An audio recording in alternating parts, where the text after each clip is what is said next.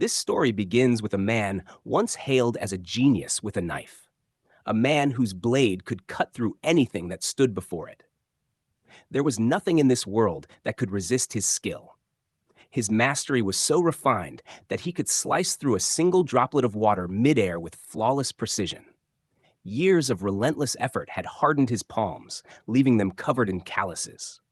After dropping out of high school, he had devoted 2 decades of his life to the knife, eventually earning a reputation as the greatest knife master in the country.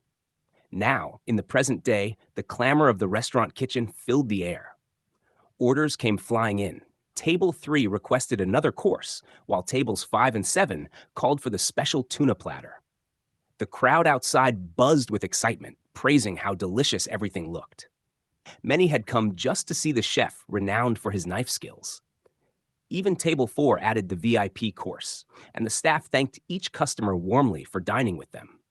Yet, amid the steady rhythm of the kitchen, a strange tension began to form. A customer noticed something unusual happening behind the counter, and even the other chefs froze. Their eyes turned toward the masterful chef, the very man whose blade had earned such fame. He stood silently before a fish, his gaze sharp and focused, the room growing still under the weight of his presence. One of the assistants hesitated before telling him that his phone was ringing. That surprised him. His phone should have been on vibrate.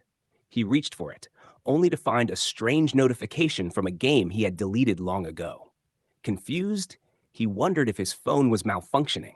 But before he could think further, a voice from the front called out. Customers were waiting. The chef was told to inform the next group that their requested course wasn't available. His hand clenched slightly, irritation flickering across his face. Then, a man stepped forward from the dining area. Someone the chef instantly recognized as trouble. It was a blonde-haired mafia boss, flanked by 2 bodyguards. His presence oozed arrogance as he approached, making it clear he wasn't here for food. He reminded the chef that it was time to give an answer, saying he'd already allowed more than enough time to think it over. For someone who handled the same blade every day, this decision shouldn't be so difficult. He laughed mockingly, saying that when one asked for a favor, they should show sincerity, then snapped his fingers. One of his men opened a suitcase filled with stacks of cash, offering it as a guarantee that the chef wouldn't be disappointed.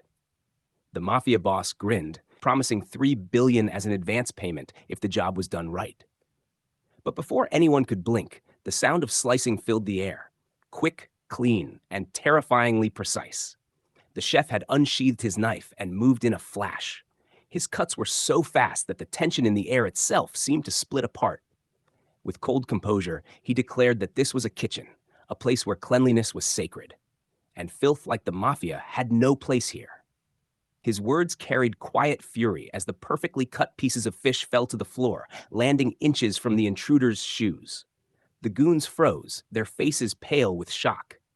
The boss, however, only chuckled, impressed by the display. He commented that such skill was fitting for someone once known as the Swordmaster, and sneered that a man like him was wasted slicing fish. He suggested the chef change professions, his tone mocking, yet tinged with greed. The chef tightened his grip on the knife. The sudden motion made the goons flinch and back away in fear. Realizing the situation was no longer in their favor, they retreated hastily. The blonde boss, however, turned back with a smirk, vowing that this wasn't over. He promised to return, to become the man's greatest nuisance. With that, he and his men finally left, their laughter echoing faintly behind them. Silence settled over the kitchen. The other chefs exhaled in relief and nervously returned to their stations. The day continued until dusk painted the sky, signaling the end of another long shift. As they cleaned up, one of the chefs remarked how incredible it was to turn down an advance payment of $3 billion. He admitted that if it were him, he would have accepted immediately. He couldn't understand why his talented colleague refused.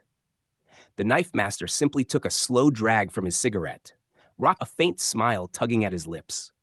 He explained that he had spent his entire life cutting fish. He knew nothing about dealing with gangsters. His coworker tried to reason that the mafia likely only wanted to use his reputation as the swordmaster. Surely, they wouldn't make him actually kill someone. Perhaps just intimidate people, take some money, then open a shop or buy a house. He said the man deserved to live comfortably, like any normal person. But the chef exhaled another puff of smoke, saying he would still refuse, even if offered a fortune. The other chef noticed his phone lighting up again and teased him, asking if he was secretly dating someone. The man shook his head. It was just a game notification.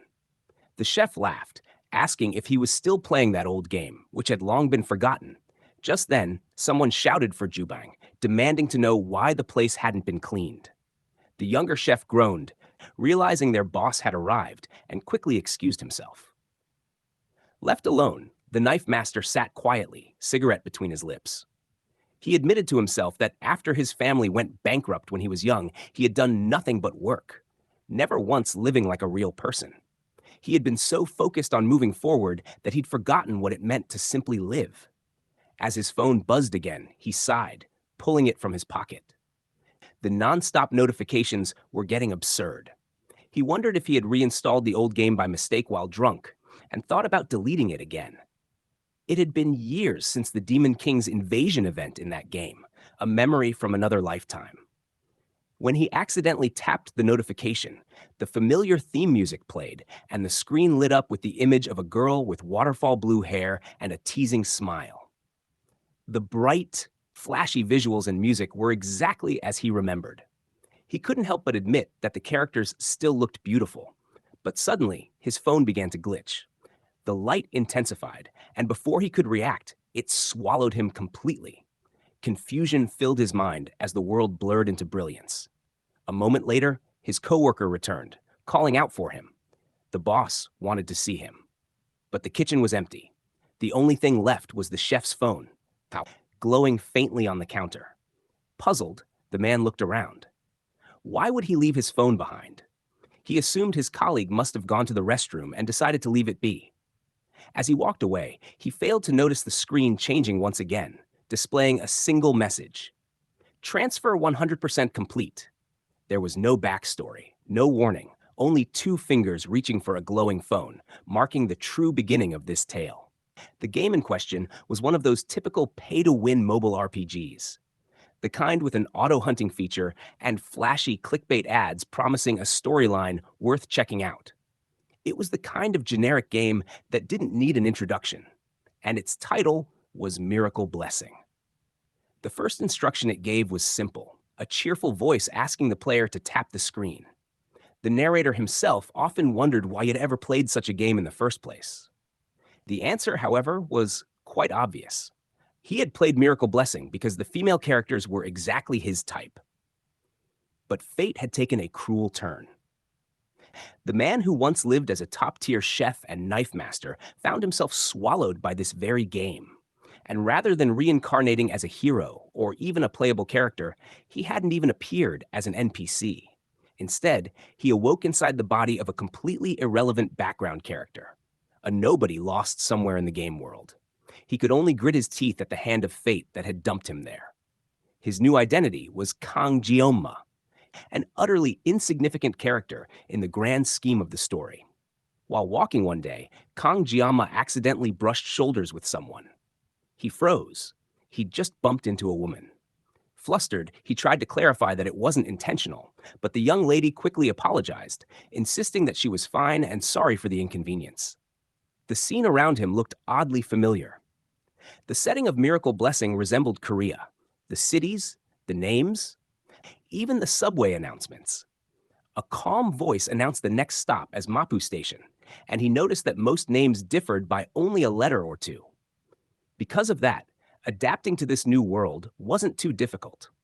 For a while, he managed to live an ordinary life, just a regular teenager attending school, laughing with friends, and enjoying the simplicity he never had in his first life. It had been a full year, and he had almost forgotten whether this was reality or just another layer of the game. For the first time, he was happy living a normal, uneventful existence. That peace shattered the moment he returned home one evening. Cheerfully announcing his arrival, he was greeted by his parents' excited voices. They proudly introduced him as the pride of the Kang family and held up an acceptance letter from Joaquin Academy. His eyes widened as he read the letter. disbelief plastered across his face. He nervously tried to dismiss it, insisting that there must be some mistake, but his parents ignored his protests. They were overjoyed, repeating how proud they were and how all their hard work had paid off. They told him the entrance ceremony was the next day and urged him to finish packing immediately. He could only sigh. His quiet dream of living a normal life had been crushed by that single piece of paper. Slumped in his chair, he stared blankly ahead, realizing that there was no way to refuse without breaking his parents' hearts. Even after thinking about it countless times, nothing changed.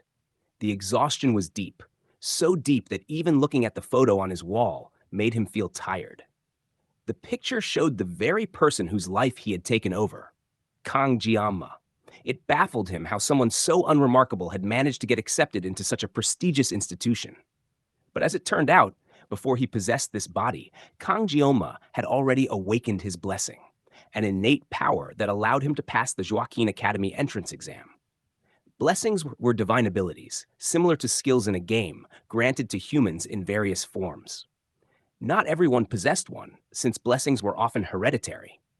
Society was even structured around them, divided into ranks like nobles, commoners, and the privileged, all to preserve the power of the elite. Joaquin Academy, publicly known as a hero training school, was in truth an institution built for the upper-class hero families.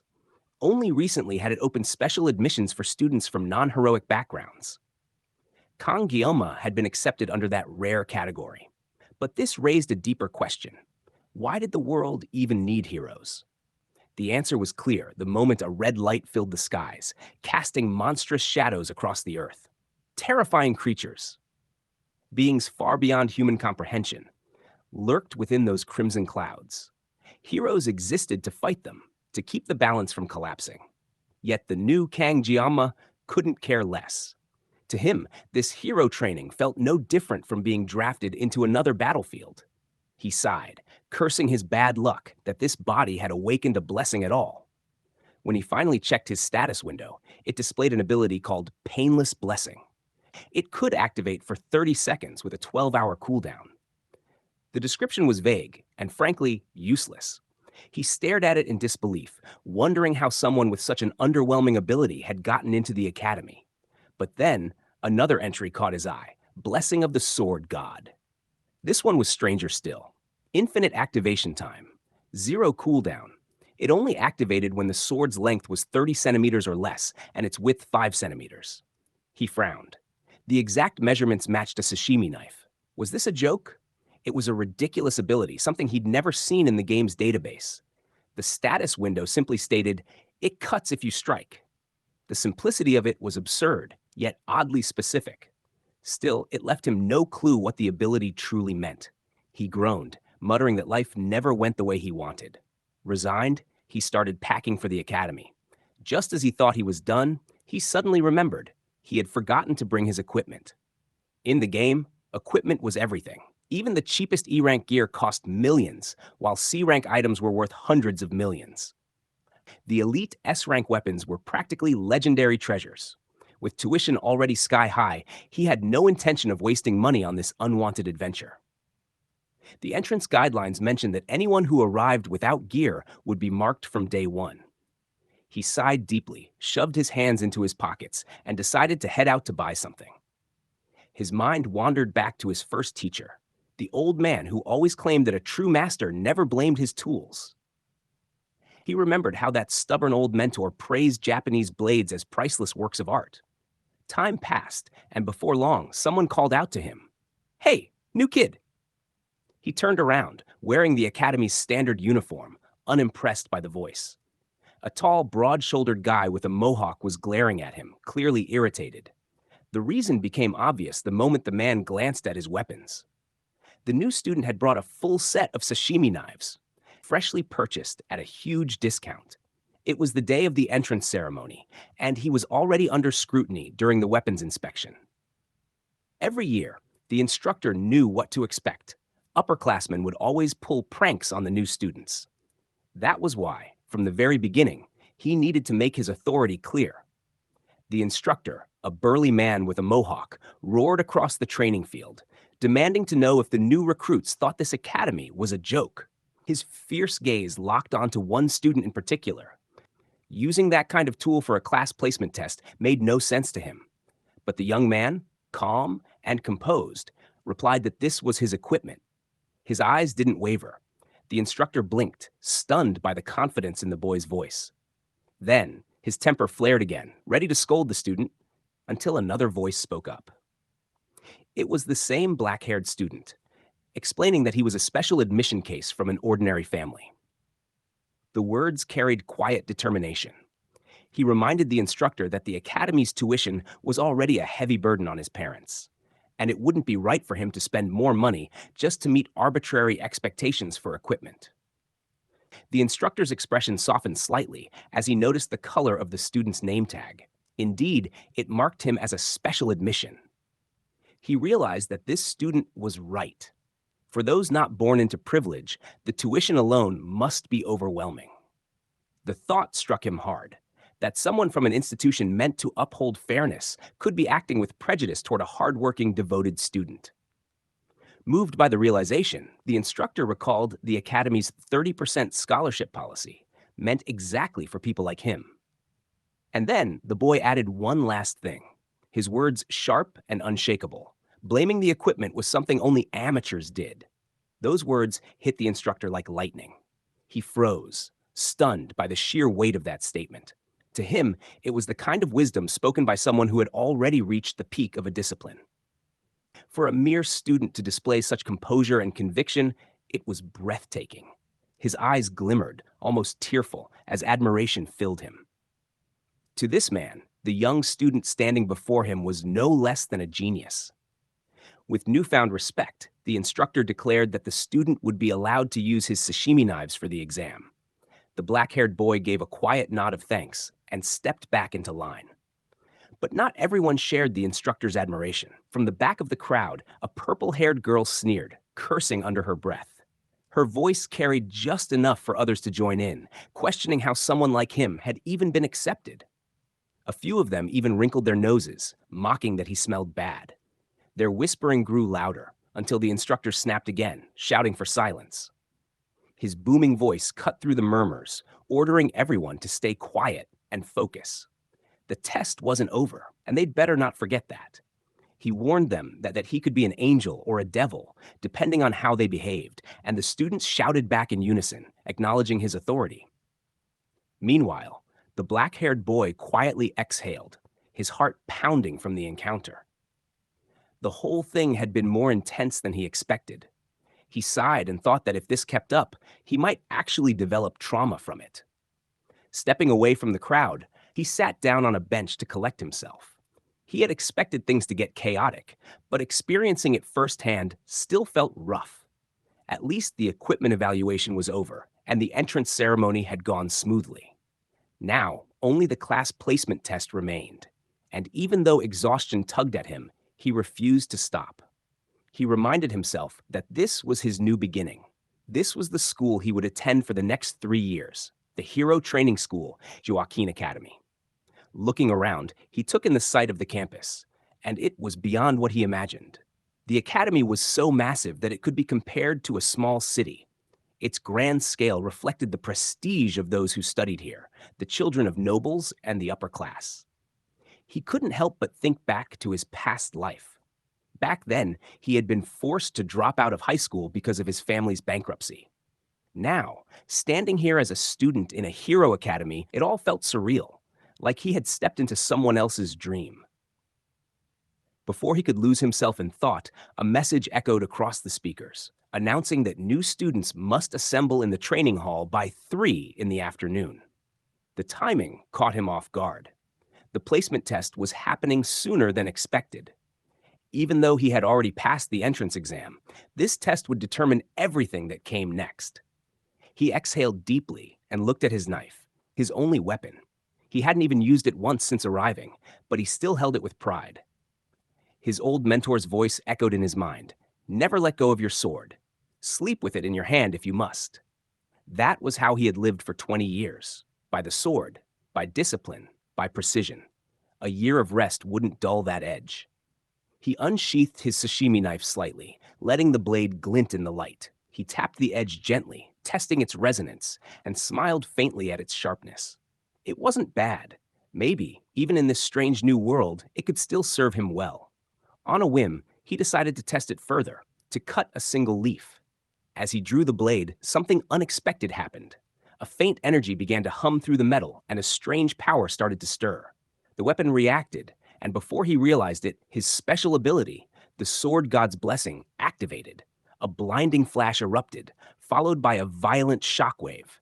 The air trembled as his status window appeared before him, warning that his physical level was too low to withstand the power of the skill. He froze in horror.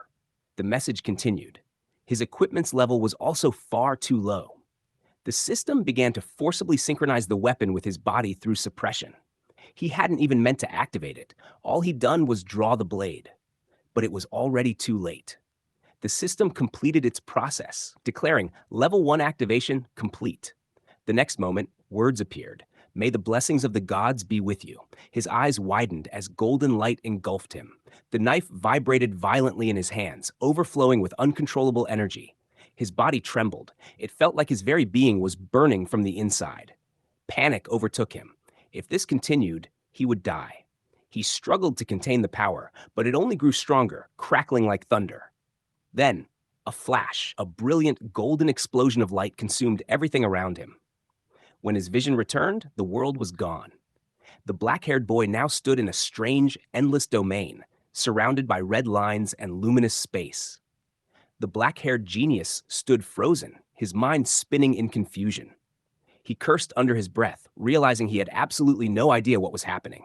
The sashimi knife slipped from his grasp, clattering to the ground as he stared blankly ahead. Strange cracks shimmered in the air around him, distorting reality itself. Then, just as suddenly, the vision shattered, and when his senses returned, he found himself standing safely within the academy once again. He blinked in disbelief. The moment he had released his knife, everything had returned to normal. Groaning, he rubbed his temple as a sharp pain throbbed in his head. The entire experience left him dizzy and disoriented. It slowly dawned on him that what had just occurred was the activation of his ability, the sword god's blessing. But something was terribly off. That blessing wasn't supposed to tear the world apart like that, nor cause such unbearable pain. Normally, it only left a slight soreness in his muscles after use. Yet this time, it felt as though his head had been split open from the inside. Was this a backlash? If this agony came every time he used it, then this wasn't a skill he could ever rely on. His eyes narrowed at the fallen knife, disappointment flickering across his face. Before he could think further, a loud announcement echoed through the halls, summoning all new students to gather at the training hall immediately. He sighed heavily. The knife still lay on the ground, but leaving it there wasn't an option. Still, hesitation crept in. What if touching it triggered that pain again? He tried to reassure himself. Maybe the agony had only been because it was his first time activating the ability. Maybe it would be fine now. With shaky resolve, he told himself he could handle it and reached down with trembling hands. The moment his fingers wrapped around the handle, his face twisted in shock. Sparks erupted again, energy surging violently through his body as pain seared across his nerves. He screamed in agony, realizing instantly that it was not okay. Nearby students turned toward the sound, startled by the sudden shout and colorful language coming from his direction. Later, at the grand training hall, the new students had all assembled. Their eyes widened in awe as they took in the massive auditorium, whispering among themselves. The nobles' children chatted excitedly, while parents in elegant clothes boasted about the fortune they had spent on their heirs du enrollment. Among them, a green-haired man with an odd bob haircut turned his head in surprise. His attention locked onto a familiar figure entering the hall, a tall, imposing man with snow-white hair and an aura of unmatched authority. It was none other than the seven-star hero and Lord Sword Emperor, Siegfried von Nibelung, the direct descendant of Aaron Nibelung, who had once apprenticed under the legendary hero Valor Joaquin. The man with the green bob immediately saluted him with reverence, calling him the strongest human alive. Another noble, a man with a grand white mustache, urged everyone to take their seats, But the Sword Emperor simply laughed softly to himself as they walked away. Then, his sharp eyes narrowed, sensing a familiar presence. From the corner of the hall, a woman with emerald green hair and glasses appeared, a smug smile resting on her lips. She greeted him casually, addressing him as CA, remarking that it had been quite a while. She was none other than Medea Poison, the seven-star hero sage. Chuckling, she teased that it must have been nearly half a century since they last met. The old Sword Emperor acknowledged her without even turning, muttering that he couldn't believe she still carried herself like the head of the academy. He joked that he thought 70 years would be enough reason for her to finally let herself go. Medea Poison simply smirked, saying every woman wished to stay beautiful until the very end. With a playful grin, she told him that if he just asked, she could make him look 10 years younger with her blessing.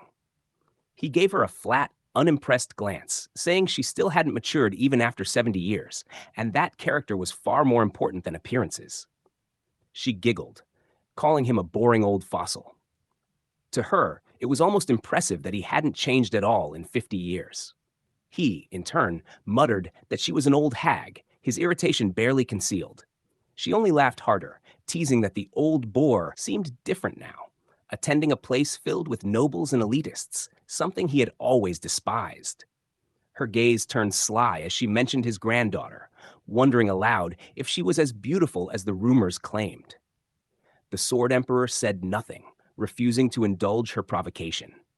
The placement ceremony was about to begin. The crowd of new students chatted excitedly, forming small groups and introducing themselves. In the middle of all this energy stood the black-haired protagonist, silent and alone. He couldn't help but notice that he was the only one with black hair in the entire hall. Surrounded by nobles, he stuck out like a sore thumb. On top of that, he was a special admissions student, an outsider in every sense. He still remembered the sneers and whispered mockery from earlier that day when the nobles learned how he'd gotten in. So this, he thought bitterly, was what people meant by humble origins. Then his attention was drawn to the sudden shift in atmosphere. Everyone's gaze turned in one direction. A girl with long, flowing blue hair walked gracefully across the hall. Her golden eyes carried a sharp, confident light, and her presence alone made hearts flutter. The sound of her heels echoed softly as she passed by, commanding every eye in the room. He recognized her instantly. Abel von Nibelung, granddaughter of the Sword Emperor and the main heroine of the very game he had once played. She was also the reason he had spent so much money on that game in the first place. Seeing her in person, he realized that her beauty was even more overwhelming in reality. This world, after all, was built upon the foundation of subspace, an artificial realm created by the legendary hero, Balor Join, alongside the founding of the Academy. In that realm, pain and damage felt completely real. But the saving grace was that none of it affected the real world. Even murder committed within subspace was exempt from real-world consequences. Up above, the Sword Emperor observed quietly as the instructors prepared for the next stage. He noted that the Academy was once again using the subspace battle royale for the entrance evaluation. Medea Poison confirmed it with a grin, explaining that it was a long-standing tradition, though this year they had modified the format. The students would now be divided into groups of 10, ranked based on who survived the longest inside subspace, a pure survival test with no restrictions on weapons or skills. The Sword Emperor frowned slightly, remarking that if there were no restrictions, then the elites would naturally dominate. But Medea Poison waved it off, insisting it was already a compromise. After all, the Academy was funded almost entirely by noble money, and she had fought hard to include even that much fairness. When he asked what she meant, she replied slyly. She was talking about the special admissions. Meanwhile, the protagonist's attention returned to Abel.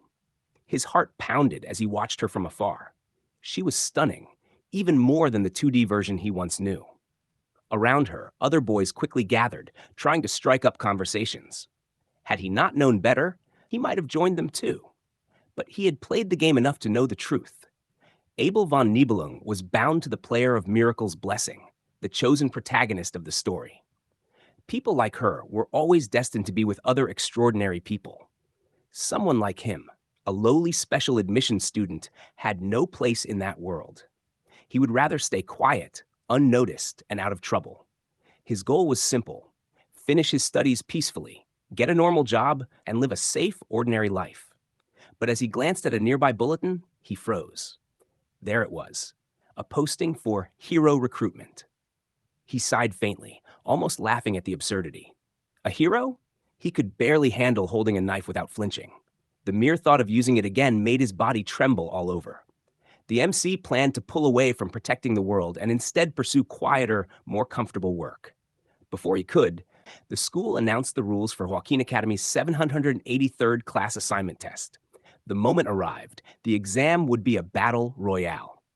10 cadets entered each match. Ranks were simple and brutal. First place earned the title Star, second and third were Dragon, ranks 4 through 7 were Wolves, and 8th to 10th were labeled Ordinary. Results decided class placement automatically. There was no time limit, only survival and speed. To Giamma, it felt like a game. Finish fast, stay unnoticed, avoid drawing attention as an ordinary student. The spiritual occurrence device activated and the exam began. The announcer asked for the hero's blessing, and transportation started. Giamma tightened his resolve and vowed to avoid unsheathing his blade unless absolutely necessary. Group reviews rolled in. The 24th group session ended with students vomiting from the intensity. A first place was declared. The 47th group finished next, with first and second places announced. Miss Poison turned to the Sword Emperor and noted that the new batch included the old man's granddaughter and descendants of famed houses like Changxiang and Gaogang. The matchup seemed predetermined. The old man scolded her for jumping to conclusions, but she countered with cold facts. 7 minutes and 14 seconds was blisteringly fast. Abel had already recorded an amazing time using only a C-class weapon. The claymore he wielded demanded respect.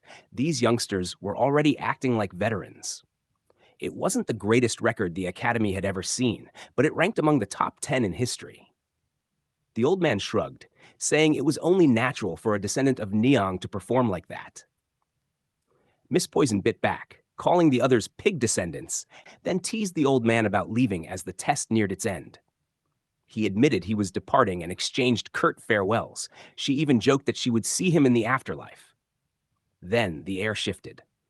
Both the Sword Emperor and Miss Poison felt a presence, sharp, impossible to ignore. Even the crowd gaped, mouths open. Murmurs rippled through the auditorium. The old man admitted he recognized the feeling. It was ridiculous and dangerous.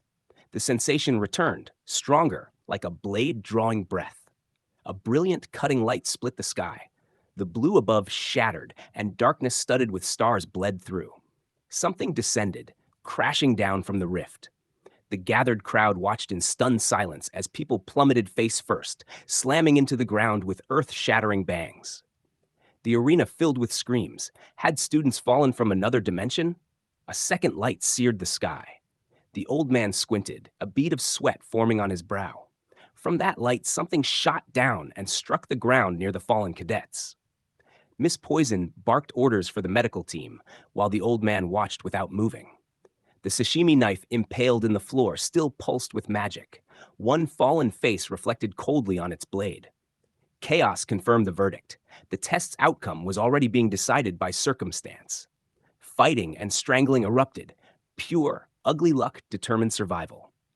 By sheer misfortune, Giamma materialized in the worst possible spot, inside a death match where students tore each other apart.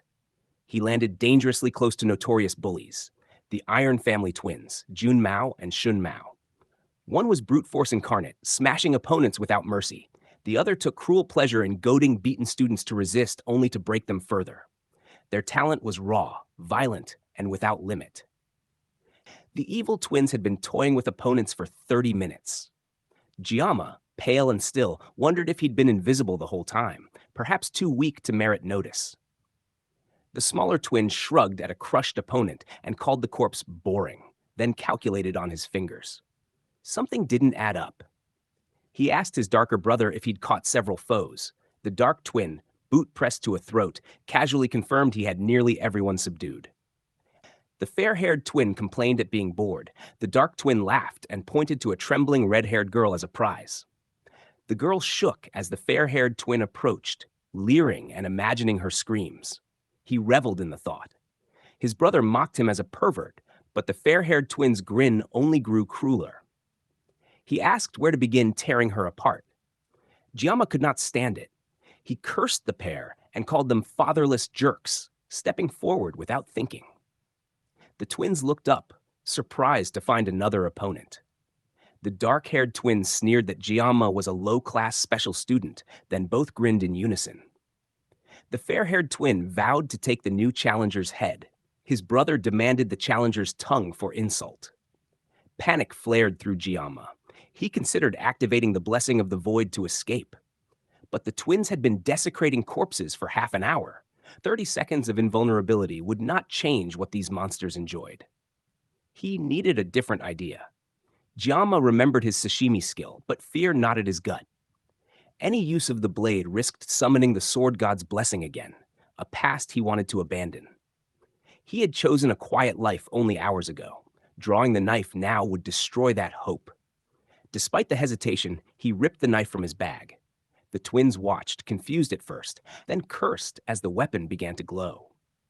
Even the red-haired girl stared in shocked surprise as a temporary hero revealed a shining blade in the heart of the arena. The twins hadn't taken Giamma's weapon seriously at all. To them, it looked too small to be threatening, almost laughable. The fair-haired twin sneered, finding his new opponent amusing, and decided he'd end this quickly, promising to make the man's death painless. With a roar, he cursed Giamma and charged forward, vowing to crush his skull first. The twin lunged like a beast, his massive frame casting a shadow over his smaller opponent. Giamma froze for a heartbeat, startled by the giant's leap. He knew he didn't have the luxury to hesitate. Not now. The fight had already begun, and all he had was 30 seconds to hold his ground. Realizing this was his only chance, Giamma reached for his blade, his hand steady despite the tension. He activated his skill, the painless blessing. It would last only 30 seconds, with a grueling 12-hour cooldown, a blessing meant to dull the pain of what was to come. The moment his ability flared to life, he followed with another, the blessing of the sword god. His sashimi knife gleamed as he drew it, the two blessings merging in harmony. The first muted the agony, while the second enhanced his precision. The fair-haired twin laughed mockingly, jeering at the sight of a kitchen knife being drawn in a battle to the death. He hurled insults as he closed the distance, his words venomous. But Giamma ignored them. He knew the truth. If his knife couldn't cut, he was finished.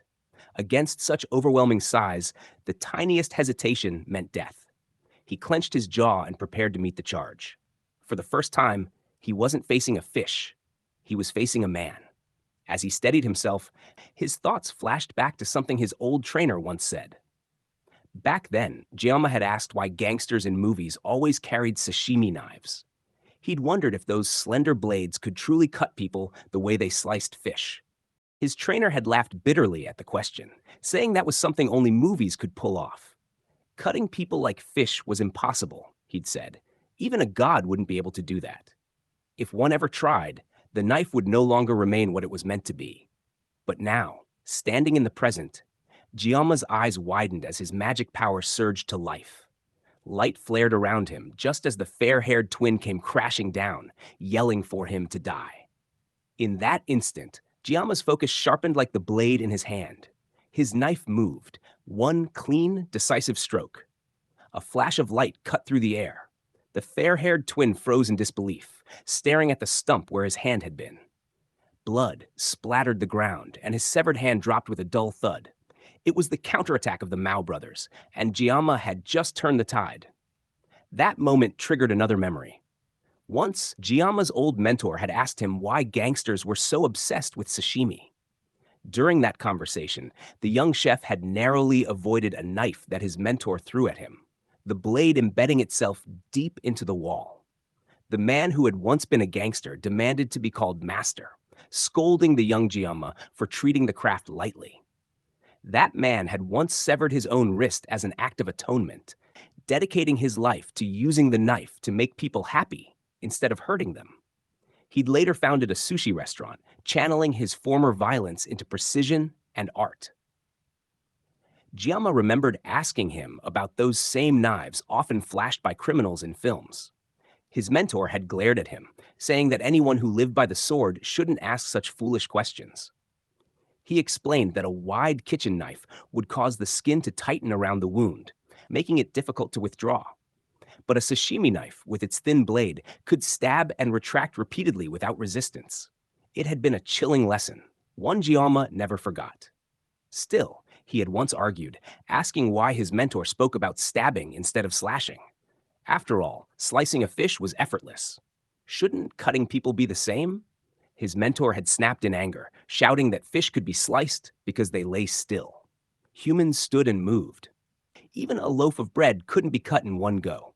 Giamma, stubborn as ever, had teased that maybe his master just lacked skill. That remark had earned him a hard knock on the head and another scolding. His mentor had growled that even if the god of knives himself appeared, such feats would still be impossible. But now, here in the void, the impossible had just happened. The fair-haired twin stared at his missing arm, his expression frozen in pure horror. His brother and the girl nearby stood in shock as the severed limb hit the ground. Then came the scream, raw, agonizing, and filled with disbelief. The twin writhed and wailed, cursing through tears as pain overwhelmed him. Blood poured from his shoulder as he clutched the bleeding stump, crying out for his brother. Desperation twisted his face as he begged for help. Giamma stepped forward calmly, eyes cold. The fair-haired twin stumbled back, panic flooding his features. He fell to the ground, waving his arm wildly in terror. His cries echoed through the void as he turned to flee, shouting for anyone, to save him. But Giamma didn't stop. His steps were deliberate, merciless. The twin screamed his brother's name again, reaching out for rescue. His voice cracked with fear and fury as he cursed Giamma, demanding that his brother hurry. But before the dark-haired twin could move, another flash of silver cut through the air. One swift, perfect slice, and the fair-haired twin's head separated cleanly from his shoulders. A spray of red followed. His body collapsed with a dull thud, lifeless. The dark-haired twin froze, his eyes wide in horror. His breath hitched as he stared at his brother's severed head, those glassy white eyes staring back at him. For a moment, he couldn't move or speak, only tremble in disbelief. Then his scream tore through the silence. The red-haired girl nearby stood frozen, her eyes reflecting a mix of awe and terror at the scene. The surviving twin forced himself to breathe, forcing reason into his shaking body. He reminded himself that this was a void space, a simulated realm. His brother couldn't truly be dead. None of this could affect the real world. Even so, he had no idea what kind of technique Giamma had just used. That strike hadn't felt natural. It was clumsy, awkward, like someone wielding a blade against a human for the very first time. Yet it had been deadly. He steadied his trembling hands, convincing himself that it had been a fluke. His brother's death had to be an accident, a lucky hit. Now, he would fight carefully. He would take this battle seriously. Because one thing was certain, the next mistake would be his last. The dark-haired twin roared to life, declaring that his weapon's true power only revealed itself when used with both hands. Determined, he attached the mechanical arm that once belonged to his brother onto his own, his eyes blazing with wild confidence. Calling upon multiple blessings, resolution, defense, and amplification, he began to overflow with spiritual energy. Then, invoking the blessing of intervention, he boosted his jumping power by an incredible 200%. The surge of divine force intensified, amplifying his strength and the destructive force of his fists. A grin twisted across his face as he reveled in his success. He had achieved the simultaneous manifestation of 3 divine blessings. Confident and arrogant, he boasted that unlike his foolish brother, he was on a completely different level. Across from him, the main character stood still, silent, and unreadable, quietly counting under his breath. The dark-haired twin smirked cruelly, ridiculing the man's calm demeanor. As he gathered his energy for a crushing blow, he sneered about the man's quiet mumbling, wondering if his opponent was whispering prayers or preparing his will. Determined to end it, he decided to crush his enemy's skull while his back was still turned. His entire body surged with violent energy as he drove his fist forward, releasing all of his power at once. But just as his attack was about to connect, something unexpected happened. The main character's calm voice continued its eerie countdown from 7 to 6 to 5. Confusion flickered in the twins' eyes. Then, pain. Before he could even react, his body convulsed as several thin, razor-sharp knives pierced through him in an instant. His body collapsed to the ground, his mind reeling from shock. Dazed, he lifted his head weakly. Standing above him was his opponent, eyes glowing coldly, knife still in hand, his calm voice continuing the dreadful countdown. When the count reached 1, the man's entire body began to tremble, his power surging beyond control. The dark-haired twin's consciousness began to fade, his final thought echoing around the word black before darkness consumed him completely. Then, silence. The main character's countdown finally reached 0. His status window appeared before him, informing him that the blessing of immunity had expired. The words barely registered before searing pain tore through his body. He screamed in agony as the sheer force of his unleashed power overwhelmed him, his form flickering like a shadow, like a black ghost consumed by his own energy. When his senses returned, the world around him had changed. He opened his eyes slowly, the blinding light fading into an unfamiliar ceiling. Soft sheets cradled his body. He blinked in confusion. Was this a hospital? He struggled to sit up, groaning slightly. Just then, the door opened and a man stepped in, his expression shifting to relief as he announced that the patient had finally regained consciousness. Within moments, hurried footsteps echoed from the hallway, and 2 figures entered the room. The half-awake genius lifted his gaze and froze. 2 faces stood before him, both unfamiliar yet strangely recognizable. He soon realized who they were. 50 years ago, these very people had helped defeat the Demon Lord's 6th Legion commander, 2 of the legendary 7-star heroes. Before him stood the venerable Sword Emperor and the radiant Miss Poison, both living legends in their own right. The old man's sharp eyes bore into him. The strongest human alive, the Sword Emperor himself. Beside him, the cheerful woman smiled brightly, her aura light yet powerful, the renowned Academy Director, Medea Poison. The young man's heart raced. Why were such important figures standing in his room? They began by asking his name, and he introduced himself as Giamma. The Sword Emperor repeated his name slowly, then got straight to the point, asking what exactly he had done inside the void space. He explained that the strange energy they sensed didn't belong to Giamma, but to someone, or something, else entirely. Giamma said nothing at first. His eyes lifted toward the 2 figures before him, focusing on the old man who radiated immense power. He knew there was nothing to gain by provoking a monster like this. Maintaining his composure, he admitted that although he had judged the actions of the other students to be excessive, his own response had also gone too far. Calmly, he added that he would accept any punishment without complaint. The Sword Emperor's eyes narrowed, but the boy didn't look away.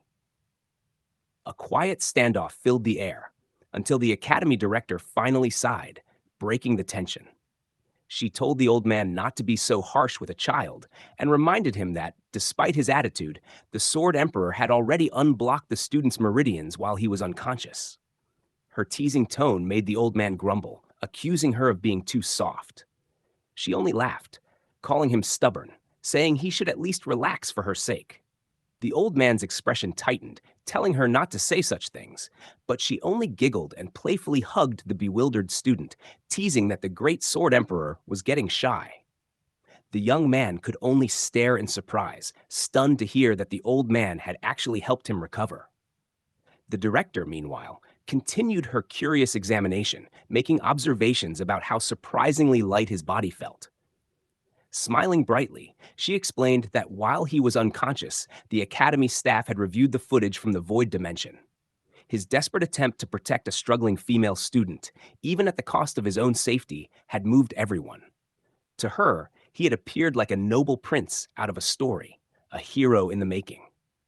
Flustered, the Sword Emperor cleared his throat to interrupt, reminding her to maintain her dignity.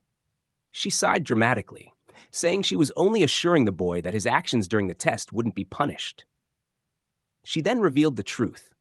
The twins he had fought were admitted through the influence of the Mao family's elders, but after the incident, they had decided to withdraw on their own. The news left Guillaume quietly relieved. The thought of not sharing an academy with them lifted a weight off his shoulders. The academy director smiled and said they had come to deliver one more message. Giamma thanked them sincerely, but the next words left him frozen. She cheerfully announced that he had been declared the top student of the academy. The room fell silent. Horror spread across Giamma's face. His long-cherished dream of living a peaceful, unnoticed life began to crumble once again. Later that day, sunlight bathed the Grand Academy in golden light. Inside her office, the beautiful academy director sighed softly. In her 2 decades as head, this was the first time such chaos had unfolded so close to her watch. What shocked her most was that Giamma had immediately refused the title of top student. Both she and the Sword Emperor had been stunned, urging him to reconsider. The old man had even thought the boy misheard them. After all, the title was not merely symbolic. It granted entry to the prestigious star class, the highest honor a student could attain. The academy elders were furious as well. The top student position had been assigned directly by the results of the subspace test, something that couldn't be tampered with. Yet even after reflecting, Giamma remained firm. He did not want the title. The Sword Emperor couldn't understand the boy's reasoning, while the director continued trying to persuade him. Her voice echoed in his memory as she pulled him back to the present. She asked the old man teasingly if he was upset that Giamma had taken the top rank instead of his granddaughter. The Sword Emperor only chuckled, calling such thoughts immature. He said there was no point in questioning the will of the subspace, which had been imbued with the intent of the founding hero himself. The Academy's decision was absolute, and they were simply following it. Still, he couldn't deny his curiosity. If the boy's physical abilities had been outstanding, that would have made sense. If his technique had been exceptional, that too would be understandable. But for someone so young, a mere teenager, to display such perfect precision and overwhelming power was extraordinary. Watching him fight, the old man had seen emotions so sharp and pure that they embodied the essence of swordsmanship itself. He realized, with a strange sense of awe, that the boy might have touched upon something he had been chasing his entire life, the pinnacle of the blade. Yet even as he thought this, something had unsettled him. When he unblocked the youth's meridians, he had sensed an imbalance. The boy's frail body was nowhere near trained enough to contain such energy. It was as if something alien, something that should not exist, was sealed within him. The Sword Emperor sighed deeply. Even now, despite his age, he still felt the faint sting of competitiveness toward a boy barely as old as his beloved granddaughter. The academy director's voice pulled him back once more. She spoke fondly about Giamma, commenting on his quiet charm and how his gallant act of saving a girl in danger had made him seem even more dazzling. The academy director sat in stunned silence, her expression betraying a mix of awe and disbelief. She wondered if she could ever perform something like that. Even if she were 10 years younger, such skill still seemed out of reach. A faint grin tugged at her lips as she turned to the old man beside her, asking playfully what he was thinking. The old man didn't reply right away. His eyes narrowed slightly, deep in thought, as he tried to recall what college students these days would call a woman like her. Curious, the director urged him on, teasing that he shouldn't hold back and should just say what was on his mind. Finally, he muttered his answer, calling her something that roughly meant a cup down.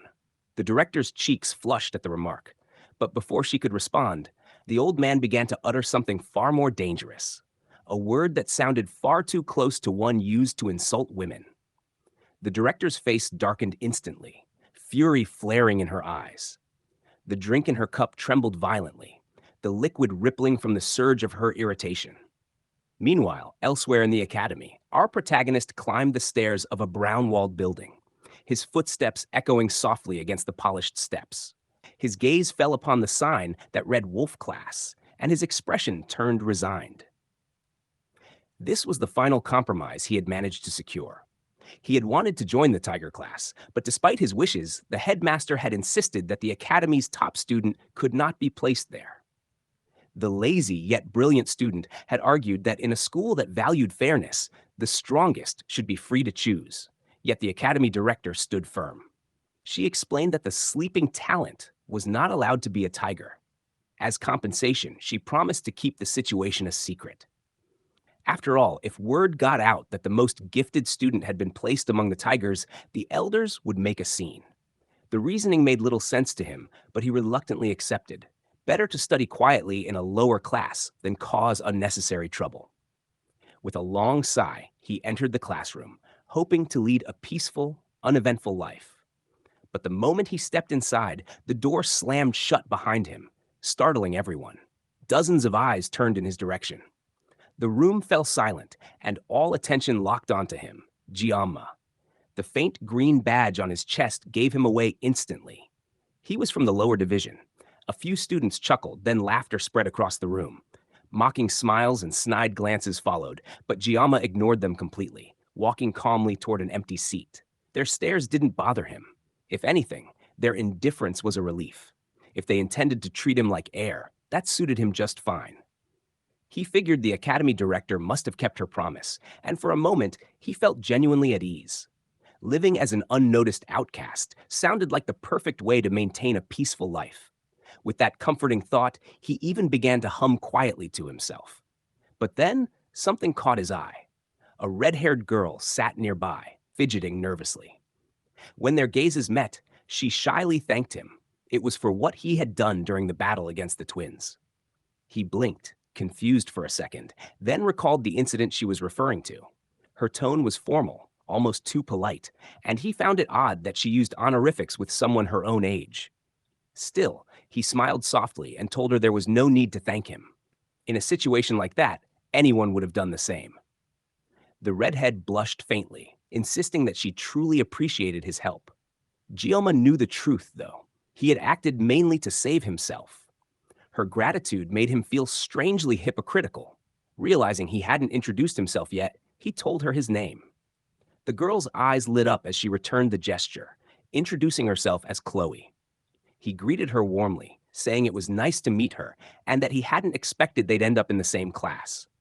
Khloe agreed with a bright smile, admitting she was just as surprised. But deep down, Giamma frowned. He couldn't recall any character named Khloe from the game he once played, not even from the side stories. Given that the main storyline revolved around battles with demons, her sudden appearance felt strange and out of place. Then it struck him. Maybe Khloe, like himself, was just a background support character, someone who existed to fill the world's gaps. The thought made him smile again. He leaned closer and politely asked her to keep what happened during the exam a secret. She was a little startled by the request, but nodded in agreement. Before she could say more, Khloe hesitated and mentioned that she actually wanted to ask him for a small favor. But before the words could leave her mouth, the classroom door burst open and a commanding voice called for everyone's attention. The teacher had arrived. The students scrambled to their seats as Gioma turned his head toward the front. The man standing there slammed a book onto the table and congratulated the group for making it into the academy. He reminded them that by standing here today, they were inheriting the legacy of their heroic ancestor, Valor Zhaoqin, and should carry that pride with them. He introduced himself as Li Wan Bin, the instructor for Wolf class. Since it was the first day for most of them, he announced they'd be starting with some basic physical training. A grin spread across his face as he instructed everyone to change into workout clothes and meet him at the training area within 30 minutes. One of the students raised a hand, asking what kind of training they'd be doing. The instructor's grin widened as he casually explained, 100 push-ups, 100 sit-ups, 100 squats, and 10 laps around the training field. A collective groan echoed through the room, but the instructor simply dismissed them, telling everyone to get ready. Giamma stood there, staring blankly. This was far more exhausting than he had expected. He muttered under his breath that maybe the goal of this training was to make them bald before graduation. Desperate to avoid the ordeal, he called out to the instructor, saying that he wasn't feeling well. The instructor turned to him, smiling knowingly, and asked how he could help his star student. The words made Giamma freeze. He hadn't expected the teacher to already know his name. Trying to play it off, he explained that he might not be fit for the day's routine. The instructor chuckled, remarking that with someone as talented as him, this little workout shouldn't even make him break a sweat. He added that a prodigy like Giamma should have been placed in the star class from the start. After all, the academy director herself had instructed him to watch over her top student. Hearing that, Giamma's heart sank. So, the director had spilled everything after all. He cursed under his breath, calling her a treacherous woman.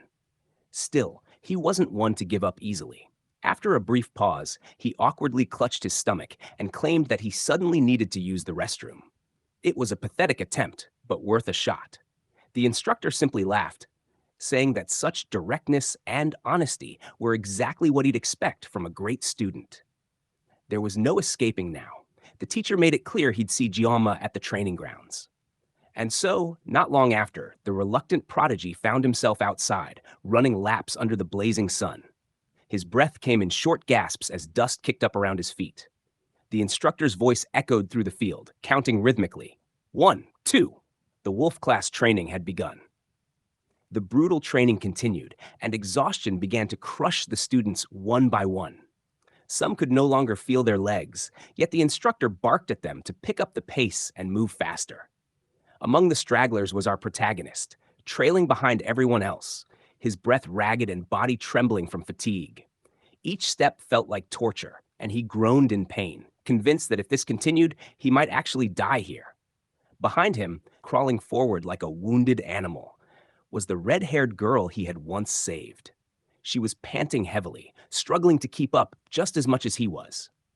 Concern filled her eyes as she glanced at him, wondering aloud if the training was too harsh for him since he didn't seem to be doing too well. Her words caught him off guard, but he forced a nervous laugh, insisting that he was fine, even though his face said otherwise. Trying to distract himself, he asked how many laps she had managed to complete. To his shock, she revealed that she was already on her 7th lap, while he had only managed 5. Her cheerful grin and boundless energy made him feel even more drained. She smiled brightly, encouraging him not to give up, assuring him that as long as he kept pushing, he could accomplish anything. Then, with renewed vigor, she sped off ahead, leaving him gasping in disbelief. The exhausted young man clenched his teeth and chased after her, muttering under his breath about the cursed test that had landed him in the wolf class, a place that clearly wasn't for the faint-hearted. As evening settled over the prestigious academy, the grand building gleamed under the golden hues of twilight. Inside one of the dorm rooms, dozens of empty bottles lay scattered across the floor, rolling lazily whenever a breeze passed by. Among them sat our protagonist, groaning as he slammed another bottle down on the table. He had drunk so much water that even the bottles seemed to sweat from exhaustion. His stomach growled painfully. He was starving. A week had already passed since classes began, and life at the academy hadn't been kind to him. In the grand dining hall, where students gathered to eat, he had been hit with one brutal reality after another. He had tried to order a simple meal, spicy pork rice, just one serving, begging the cafeteria staff for it. But instead of handing him food, they pointed him toward the ticket machine. The realization hit him like a blade. The meals weren't free. Broke and desperate, he tried to smile it off, promising to come back later, maybe reserve one in advance. But his expression fell as soon as he saw the price. A single spicy pork rice dish cost 50,000 won. He looked up at the menu again, disbelief tightening in his chest. Every single item started from 50,000 and went higher. There wasn't a single affordable option on the list. The crushing truth sank in. He was stuck in a school for the rich without a rich man's wallet. His eyes filled with despair as he stared at the board. He gulped down the last drop of water from his bottle, then hurled it aside in frustration. Hunger clawed at him and rage bubbled up as he cursed the outrageous prices. It felt like daylight robbery. How could anyone charge so much for a single plate of food? He regretted not accepting the money his father had offered before leaving home. Now, with his funds nearly gone, he had been surviving entirely on cheap bottled water from the campus store for days. The complimentary meals from his old life felt like distant memories. Curling up under his blanket, he tried to distract himself from the gnawing hunger, wondering if perhaps there was some kind of divine blessing that could save him from this misery. His thoughts drifted toward his blessing status, and a glowing status window appeared before his eyes. It informed him that his physical level had recently risen to level 12. He scrolled through the list of traits and noticed that the higher his physical level became, the more freedom he gained in using his sword. However, the blessing only activated when his weapon was the size of a sashimi knife, something he already knew well. Sighing softly, he stared at his reflection in the mirror. His body had changed, muscles more defined, his frame noticeably stronger. All that brutal training hadn't been for nothing after all. He flexed his arms slightly, wondering if his sudden bulk had something to do with the Swordmaster's blessing that had once awakened his pressure points. It almost felt like a kind of evolution. Still, the blessing's power remained confined to the sashimi-sized blade, and he wondered if he could someday handle something larger.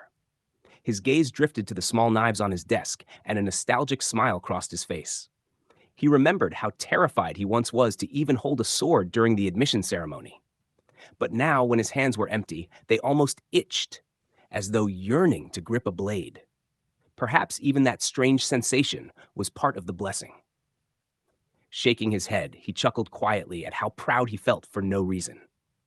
But his thoughts were interrupted by a faint sound behind him. Turning around, he asked who was there. When he opened the door, he found the red-haired girl standing outside, her cheeks flushed the moment her eyes fell on his newly built physique. Embarrassed, she apologized for disturbing him during his break. He smiled awkwardly, assuring her that she hadn't interrupted anything. He had just been lying down. Curious, he asked why she had come. She explained that she had noticed he hadn't been to the cafeteria all week and wondered if he was feeling unwell. He laughed softly, claiming that he usually didn't eat meals prepared by others. In truth, his stomach was screaming in protest, but pride wouldn't let him admit it. She seemed surprised by his attitude, but he brushed it off, telling her not to worry. Then, shyly, she mentioned that she was planning to visit the campus shop and thought they could have supper together if he didn't mind. Before she could finish, he was already on his feet, fully dressed and ready to go. His enthusiasm caught her completely off guard. For him, the thought of free food was a miracle. He casually confirmed that she really was inviting him to eat together. And when she nodded, he smiled, saying he could handle the cooking. Khloe followed after him, a bit flustered by how quickly his mood had changed. He asked if her dorm was nearby, and when she confirmed it was across the street, he cheerfully offered to walk with her. Later that evening, the two shared a meal together, and for the first time in days, the room was filled with warmth and laughter. The shy redhead gasped in delight, amazed by how delicious the food was. He grinned, pleased to see her enjoying it so much, explaining that it was just a quick meal he'd thrown together. She admitted that she usually only cooked fish and had never tasted anything like this before. Meanwhile, he noticed how quickly she finished her plate and suggested they check the refrigerator for more ingredients. She agreed eagerly. As they talked, he learned that she had grown up near the coast, which explained her fondness for seafood. That made him smile, since preparing fish was his specialty. She was surprised by his confidence, and since his hands had been itching to move, he decided to refresh himself with a bit of sashimi slicing. There was, however, one problem: his blessing. Every time he touched a blade, the sword god's power would activate, sending pain through his arm. Trying to work around it, he asked if she had a longer kitchen knife. She tilted her head in confusion, repeating his question, and he explained that his own knives were more like miniature swords. Anything else felt awkward in his grip. Understanding his dilemma, she thought for a moment, then suddenly presented him with a sheathed blade. His eyes widened when he realized it wasn't just any knife. It was a katana. Stunned, he decided it would be better not to risk it and simply use his sashimi knife instead. He figured he could finish the slicing within 30 seconds before the pain kicked in. With that, he picked up his small blade. The sharp metal glinted under the room's warm light as he prepared to work. The red-haired girl stood nearby, watching in silent awe as he began to cut. The blessing of painlessness activated, and Khloe watched anxiously as the man before her began to move. The once legendary genius, known throughout the nation as the greatest swordsman, was now putting that same precision to use in an entirely different craft. Within 21 seconds, he was done. In that brief span, he had scaled the sea bream, split its bones, removed its guts, and filleted it to perfection. As he admired his work, pride gleamed in his eyes. He explained that his skill came from experience. Once upon a time, he had worked part-time at a Japanese restaurant. Khloe tilted her head, confused by the unfamiliar word. Of course, he quickly realized this was another world. Here, the concept of part-time jobs didn't even exist. She apologized for not understanding, and he waved it off politely, thinking that it was probably due to their difference in upbringing. Soon after, Khloe tasted the meal, and her expression brightened instantly. The flavor overwhelmed her. Every bite was perfect. Seeing her smile filled him with satisfaction. When she offered to wash the dishes, he agreed, folding his arms with a smug grin as she clumsily carried the plates away. He leaned back, content and full, glancing toward the moon hanging high in the night sky. It looked so beautiful that he couldn't help but hum softly to himself. But the peace didn't last long. A sudden crash startled him, followed by Khloe's frantic apologies. He turned in alarm, only to hear another clatter. Watching her struggle, he couldn't help but laugh awkwardly. It was obvious she had never washed dishes before. He thought back to his own youth, remembering that by her age, he had already been working with his hands every day. As he smiled at the memory, something caught his eye. A book on Khloe's desk had begun to flip its pages on its own. Curiosity got the better of him, and he walked closer. It was a diary, covered in stickers, written in neat, round handwriting that seemed almost too innocent for this world. He glanced down and read a few lines. It mentioned that Khloe had received help during her class placement test, and that she wanted to return the favor someday. Her sincerity made him smile faintly. She really was just an ordinary girl at heart. He hesitated, considering whether to put it back. But before he could, the pages began to flip again on their own, revealing more entries, ones that spoke about him. Each line was filled with flustered admiration, describing how her heart raced every time she thought of him, how she couldn't find the courage to speak properly when he was near. The clueless man froze, realizing that this shy, red-headed girl had been quietly harboring feelings for him all along. Her awkwardness, her nervous glances, it all made sense now. A faint, embarrassed smile crept onto his face as he thought to himself how cute she was. Yet curiosity got the better of him again, and he kept reading, wondering what else she had written. Then his eyes widened. His name filled the pages, over and over, written in flowing script, surrounded by hearts and confessions of love. His face turned red in disbelief. The poor man just stood there, utterly speechless. His mind went blank, his heart racing. That's when he heard a sharp gasp behind him. He turned around and froze.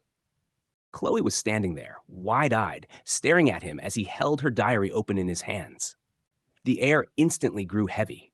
Her expression twisted with anger and embarrassment, and her aura turned dangerously cold. This world wasn't so simple. Here, heroes gained respect by slaying demonic beasts, their ranks rising through global recognition. Yet even among the noble, corruption spread, factions that abused their authority and preyed on the weak. When the law failed to punish them, one family took justice into their own hands. They were the Auditores of Sicilia, a family that maintained balance through shadows, eliminating those who threatened the light. Those born into the Auditore line were molded from childhood. Their minds were retrained, emotions restrained, and their innocence shattered through merciless conditioning. Among them was a young girl, Khloe Auditore de Sicilia. She had stood before her master one day, trembling, as a beaten man was bound before her. Her hands shook as she held the sword, realization dawning on her of what she was expected to do. The training of the Auditores turned children into assassins, machines that obeyed without hesitation. Khloe's first kill came at 15. From that day forward, she was told never to underestimate her abilities, and those words buried themselves deep within her heart. She accepted them, and in doing so, buried her true self. Day after day, she wore the mask of an obedient assassin, pushing herself through relentless drills, her soul slowly stained by blood and duty. By the time her emotions had been stripped away, leaving behind only fragments of humanity, she had reached the age to attend Joaquin Academy, a place where the talented gathered. Students were placed by aptitude, and every one of them possessed the power of dragons or higher. But the editores, by their family's decree, were confined to the lowest class, hidden in plain sight. It was a secret pact between the family and the academy. Khloe had been excited on her first day, hoping for a fresh start. Yet even then, she remembered her orders to remain undetected, to blend into the crowd, to live without freedom. Her destiny had already been written. She had accepted it until she met a boy. On that day, when the bullies cornered her, she had expected only pain and humiliation. But then, someone stood between her and danger. A gloomy boy with fire in his eyes, cursing the twins who tormented her, shouting for them to stop. Even though the battle royale inside the subspace was only a simulation, death still felt real, and Khloe had already resigned herself to it. But this boy, he changed everything. For the first time, she saw a sword raised not for orders or blood, but for protection. The image burned itself into her heart. It reminded her of the fairy tales she used to read in secret, stories about imprisoned princesses and the brave princes who saved them. And now, as she watched this boy fight for her, she couldn't help but see him as that prince. Her chest tightened, warmth spreading through her in a feeling she had never known before. Her face turned red, and her heart pounded uncontrollably. Was this love? Back in the present, that same girl now stood before him. The one who had written all those feelings into her diary, glaring at the man who had just read them all. Giamma felt a chill run down his spine. He didn't know how to explain himself or what to say. He smiled nervously, trying to diffuse the tension, but the silence pressed down heavier than ever. In that moment, he realized the truth. He had really done it this time. He had taken the innocent feelings of a teenage girl and crushed them in the most embarrassing way possible. The main character gulped nervously, trying to ease the tension by commenting on how lovely the moon looked that evening. He spoke casually, as if nothing were wrong, even complimenting the girl for preparing the most delicious supper he had eaten in a long time. Giamma then smiled and told her that he would see her tomorrow, speaking as though he truly believed there would be a tomorrow waiting for him. But that illusion shattered when Khloe suddenly asked him if he had seen it. Caught off guard, he tried to play dumb, pretending not to understand what she was talking about. She calmly removed her soapy gloves and asked again, her tone colder this time, demanding to know if he had seen that. Confused, the protagonist's gaze drifted toward the table, where he noticed something lying there. He tried to laugh it off, saying that she must have meant the reference book. He commented on how she had worked so hard at her studies, hoping to divert her attention. But Khloe's expression darkened as she corrected him. She was talking about the diary. A shiver ran down Giamma's spine. How did she know he had looked at it? Did she have eyes on the back of her head? Her manner of speech had also changed, abandoning her usual polite tone for something far more casual and unsettling. Desperate, he denied having seen anything, but Khloe's sharp eyes didn't waver. She asked again, pressing him to answer truthfully. He tried insisting that he hadn't seen it, but under her intense stare, he broke down and admitted it. An eerie silence filled the room. Honesty, it seemed, had not been the best policy. Then he noticed her hand slowly reaching for her katana. His blood ran cold as the blade began to slide free from its sheath. He had no idea what was going on or why she was suddenly drawing her weapon. The tension in the air thickened. His instincts screamed at him to run, but escape wasn't an option. They were on the 4th floor. Jumping out the window would shatter his bones, and the only other exit, the door, was blocked by Khloe herself. He was trapped. As his thoughts raced, Khloe's voice broke the silence, asking what he was mumbling about. The metallic scrape of her blade against the floor sent chills down his spine. Each slow step she took toward him made his heart pound harder. He tried convincing himself that she wasn't well, that maybe she was just sick or exhausted, but deep down, he knew what he was seeing. Her pupils were unnaturally still, and her eyes glowed with a faint crimson hue. The realization hit him hard. This was the terrifying aura of a yandere. It explained her sudden shift, from bubbly and affectionate to cold and murderous. The protagonist was stunned. To encounter a girl with both a yandere nature and a dual personality this early in the game was more than he had bargained for. Dealing with a yandere was bad enough, but adding split personalities made it far worse. He quickly pieced together that the change must have been triggered by the diary. Now, the situation had turned dangerous, dangerously personal. He could already tell she would chase him to the ends of the earth if he didn't handle this right. The pressure in the room was suffocating, heavier than what he had felt even from the Mao brothers. The atmosphere itself felt wicked. Life in the academy was proving far more perilous than he ever expected. He needed a plan. Quickly. He calculated his remaining advantage, only 9 seconds left on his no-pain ability. His sashimi knife was still in his room, and the kitchen knife he had used earlier rested on the counter behind her.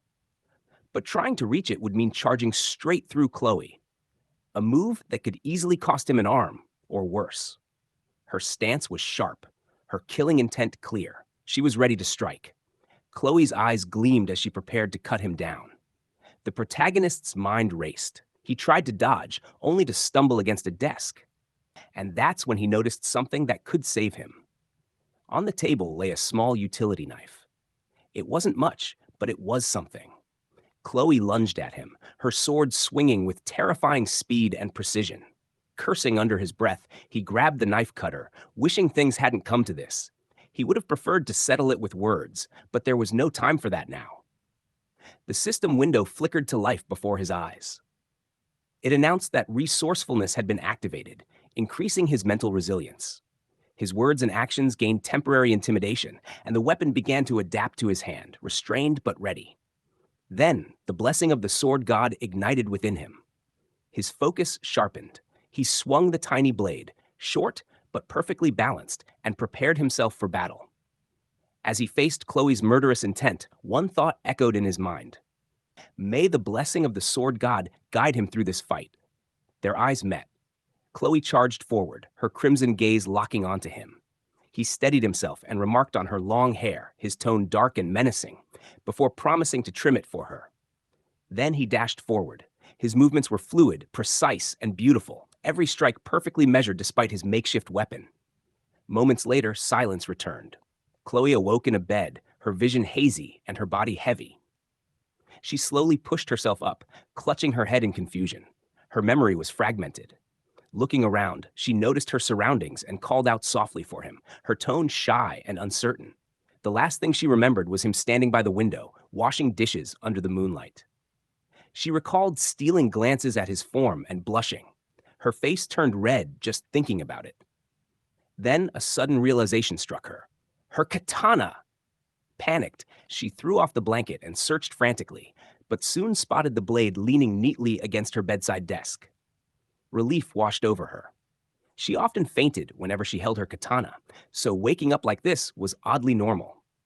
Then, a familiar voice echoed in her head, her grandfather's, praising her for doing well. Khloe froze, confused by the memory, wondering why she was recalling such things. The voice told her not to deny her true nature as an assassin. Her eyes drifted back to the katana as she tried to make sense of it all. Embarrassment flooded her as everything came rushing back. She buried her face into the pillow, calling herself a fool and an idiot. Remembering what happened with Guillaume made her cheeks burn even redder. She panicked, calling his name in her mind, wondering if she had said or done something awful before losing consciousness. Then something on the floor caught her eye, a small utility knife. She blinked in confusion, realizing her hair was shorter than before. It dawned on her that he must have cut it, and even cleaned up afterward, disposing of the hair neatly in the trash. Her heart fluttered. He had been kind enough to take care of her, even in such chaos. Overwhelmed by the gesture, Khloe blushed and smiled shyly, deciding she needed to write it down before the memory faded. She pulled out her journal and began scribbling happily, capturing her emotions in one simple truth, her growing affection for him.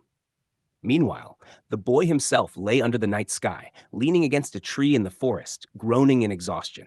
He spat out a rainbow of bile, his body reacting violently after overexerting itself. The effects of his painless blessing had finally worn off, leaving him in agony. He had survived the encounter by mere seconds, 5 out of the 9 to be exact, but it felt like an eternity. His body trembled, and his stomach churned as he realized he might vomit everything he had eaten for dinner, which felt like a waste considering how hard he'd worked for that meal. Collapsing onto a nearby bench, he sighed in defeat. The pain hit him hard, and hunger returned just as fiercely.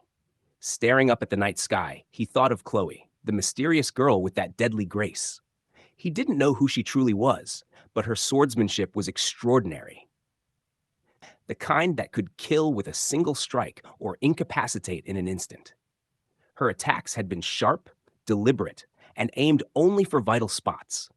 It was clear her technique was built for assassination. If she had caught him off guard, he wouldn't have lived long enough to regret it. Out of pure instinct, he had retaliated with a slash toward her neck, a desperate move that, thankfully, only ended up cutting her hair due to the knife's short reach. He had cleaned up the mess afterward, hoping that nothing else would come of it. For now, he was just glad to be alive. Peace and safety, such simple things, yet they were the hardest to achieve. Being ordinary, he realized, was far more difficult than anyone could imagine. Still, when Guillaume had first been thrown into this twisted game, it wasn't that he lacked ambition. Having once stood at the zenith of mastery with nothing but a sashimi knife, giving up on his dream had been anything but easy. But in this strange world, even the greatest had their roles to play. The game that had pulled him into this strange world was called Miracle's Blessing, a title carrying the weight of destiny itself. It wasn't just any game mechanic. It represented a divine favor, a special blessing from this world's true protagonist, someone he had yet to meet.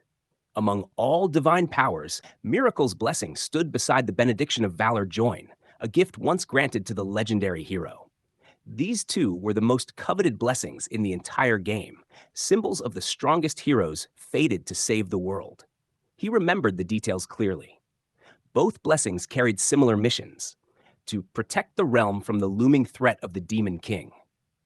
The hero at the center of this story wielded a sword whose very name meant wound, a weapon of immense power that chose its own master. Only the one recognized by the blade could draw out its full potential. But for him, there was no such destiny. All he had was his humble sashimi knife, the same tool that had defined his real-world skill. In this world of chosen heroes and legendary swords, his blade seemed almost laughable. He had no reason to dwell on what he could never become. With a deep breath, he slapped his cheeks, trying to clear his thoughts.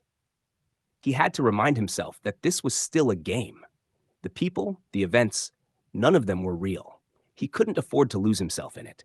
Yet, somewhere along the line, he had forgotten his purpose here. Even so, he reasoned that if this was truly the game's world, there had to be at least one ordinary person living quietly amidst all this chaos. He stopped worrying about who the actual protagonist might be. That wasn't his concern anymore. What mattered was survival. And for that, he knew how to navigate this world better than most. A week had passed since he started attending the academy.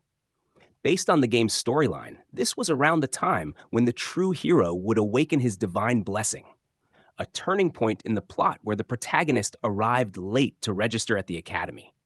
The story was unfolding exactly as he remembered.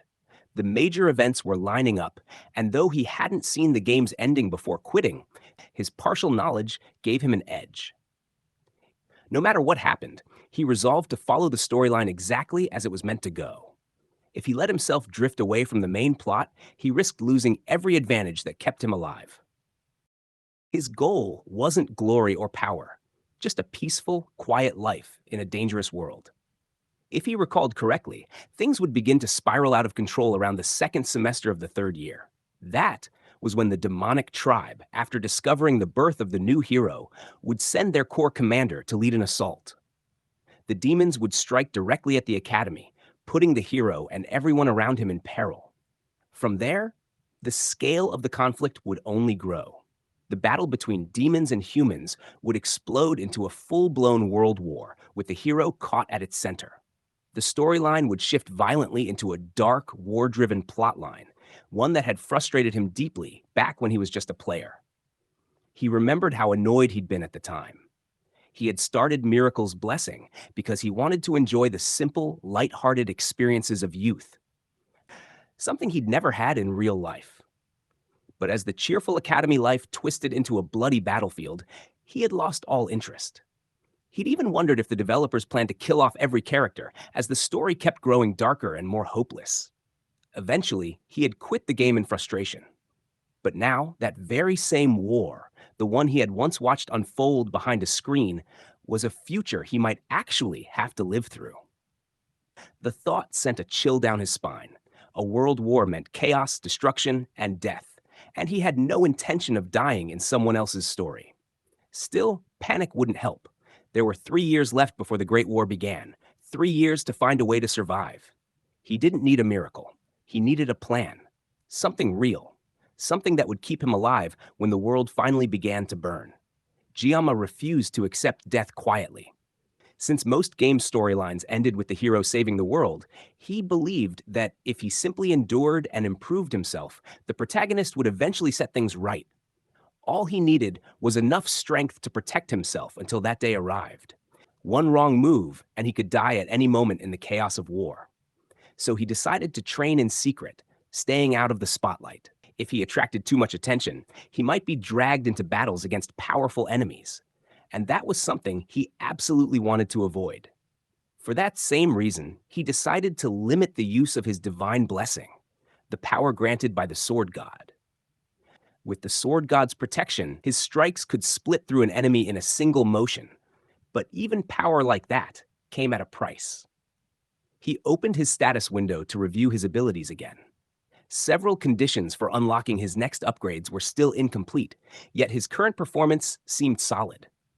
Stroking his chin thoughtfully, he wondered why there was suddenly so much new content available. His attention turned to new features, options to develop his body, mind, and equipment. The numbers now seemed to follow a level-based system.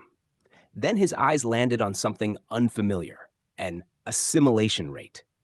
It displayed a value of only 1.5%, but he had no idea what it meant. Out of curiosity, he tapped on it and a message popped up, warning that the required conditions hadn't been met. His access was denied. He frowned but brushed it aside, deciding it wasn't urgent. What mattered more was training his body and finding a new weapon. He couldn't rely forever on a divine blessing that lasted only 30 seconds. He needed to master swordsmanship on his own terms, using a blade that didn't depend on the sword god's power. Fortunately, the Academy's next major event, the practical extermination training, was scheduled for the following month, replacing the midterm exams. The reward for that training was a B-grade weapon called Miyasama. If he could earn and wield it effectively, it would be enough to get him through graduation. The weapon's stats didn't meet the conditions required for activating his divine blessing, which meant it wouldn't burden him.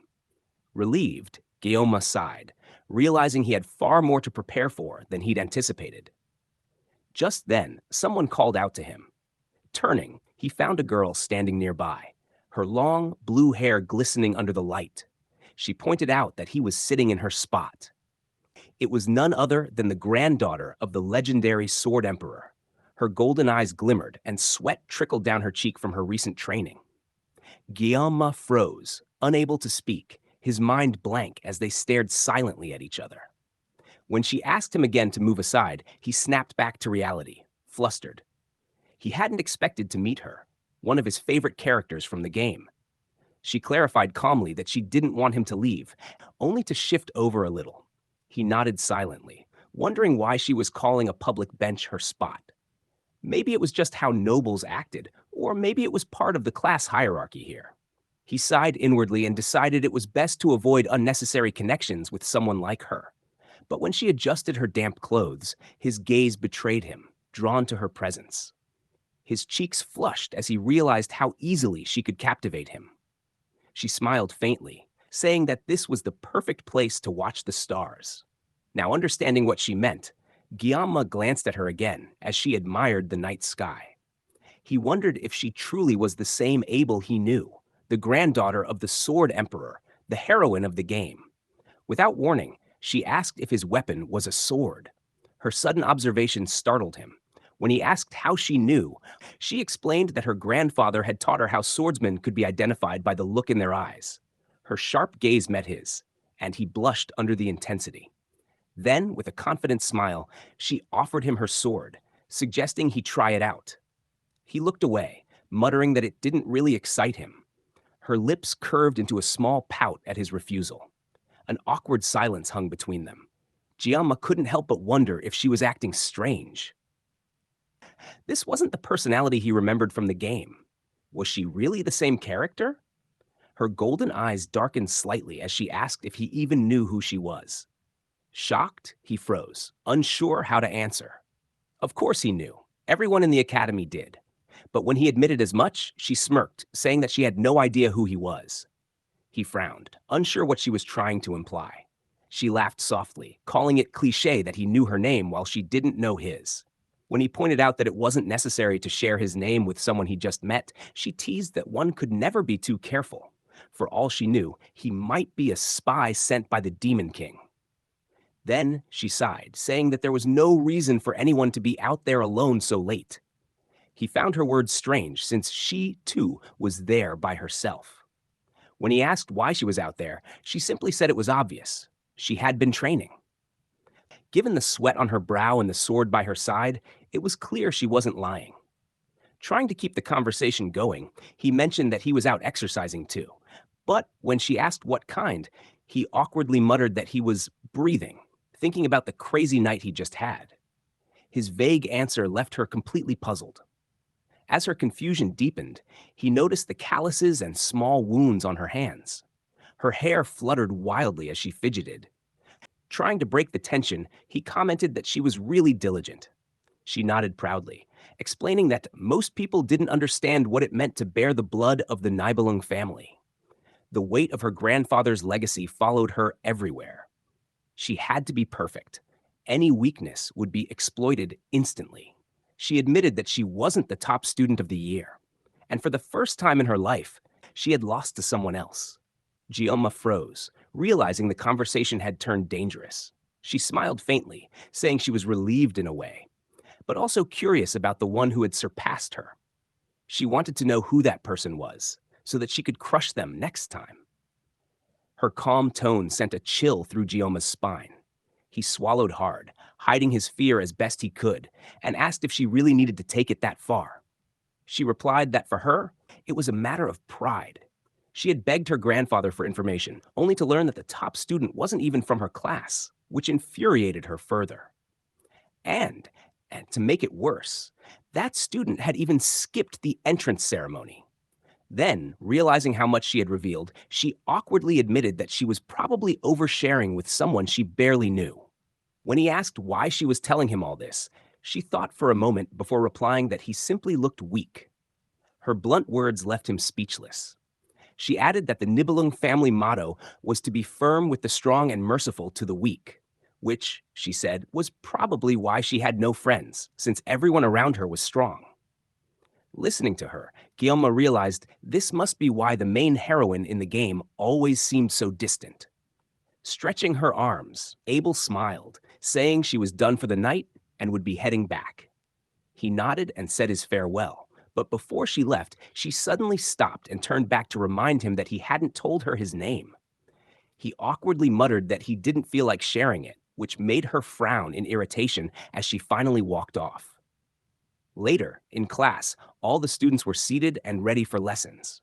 Life at the academy turned out to be calmer than Giamma had expected. Khloe quickly made friends and blended in, while he worked hard to stay out of her way, avoiding her gaze whenever possible. Whenever their eyes accidentally met, her new friends, the elite sky assassins, would glare coldly at him, mocking him for being a special admissions student. But Giamma didn't care. He ignored their arrogant looks. He wasn't the only special case in the wolf class, and most of them didn't interact much anyway. He figured it was probably due to their pride or sense of superiority, but in truth, he preferred it that way. He was relieved he hadn't been placed in any of the higher classes. Around this time of year, the Star and Dragon classes always began forming political factions, glaring at each other like scheming nobles. Just imagining being part of that chaos gave him a headache. At least, he thought, he was eating well these days. Humming softly, he wondered what he'd have for lunch. One afternoon, the academy director personally handed him a sleek black MasterCard key, a reward for being the top student.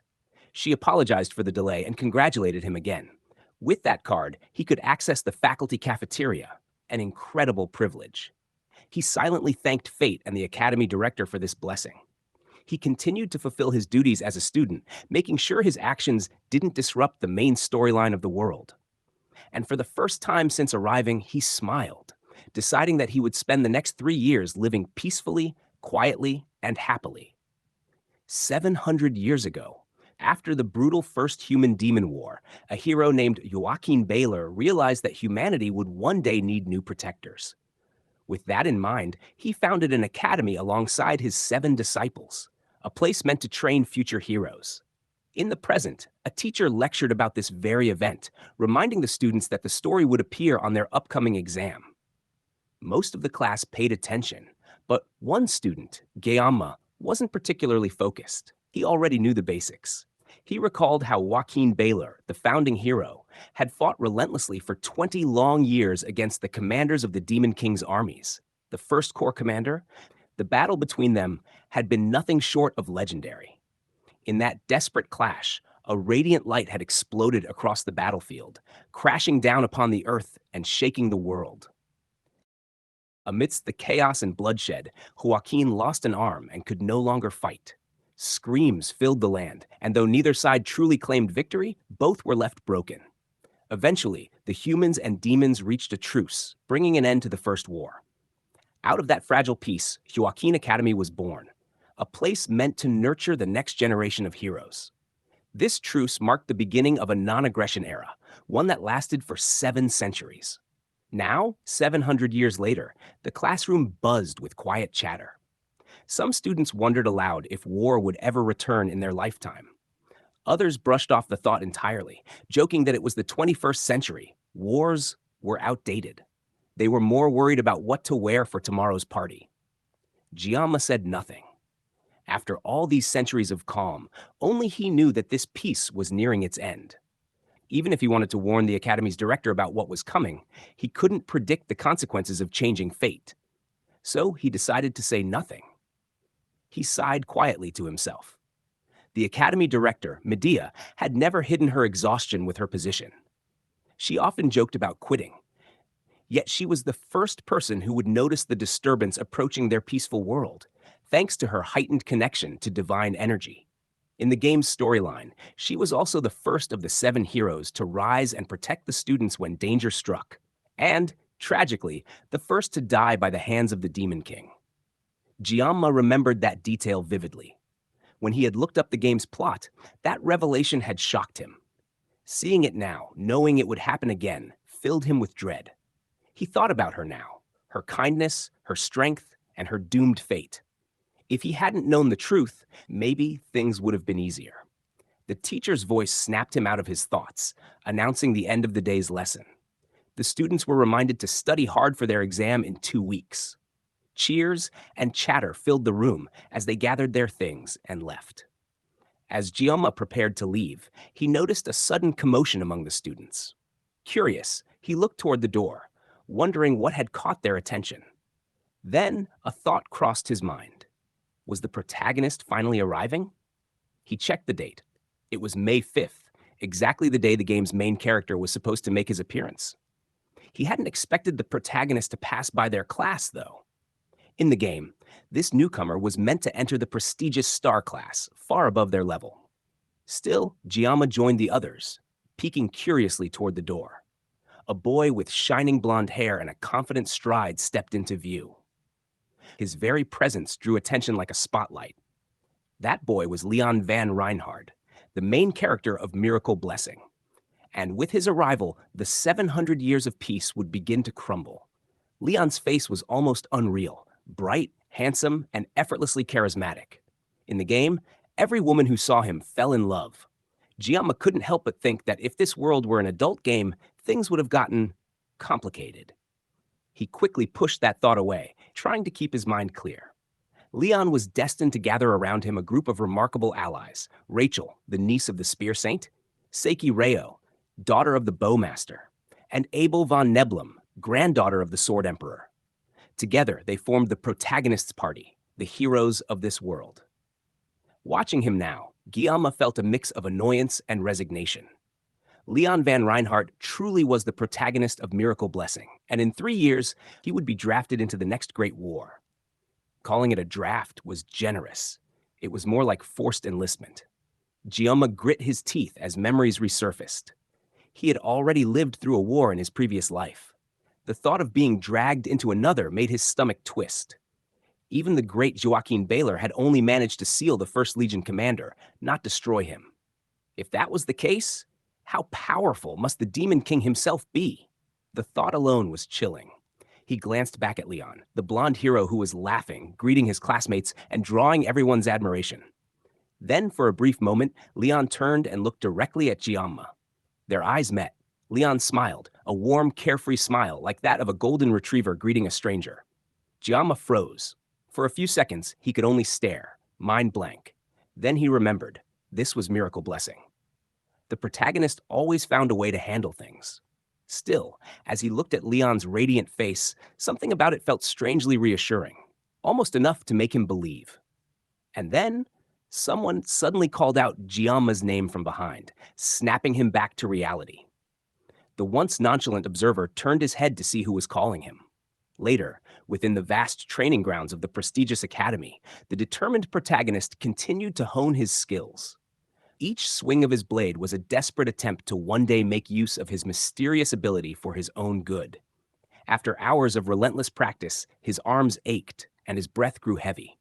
Yet, no matter how hard he pushed himself, the so-called blessing refused to activate. He sighed in frustration, realizing that if he wanted to surpass his limits, he would first need proper swordsmanship. Without that, he couldn't even wield his blade the right way. Just then, a familiar voice called out to him. It was little Khloe. The red-haired assassin approached, her tone light but her eyes sharp, as she asked whether she had done something to upset him. The question startled him. After all, she had noticed that he had been keeping his distance lately. Terrified, he tried to remain calm. There was no way he could tell her the truth, that she scared the life out of him. Since they were going to be in the same class for the rest of the year, he forced a polite smile and brushed it off, insisting it was nothing. She didn't quite believe him, but his effort to stay civil seemed enough to ease her suspicion. Though relieved by his response, Khloe remained an enigma. He couldn't figure out who she really was or why she was so skilled at killing. When she'd been unconscious, he had noticed something about her sword, a strange, sorrowful aura, as though the blade itself carried grief and silently pleaded to be saved. Yet, that same weapon radiated killing intent so strong it made his skin crawl. From his experience as a sword whisperer, he could tell that her blade was one made purely for taking lives. That meant Khloe was far more dangerous than the twin assassins he'd faced before. Then, breaking the silence, the shy girl asked if she could treat him to dinner. The question caught him off guard, and memories of their last dinner, the one that nearly cost him his neck, made him uneasy. But she insisted. Even if she wasn't good at cooking, she wanted to try. He hesitated. The image of her unsheathing her sword was still vivid in his mind. Accepting her invitation felt like volunteering to be diced into tomorrow's leftovers. Yet, as she looked up at him with those wide, pleading eyes, he found himself crumbling under the weight of her innocent charm. Desperate to change the subject, he came up with another idea. Instead of agreeing to dinner, he asked her for a favor. Khloe blinked in surprise as he told her she was the only one he could ask. The words made her blush, her face lighting up with a mix of embarrassment and pride. Excited, she asked what he wanted. Calmly, he requested that she teach him swordsmanship. He reasoned that he needed an instructor, and since she was clearly good with a sword, perhaps even too good, it made perfect sense.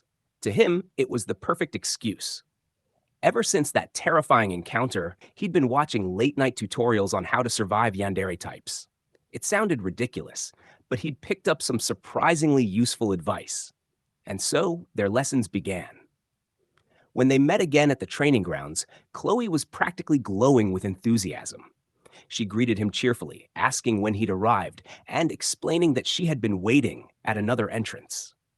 He replied that he'd just gotten there, to which she smiled brightly, pretending she had also just arrived. But when he checked the time, she sheepishly admitted she had come at 6, nearly 2 hours early. As they spoke, He couldn't help but notice how different she looked today. Her usual uniform had been replaced by a simple training outfit that showed off her toned stomach muscles, proof of her strength. When she shyly asked if she looked strange, he awkwardly replied that she looked fine, though inwardly, he admitted she looked more than that. Still, he reminded himself to stay focused. She might have looked cute, but she was also terrifyingly strong. He handed her a wooden sword, explaining that it would be safer for training. Khloe tilted her head, surprised that they weren't using real weapons. Of course, he wasn't about to risk his life just for practice. Pretending not to hear her confusion, he explained that wooden swords were better for avoiding injuries. The girl giggled, realizing she hadn't even thought of that. Her laughter was light, but her mischievous smile sent a shiver down his spine. He did his best to hide his fear as she tested the wooden sword, easily twirling it with one hand. The air trembled with each swing. For someone who looked so delicate, her strength was terrifying. Watching her effortless display, he decided it was best to stay cautious. Very cautious. If things went wrong, he would only use his blessing as a last resort. He quickly opened his status window, checking his abilities. Everything seemed in order. His body was still growing, his sword length felt right, and his stats were stable. Still, something felt odd. The blessing's details seemed slightly different than before, almost as if it were evolving. Blessings usually strengthened with experience, but this felt unusual. He couldn't remember them ever shifting like this. He wondered just how much stronger he needed to become for his blessing to fully adapt. While he pondered, Khloe called out to him again. To her, he had been standing still for too long, lost in thought. Snapping back to reality, he apologized, realizing he must have looked crazy just staring into space. After all, no one else could see his status window. He asked her to go easy on him for their first lesson, and she nodded shyly. With a deep breath, he tightened his grip around the wooden sword, raising it with a mix of determination and fear. Khloe mirrored his stance, lifting her weapon with effortless grace. A quiet tension filled the air. In his past life, everything he had learned had come through experience, through trial and survival. To him, mastery wasn't about talent or luck. To truly understand something, one had to give more than effort. They had to be willing to sacrifice everything. The genius had adapted to life at the academy faster than anyone else, not by luck, but through years of grueling self-training. His discipline had been forged through sweat, focus, and pain. Across from him stood a red-haired warrior, her sword blazing with a fiery crimson aura as she assumed her stance. Giamma, the so-called genius, steadied his breathing and closed his eyes for a moment. The sweat on his palms reminded him of how much effort he had poured into his training. Every strike, every swing, all leading to the final stroke that must always find its mark. When Khloe charged, her speed was explosive. Giamma's instincts screamed, and he barely managed to raise his weapon in defense. The suddenness of her assault caught him completely off guard. Gritting his teeth, he tried to block, but she was too fast. The wooden blade grazed his cheek, leaving a stinging bruise as he stumbled back. Shock coursed through him. He hadn't expected her to move that quickly. Despite his students' earlier pleas for her to go easy, the red-haired warrior's expression remained fierce and focused. She cracked her fingers, adjusted her grip, and dashed forward again without hesitation. Giamma's eyes widened in disbelief as she lunged, but this time he managed to deflect her strike. The clash sent vibrations up his trembling arms. That small victory, however, did little to comfort him. Before he could even recover, she was on him again, faster, sharper, and deadlier. He didn't even notice when she leapt into the air, descending like a scarlet streak of death. His panic grew with every passing second as her speed increased. It dawned on him that she had been holding back earlier. Now, she was serious. He barely managed to bring up his wooden sword in time to block her next flurry. The two weapons collided repeatedly. The sound of impact echoed across the training ground as cracks began to spread along his blade. Each of her blows pushed him further back. She attacked with unrelenting ferocity, her movements as fierce as a horde of demons. Forget facing the demon clan. Just fighting her felt like hell itself. Every strike carried enough power to shatter bones, and Giamma knew that if even one hit landed cleanly, he might actually die. So much for her going easy on him. There was no room to counterattack. She gave him none. And then, the inevitable happened. With one final overwhelming strike, his wooden sword snapped apart with a loud crack. Splinters scattered through the air as his broken weapon flew from his hands. Guillaume stared at it in stunned silence. Even Khloe froze, just as surprised as he was. She gasped, clearly horrified at what she'd done, apologizing rapidly.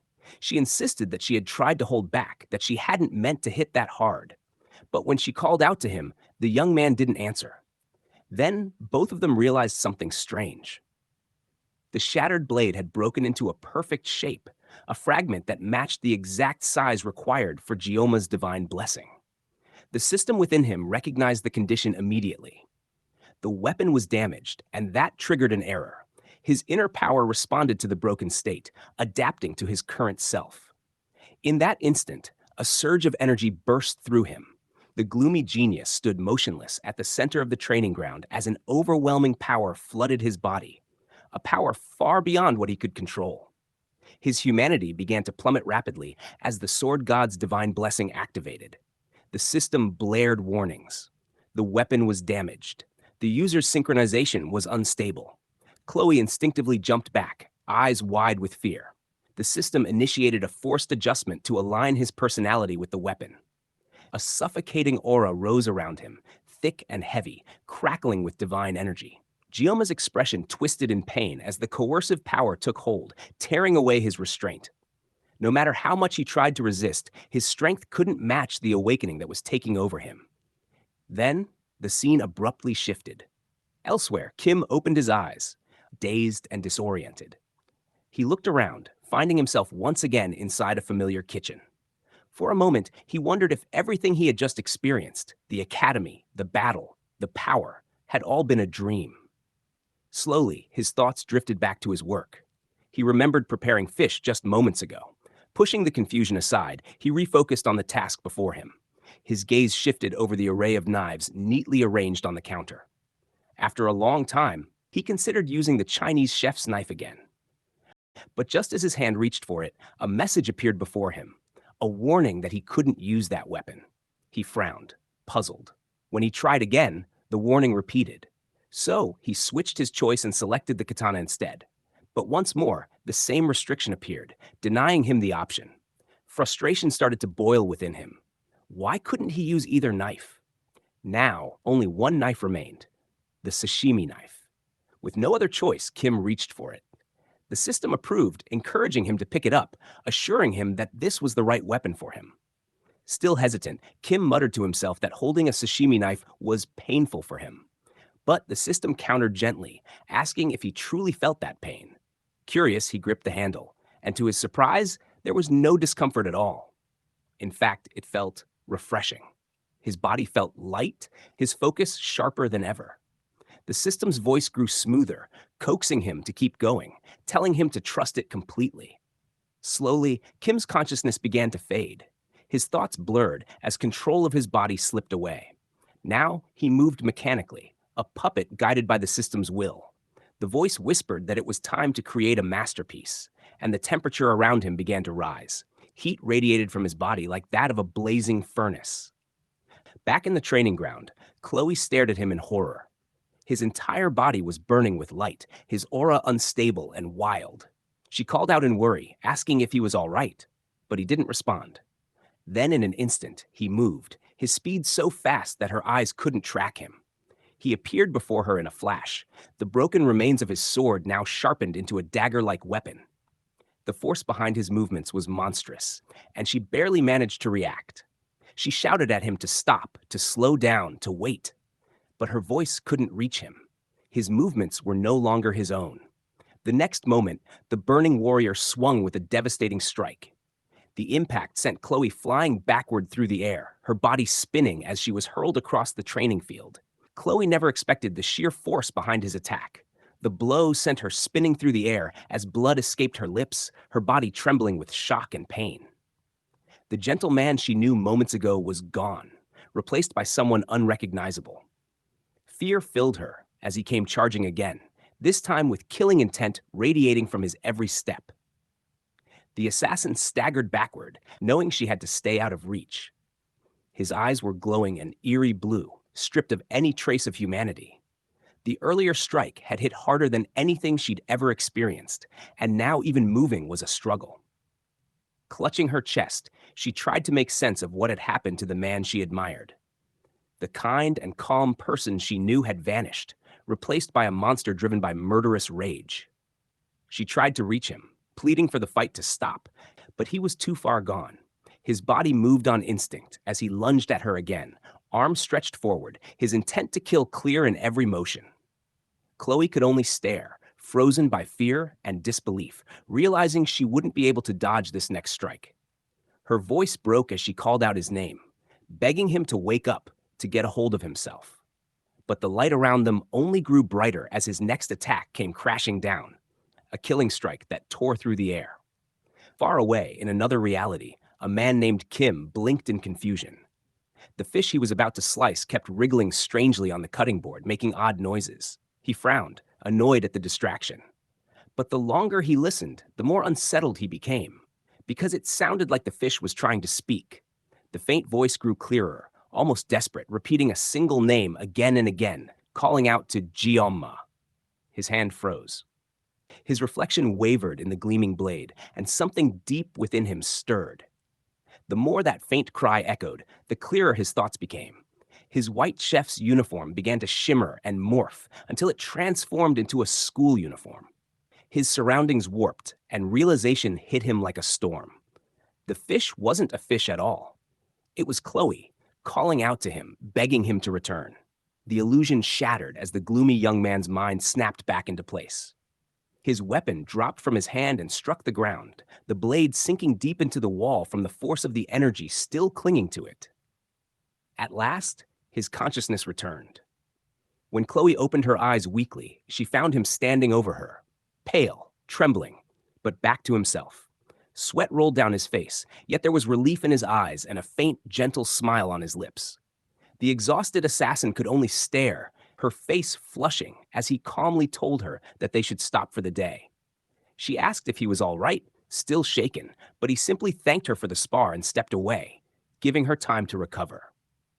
As the evening sun dipped low over the academy, Khloe replayed everything that had happened.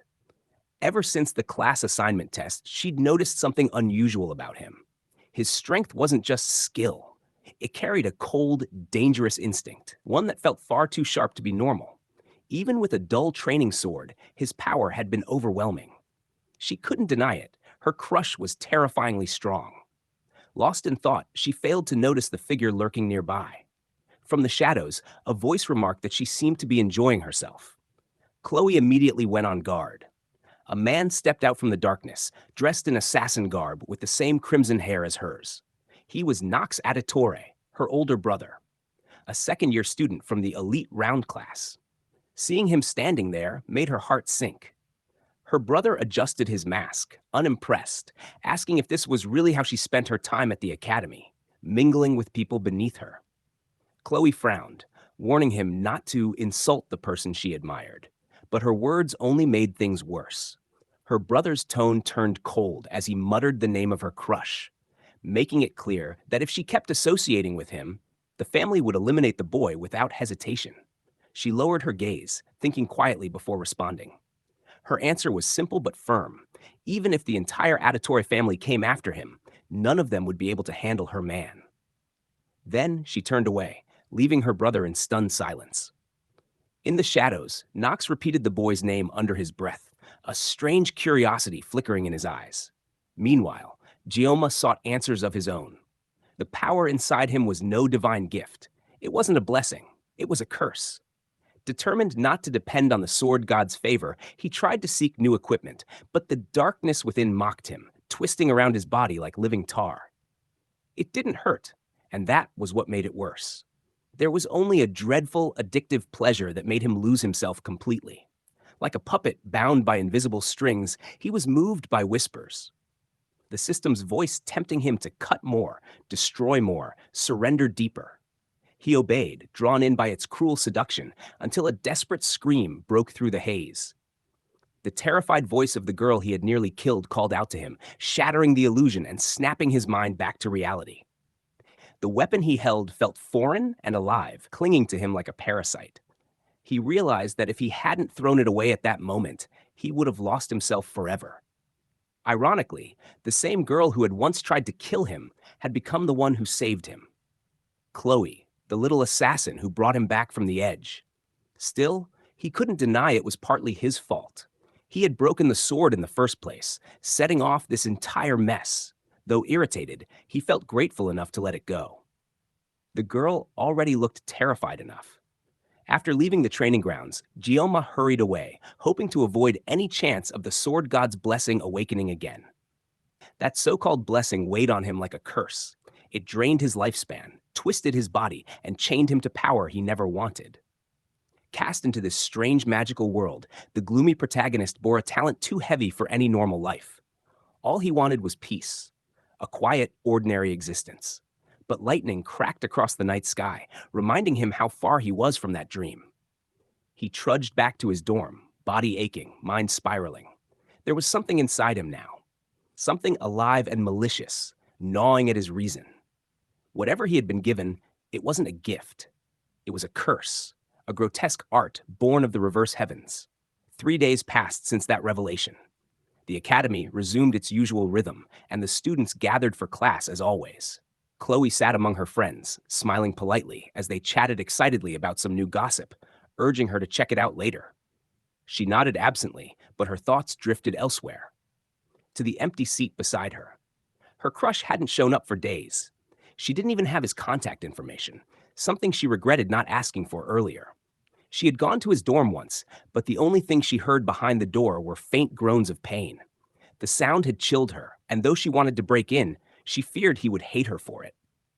So she left quietly. Now, as she sat in class, her heart ached with worry. She missed watching him, even from afar.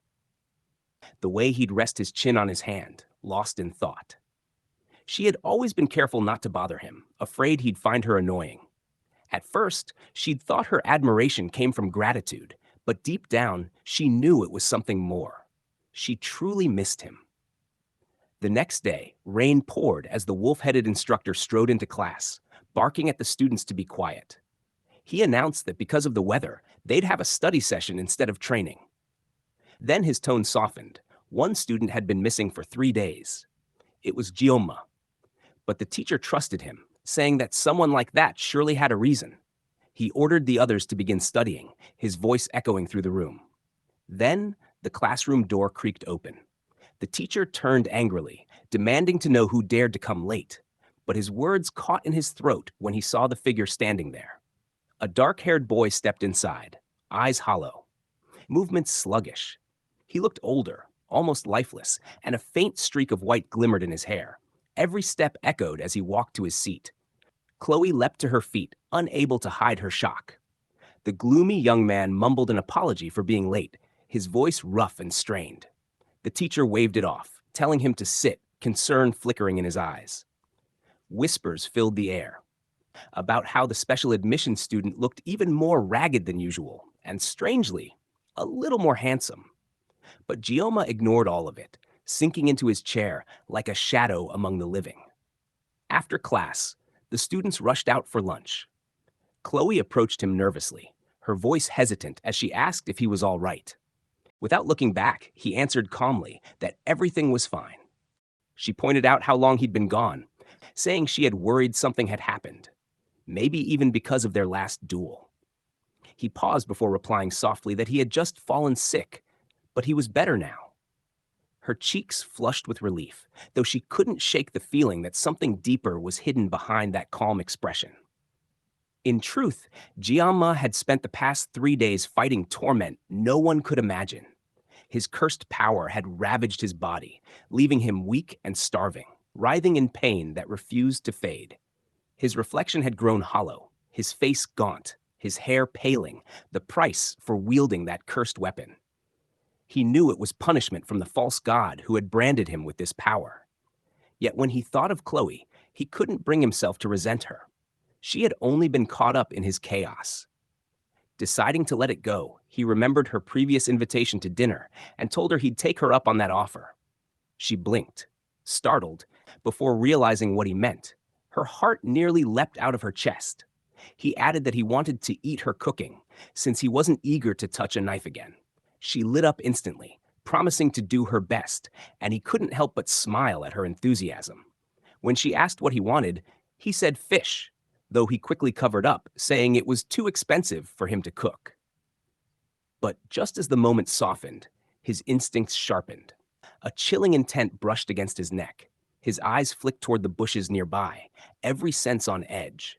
Khloe noticed his shift and turned as well, and that's when they both saw him.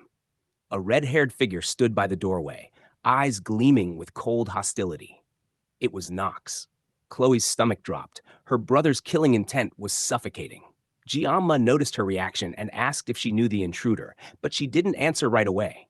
The dark-haired student stepped forward, facing the assassin directly. Their eyes locked, predator meeting predator.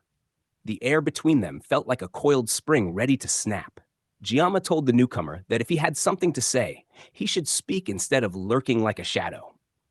Nox's glare deepened, his silence sharp enough to cut. Khloe stepped forward, snapping that her brother had no right to be there. Her voice shook but carried defiance. Nox scoffed, calling her actions disgraceful and mocking her for associating with someone beneath their family's name. She fired back that she wanted nothing to do with their outdated rules. He reminded her that once born an auditore, one remained one until death, that the blood on her hands would never wash away. Giamma watched the heated exchange, inwardly sighing. The whole thing sounded like a melodramatic play. The rebellious sister and the over-serious brother clashing in the middle of class. But Nox wasn't done. He ordered his sister to cut ties with Giamma and return to the family. Khloe trembled but refused, her voice rising as she defended the one she liked. Giamma winced at her sudden outburst, realizing the situation was spiraling fast. As her voice echoed through the empty classroom, he began piecing everything together. The name, the uniform, the air of danger. He remembered the auditore family from the game, a lineage of assassins who specialized in shadows and infiltration. They might not have been the strongest among the great houses, but when it came to assassination, they were unmatched. Every member of the Auditor clan was born into power and forged in brutality. Their strength came from a merciless upbringing, a training regime so abusive that it shaped children into living weapons long before they had even grown up. Khloe was a child of that very clan. Knowing that, the protagonist couldn't deny that her brother's cold, emotionless demeanor was far more fitting than Khloe's warm smile. That hardened gaze, one accustomed to killing, was the true face of an auditore. The gloomy man realized that people like them probably lived their lives hunting and eliminating enemies, believing it to be their duty to maintain balance. Killing was a natural part of their world. He didn't judge them for it. In fact, he believed that killing, when necessary, could even be justified. But now, as his eyes fell on the trembling figure of Khloe, a faint hesitation stirred inside him. She was shaking uncontrollably, biting her lip until it bled. In that moment, he understood. Perhaps all she ever wanted was to live an ordinary life. But just as his own fate had been bound by the so-called blessing of the sword god, Khloe's destiny had been sealed by her family's cruel environment since birth. She would never be allowed to change. It was tragic. The protagonist wasn't a hero. He had never aspired to become one. But seeing that girl's trembling hands made him laugh bitterly at himself. He couldn't save the world. He didn't have that kind of resolve. But maybe, just maybe, he could save one person. And so, he decided to act. If saving her meant confronting the cold, murderous brother, then that's what he would do. He knew the power within him was a curse, one that refused to let him taste defeat. But even if cursed, he still had control over how he used it. He approached the assassin boy and calmly asked for his name, acknowledging him as Nox Auditore. Deep inside, he couldn't help but think back to himself. Someone who once tried to escape the sword god's blessing, but failed. In the end, there was no paradise in running away. So, instead of running, he chose to take a step forward. He introduced himself proudly as Kang Giamma, a name that carried both a sword and a demon within it. A grin stretched across his face, the same kind of grin that appeared before chaos as he silently vowed to face Nox head-on and cut through the boy's darkness. Elsewhere, the wolf instructor sat alone in the faculty room, seemingly relaxed but deep in thought.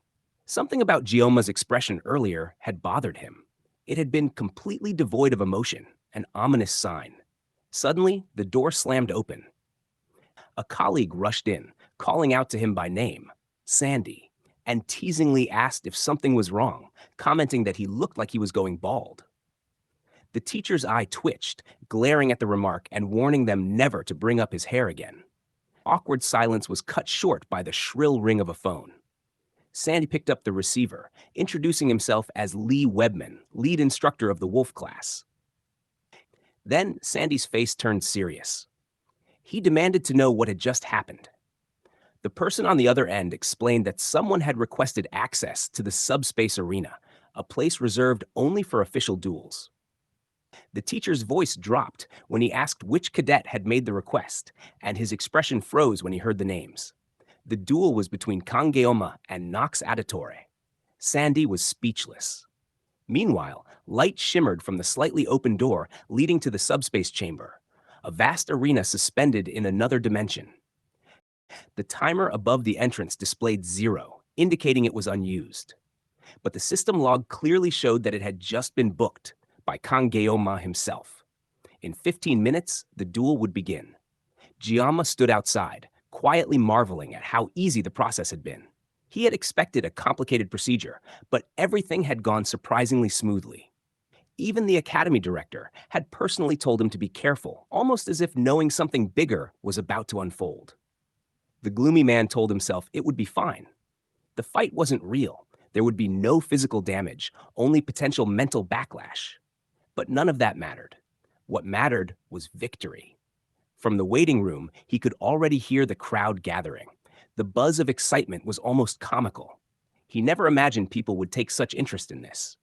Only a short while ago, he had been doing everything possible to avoid attention.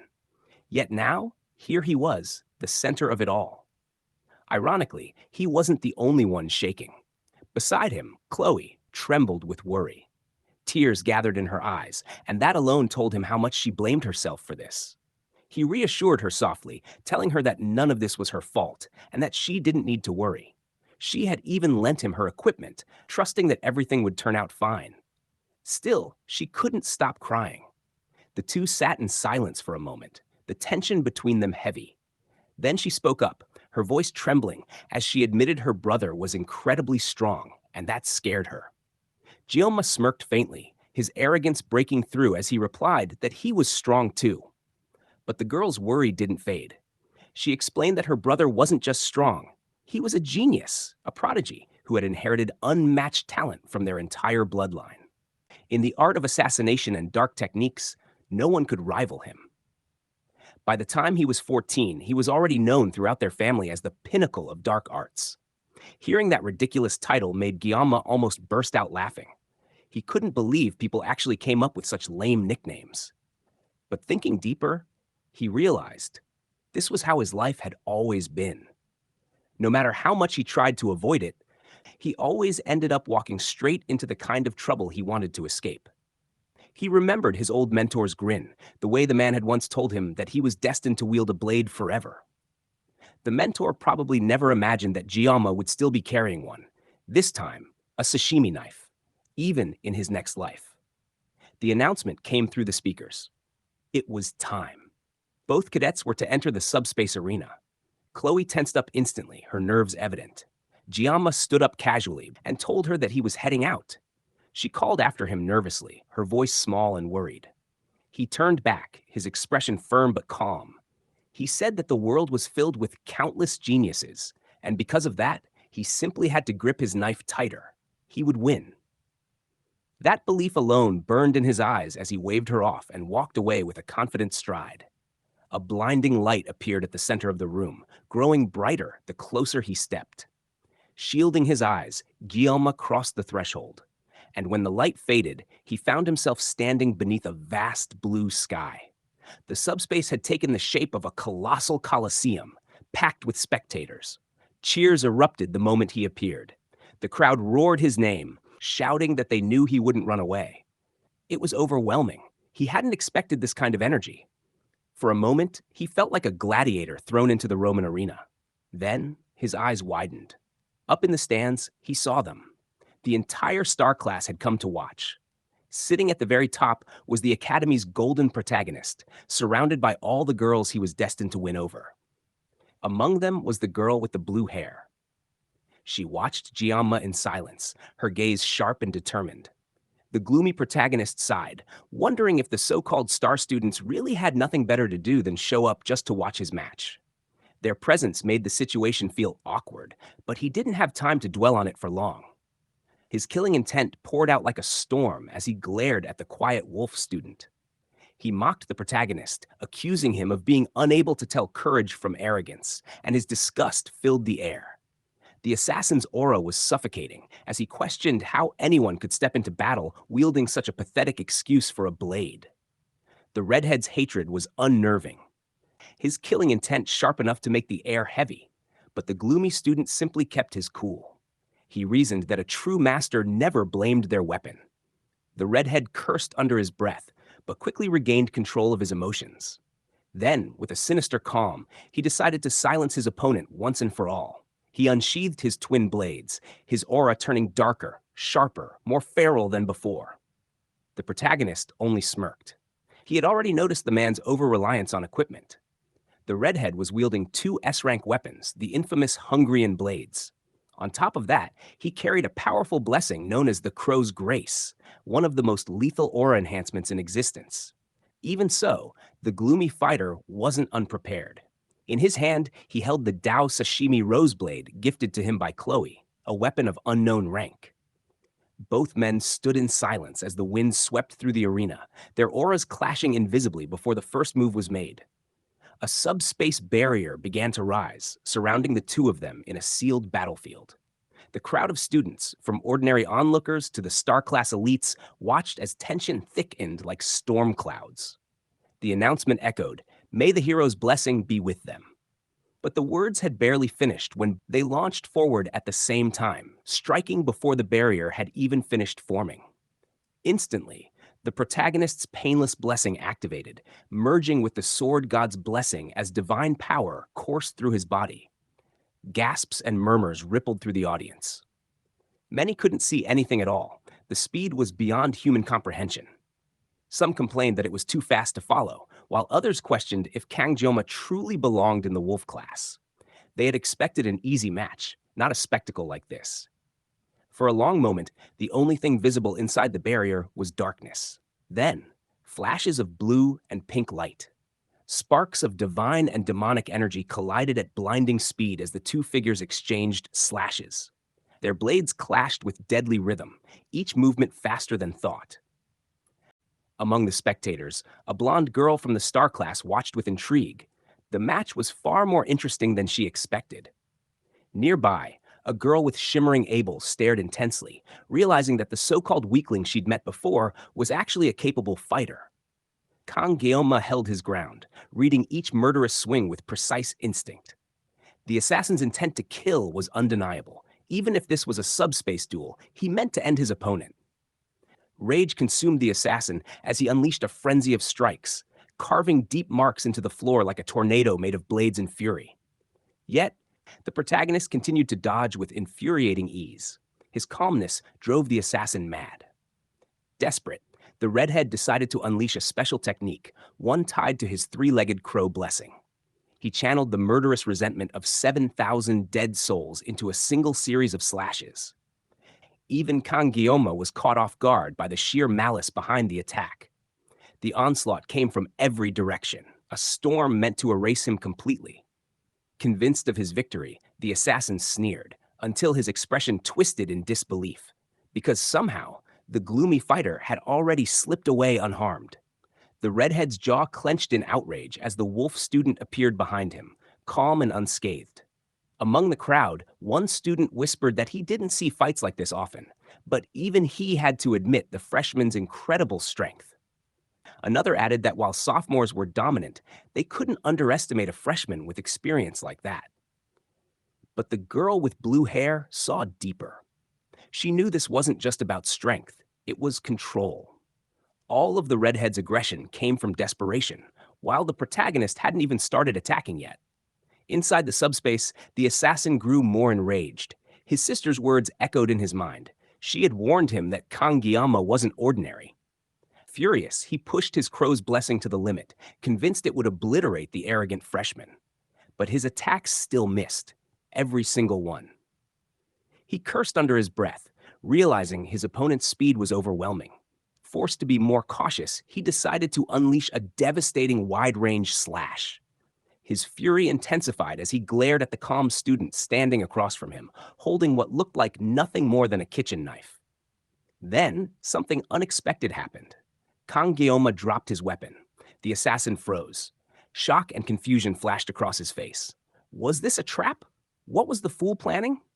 But the gloomy protagonist only lowered his head and picked up the rose blade from Khloe.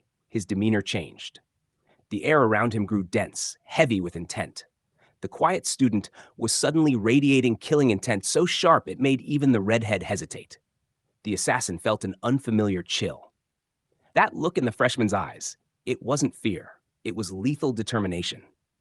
The redhead clenched his twin blades, swearing to cut him down with a single killing strike. He powered up, summoning every ounce of energy left in his body. But Kangiyama moved first. He leapt forward. In that instant, his thoughts drifted. He never wanted to stand out. He had only wanted a peaceful, ordinary life. But fate had cursed him, forcing him to face powers beyond his control. Something deep inside him whispered, to stop holding back. So he didn't. He surrendered his body to the power within, accepting both the sword god's blessing and its curse. The arena filled with blinding light as his blade descended. Then, silence. The redhead blinked in shock, unable to comprehend what had just happened. His arm, the one holding his sword, was gone. Cut cleanly from his body in a single instant. He hadn't even seen the strike. The audience sat frozen. The assassin's world went dark as Kangiyama's form blurred past him like a streak of lightning. The duel had ended the moment he struck.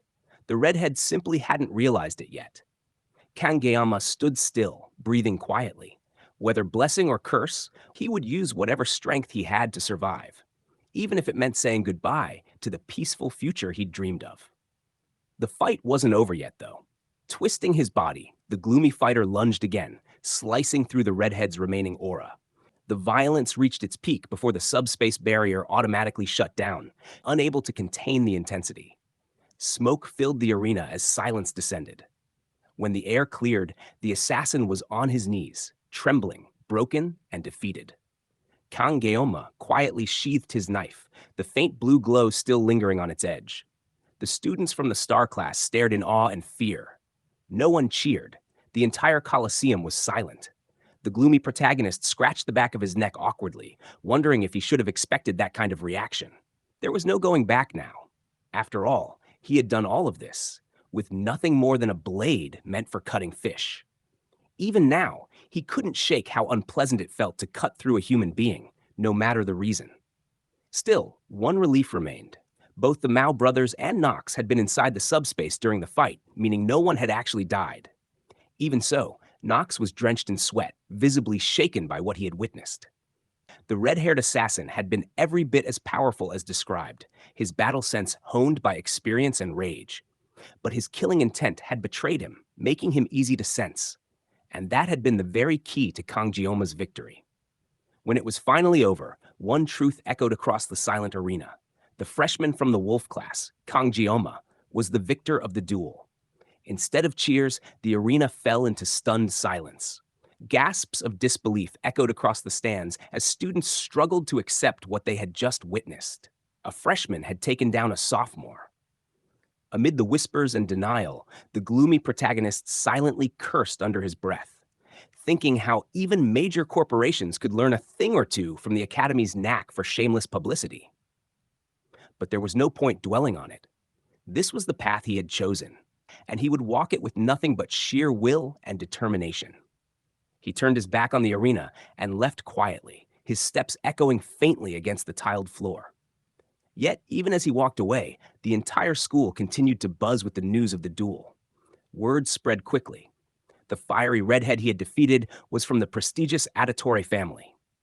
Students whispered that it made sense why the redhead had been so strong, yet no one could believe that even someone from such a lineage had been defeated by a special support student.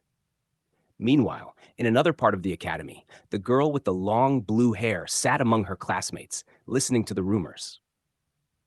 Her golden eyes shimmered in thought as she silently repeated the boy's name to herself. It was strange. No matter where she went, that name followed her.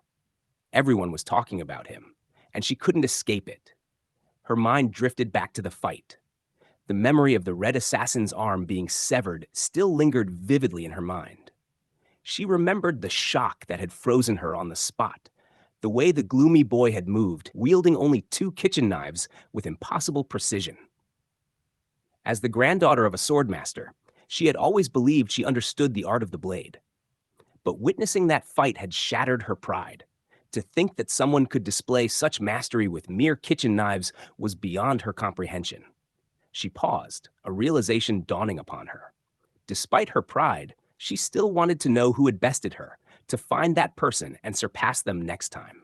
Memories flooded back. The time she had mocked that same boy, calling him weak. Her family's creed had always been to treat the strong with respect and show mercy to the weak. And yet, recalling that moment now filled her with embarrassment. Then another thought struck her like lightning. The top student of the year hadn't been assigned to her class. Everything began connecting in her mind, and she froze in disbelief. Based on what she had witnessed in the duel, the lazy, gloomy boy could very well be the top student of their entire year. Her cheeks flushed as frustration and humiliation washed over her. The thought that he was stronger than her gnawed at her pride. She wondered what had been going through his head during their last encounter. And the more she thought about it, the more she cringed at her own arrogance. Flustered, she suddenly yelled in frustration, startling the blonde girl sitting beside her. The blonde blinked groggily, asking what was going on. The blue-haired swordswoman quickly laughed it off, claiming it was nothing. But the blonde, Rachel, wasn't buying it. Rachel smirked knowingly, teasing that something was definitely bothering her noble friend.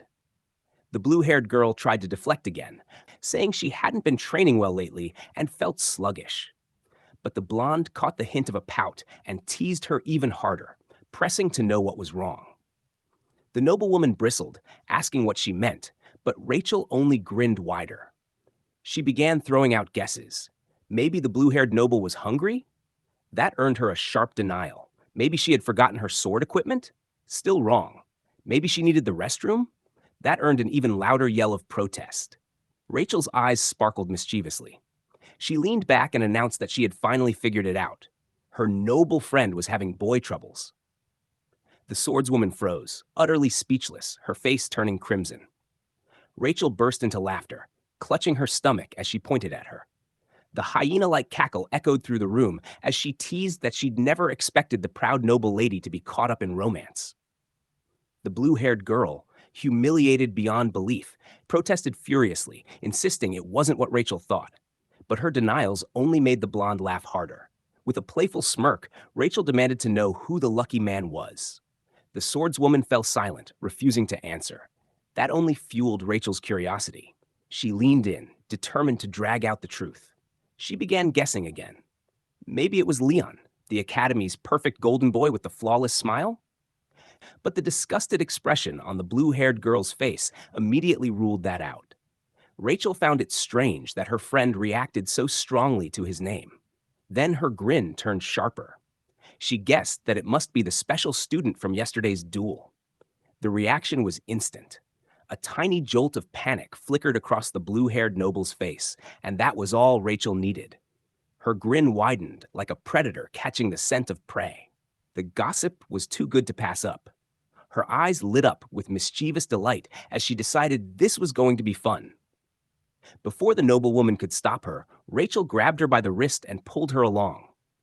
The blue-haired girl protested, asking where they were going, but the blonde only laughed, dragging her down the corridor like a whirlwind. They were heading straight to the wolf class, the class where the black-haired boy studied. When they burst through the door, Rachel waved cheerfully, greeting the startled students as if she owned the place. The wolf class students froze in awe. Having 2 of the Academy's most popular girls walk into their classroom was like a dream. The blue-haired swordswoman wished she could disappear, but Rachel strutted through the room with the confidence of a celebrity walking a red carpet. Then, with a grin, she hopped onto one of the desks and proudly announced that they were looking for a certain black-haired student. A nearby student frowned and tried to warn her that high-status nobles shouldn't climb on desks or cause trouble. Rachel only tilted her head, flashing her most dazzling smile.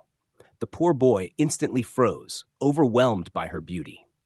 The noble swordswoman, mortified by her friend's shameless antics, buried her face in her hands. Then, Rachel's expression lit up in triumph. She had found him, the gloomy black-haired boy, sitting near the back, half asleep at his desk. Beside him, the fiery red assassin was chatting animatedly, her expression bright and full of life. The sight made Rachel's grin grow wider. She instantly recognized the girl as Gioma's supposed girlfriend. That only made things more entertaining. In her mind, this was perfect. Drama and romance all in one scene. Without hesitation, she strolled up to them and blew a playful kiss toward the sleeping boy. The audacity of the act froze the redhead in place, her face draining of color. The blue-haired swordswoman stood rooted to the spot, mortified. The sleepy protagonist finally stirred, confused by the sudden commotion. He blinked slowly, realizing he was surrounded. Rachel leaned in with her best innocent smile and asked if she had woken him. The boy, still groggy, tried to make sense of why she was here at all, but Rachel had already shifted gears, remarking to herself how good he looked up close. Inside, the boy's instincts screamed danger. Every nerve in his body told him to run. Then came the voice that cut through the tension. The redhead's. She demanded to know what the blonde thought she was doing, her tone sharp and dangerous. Jealousy burned in her eyes, and her pupils shrank to thin slits. Rachel only tilted her head, amused by the reaction. The boy, realizing how volatile things were getting, immediately understood his instincts had been right. The red assassin's mood flipped completely. Gone was the cheerful girl from moments ago. Her gaze turned predatory, and before anyone could react, a small knife was already in her trembling hand. If she lost control now, there would be chaos. Sensing the danger, the blue-haired swordswoman finally intervened, warning Rachel to stop causing trouble in a class that wasn't theirs. But Rachel only smirked, asking why her friend wouldn't even greet the boy properly. The situation escalated. Rachel reached out, patting the red assassin's head like a child's, and told her not to interrupt when adults were speaking. She added mockingly that it wasn't safe for children to play with sharp objects. The patronizing tone pushed the red assassin over the edge. Her hand twitched violently as she prepared to strike. But just as she lunged forward, the blonde turned, faster than lightning. A loud splash followed. For a moment, everyone froze, expecting blood. But it was only another student shouting in frustration. His classmate had spilled juice all over the floor because he hadn't opened it properly. Meanwhile, chaos unfolded in the background. Khloe found her wrist caught tightly in the grip of a smug blonde girl, one who had just managed to knock the knife clean out of her hand. The blonde sneered, mocking Khloe for being too slow. No matter how much she struggled, Khloe couldn't pull her hand free. The blue-haired noble finally raised her voice, warning the blonde to stop fooling around with weaker students. Looking utterly bored, the blonde released her grip, flinging Khloe backward with casual strength. The redhead was thrown across the room, tumbling through the air before landing lightly on her feet, her eyes burning with fury. The boys of the wolf class erupted into cheers, treating the confrontation like some kind of entertainment, a match between two fiery girls. But to the lazy, half-asleep protagonist watching from the sidelines, it was just another headache. He was tired already, and this nonsense was grating on his nerves. The blonde troublemaker belonged to the clan of the Spear Saint, a family known for their overwhelming physical power.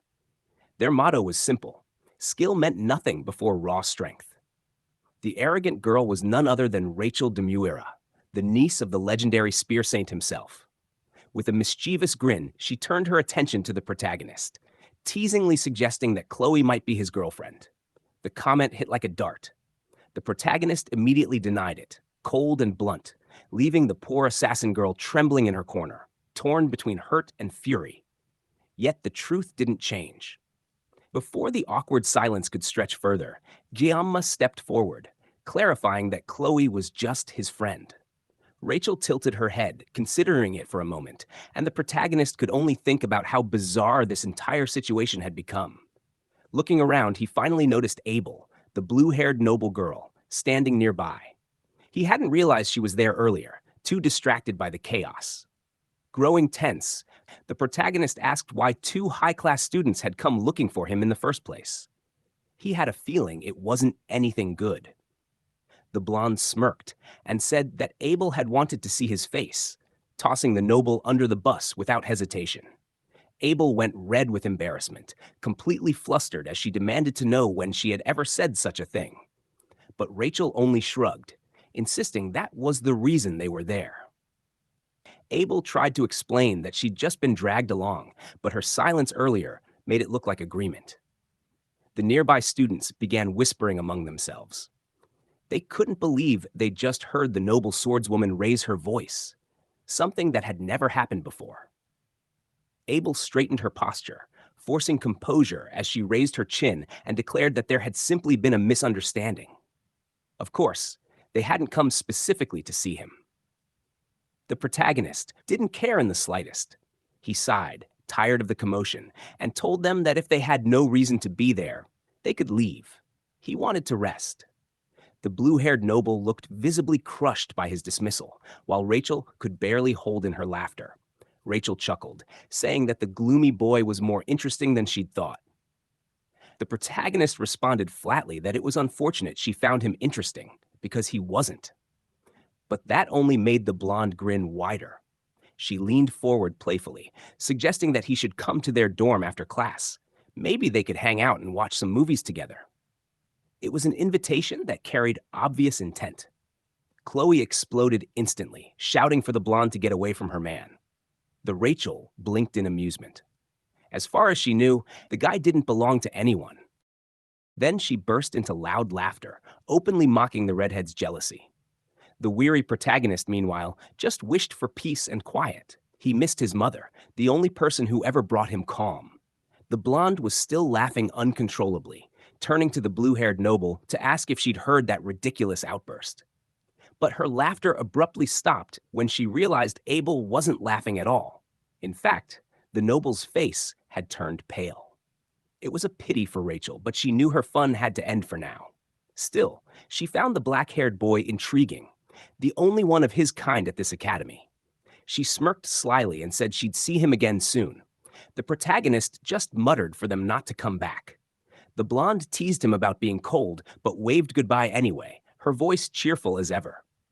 Khloe fumed quietly, while the protagonist ignored them completely, lowering his head in exhaustion.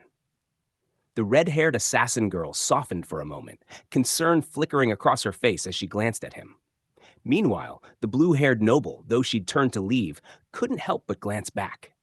Her eyes lingered on him from afar, filled with unspoken emotion. Even as she walked away, she couldn't get him out of her thoughts. She didn't know what to say, so she simply left, returning to her elite class where she belonged. As Rachel and Abel walked through the halls together, the blonde smirked to herself. A cold personality was one thing, but the emptiness she'd seen behind those black eyes had stirred something in her. The single white streak in his hair glinted under the light like a sharpened blade, and his piercing gaze had made her throat tighten as if cut. He had far exceeded her expectations. The hidden talent of the wolf class wasn't just another mediocre student. She had gone there to tease him for fun, but she might have discovered something valuable instead. Rachel Demura wasn't one to hold back when it came to her ambitions. She only set her eyes on the strongest of men, and that made the sleepy, mysterious protagonist all the more interesting. The blonde smiled like a predator, already imagining her next move. In her mind, it made perfect sense that Abel, the invincible empress of swordsmanship, had noticed him too. It only proved her instincts right. Later, Rachel suddenly turned toward Abel, offering a half-hearted apology. The blue-haired noble sighed, saying that if she wanted to apologize, she should do so to the students of the Tiger class for causing such a commotion. But Rachel smirked and said that wasn't the apology she meant. Abel blinked in confusion, not understanding at first. Rachel crossed her arms proudly, explaining that she was apologizing, not for the mess, but for what was about to happen regarding Kang Jeoma. She said it with confidence, adding that she didn't plan to back down. Abel stared at her, momentarily speechless, unable to grasp what the blonde was plotting. Meanwhile, somewhere else in the academy, the scene shifted to a dim hospital hallway. The sound of squeaky wheels echoed as a boy radiating murderous intent dragged his IV stand behind him. It was the red-haired assassin from before, and his every breath carried one obsession: vengeance. He muttered repeatedly about killing Guillaume. The boy who had never once known defeat now had only one goal: to destroy the black-haired genius who had humiliated him. He convinced himself that his body was that of a prodigy, molded for combat. Tonight, he decided he would make his move. He imagined sneaking into the boy's room and ending it all in one silent strike. Sweat dripped down his face as he remembered the protagonist's cold, knife-like eyes. Shoving past another patient in the hallway, he swore that he would rally the entire Auditore clan if necessary, that their combined strength would be enough to sever his enemy's head. Fueled by rage, he stormed down the corridor, ready to reclaim both his pride and his sister, whose potential, he believed, rivaled his own. His hand tightened as he reached a door. With the full confidence of the Auditore family and his own owned technique, Nightfall Knox opened it. But the sight that greeted him froze him to the bone. There, sitting casually on the hospital bed, was Guillaume himself, calmly eating an apple. He looked up slowly, his voice calm yet cutting as he greeted the stunned assassin, acknowledging his arrival. Knox could only stand there, speechless, drenched in fear. Elsewhere, Khloe sat alone, biting her nails in silent frustration, her anger simmering. The lazy, dark-haired boy noticed her from afar, her clenched fists, her trembling shoulders, and sighed inwardly. She was the one who had nearly started a knife fight, yet she looked more wounded than anyone else. Meanwhile, Khloe was muttering to herself, her voice low and dangerous. She grumbled about how the guy she liked seemed to prefer girls with bigger figures, and that she needed to eliminate her competition before anyone managed to steal him away. But her plotting came to an abrupt halt when a familiar voice called out to her. Startled, she snapped her head up. It was him. In an instant, her demeanor changed completely. Her eyes sparkled as she smiled, pretending to be the picture of innocence, and asked if he needed anything. The sudden switch in personality made the protagonist's skin crawl. Trying to act natural, he asked how her brother was doing, since he had roughed him up a bit the other day. The redhead blinked in surprise at the question and fell silent, her face unreadable. After a pause, she finally explained that her brother was currently in the Academy's medical ward. That caught the protagonist off guard. The medical ward? That was odd. Students rarely ended up injured from training in subspace. Khloe admitted that she hadn't visited him yet, so she didn't know the full details. But she'd heard that he was hospitalized, even though he had no visible injuries. She brushed it off with a soft laugh, assuring him that everything was fine and that there was no need to worry. Still, the black-haired genius couldn't shake the thought. Sure, he had sliced her brother up a bit in their fight, but there was no way someone like that could be so fragile. His mind drifted to darker possibilities. Perhaps the Red Assassin was planning something. He decided to get answers. Casually, he called out to Khloe and asked where her brother's room was. Of course, he wasn't unprepared. The clever protagonist had long since studied how to handle obsessive types like her. He gave her a light pat on the head, coaxing the information out of her with ease. Moments later, the cunning genius stood before the room where the Red Assassin was recovering. Inside, the red-haired boy looked tense, his body rigid like a trapped animal. The protagonist entered without hesitation, calm and dangerous, holding an apple in his hand. He lifted the apple, asking if he could eat it. Before the Red Assassin could even respond, the black-haired man had already taken a bite. The assassin froze by the door, sweat forming on his brow as he watched the intruder casually sit down and look around. The protagonist remarked that the Auditore clan seemed to be incredibly wealthy. The size of this single room for one person was impressive. The red-haired boy tensed further, his eyes wary. He demanded to know how the man had gotten in. But the protagonist didn't answer. Instead, he slowly reached for a knife, and the assassin's breath caught in his throat.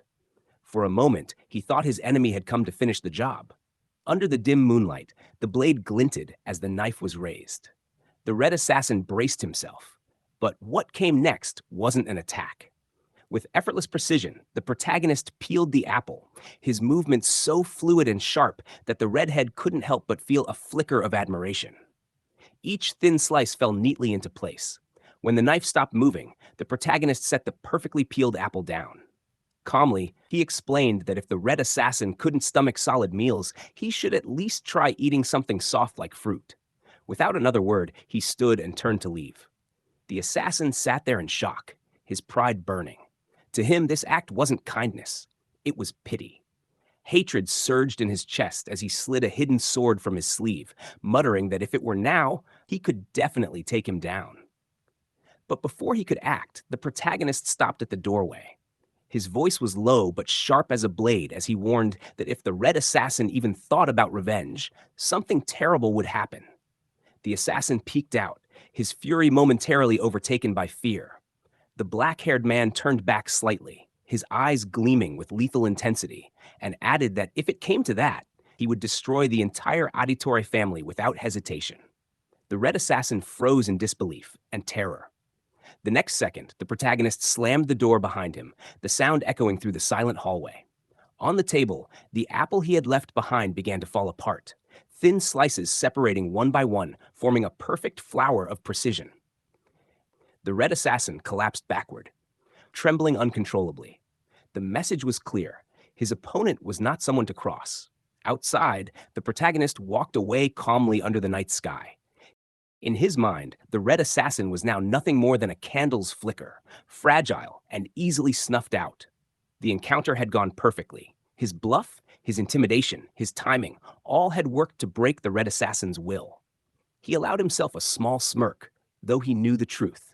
The Auditore clan was a dangerous assassin family, one of the strongest in the world. There was no way he could fight all of them alone. Still, if it ever came to it, he was confident he could take out at least 10 of them in 30 seconds. That was his worst-case estimate. As he strolled beneath the moonlight, he paused for a moment, gazing up at the glowing sky. He felt like he was standing in the calm center of a storm, and strangely enough, he was starting to get used to it. So many bizarre encounters with the heroines. Each one more chaotic than the last, and yet this was becoming his normal. He sighed softly, wondering if perhaps he had gone insane somewhere along the way. As long as the red assassin didn't cause more trouble, there was nothing more to worry about. But peace never lasted long. His next problem was one he'd been trying to avoid, the blonde girl with pink heart-shaped eyes, Rachel. In the original game, Rachel had been the one to approach the protagonist first, which suited his lazy personality just fine. But things had changed. Rachel had a complicated rivalry with Abel, the main heroine, and that was something he'd rather not get tangled in. Exhausted, he sighed again, deciding that he needed to take things slowly for now. His focus had to be on what truly mattered, the upcoming midterms. It was time to prepare seriously. After all, the reward for success was the Murasame, a weapon he desperately needed. Something that could let him fight longer than 30 seconds. He flipped open his calendar, eyes narrowing as he checked the test schedule. The exam involved subduing a demonic monster in teams of 5, regardless of class. The academy emphasized teamwork above all. Individual strength mattered, but trust in comrades was what won real battles. It was a frustrating setup, but he didn't mind. As long as he could find the right group to carry him, everything would work out. The upcoming monster was a D-ranked demon known as the Merman, a hideous, grotesque creature, easily one of the ugliest beings in existence. The thought of facing it made him grimace. Despite having spent most of his life cutting fish, this was different. The mere idea of confronting that thing face to face made his stomach turn. If it were a mermaid, at least it'd be easier on the eyes. But mermaids were rare and powerful. Still, even if they were beautiful, he wasn't the type to get nosebleeds over looks. After all, mermaids were considered demonic humans, the core fighting force of the demon realm. Compared to them, demonic monsters like the merman were nothing more than guard dogs. Fortunately, this test only required subduing the merman, not fighting demonic humans. That was some relief. The tired student sat on a nearby bench, exhaling deeply. It had already been a month since he joined the academy, and things had been strangely peaceful. As he stared into the distance, his thoughts drifted to the state of the world. It had been 700 years since humans and demons had signed the truce. Of course, peace was never absolute. Just as human history was marked by endless wars, this world had seen its fair share of conflict. He recalled stories from half a century ago of Vasman, the massive purple demon and commander of the 6th Legion, who once attempted to resurrect the commander of the 1st Legion and cross the line of armistice.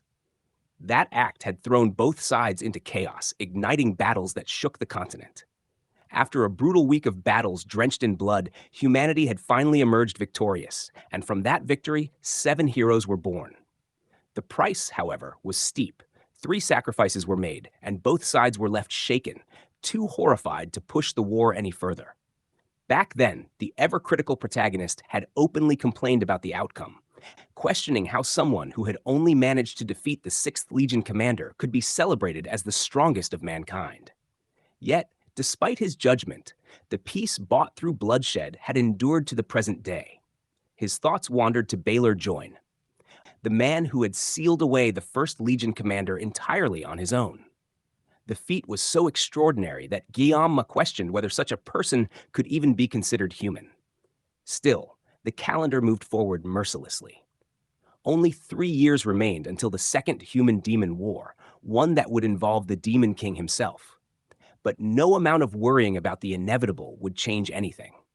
With a frustrated sigh, the unlucky protagonist told himself to stop brooding about the future and focus on something immediate, his midterms. It was a trivial matter compared to war, but it was his reality now. Before anything else, Giamma needed to form a team. He opened his contact list, only to realize in dismay that he was a total recluse. The list contained nothing but family members and the academy director. Then, a thought struck him.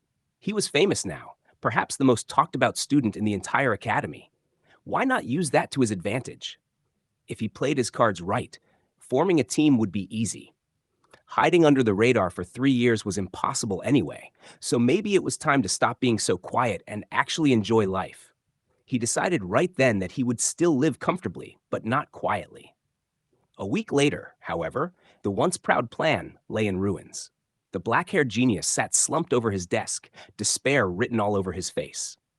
The classroom buzzed with chatter and whispers, but not a single invitation came his way. He cursed under his breath, unable to believe that all his flashy displays of skill had gone completely unrewarded. His so-called perfect ninja performance had apparently just scared everyone away.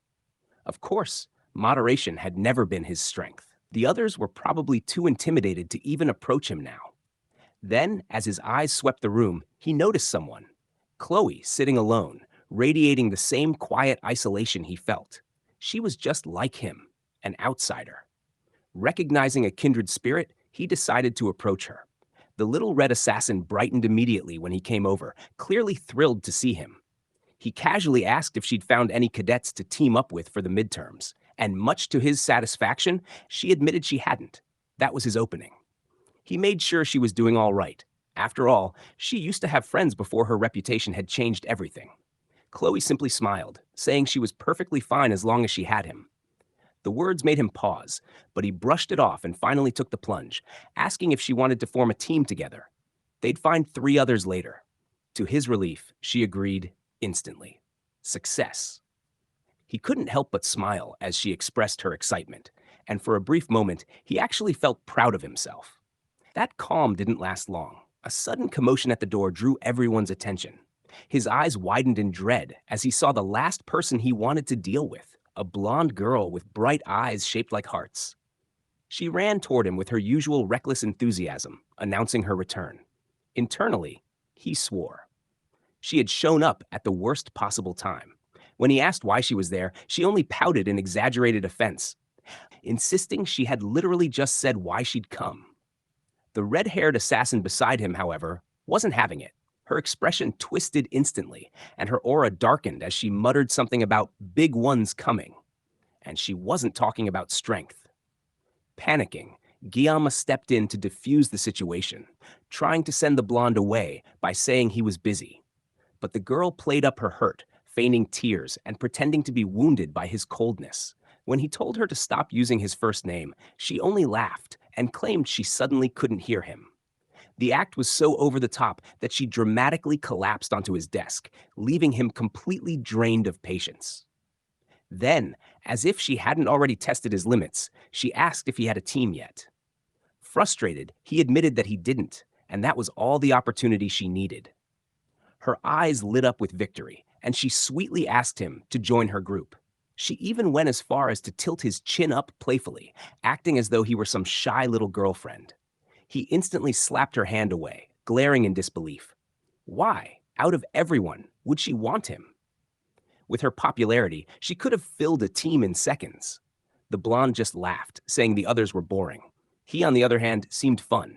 He was too stunned to respond. He pointed out that he already had a partner, the red assassin beside him, but the blonde only smiled wider, saying that was fine. There were still empty spots in her team anyway.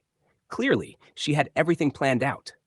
She didn't even realize that by recruiting the Academy's two biggest loners, she was endangering her own grade. He glanced sideways at Khloe, silently asking her opinion. She hesitated, but then nodded. They didn't have many options, and the blonde was strong. So, with a resigned sigh, he agreed to join.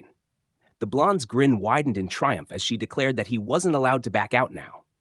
That was when he made the mistake of asking who else was in her group. To no one's surprise but his, she mentioned a name he dreaded, Leon. Every student knew Leon, and so did Giamma.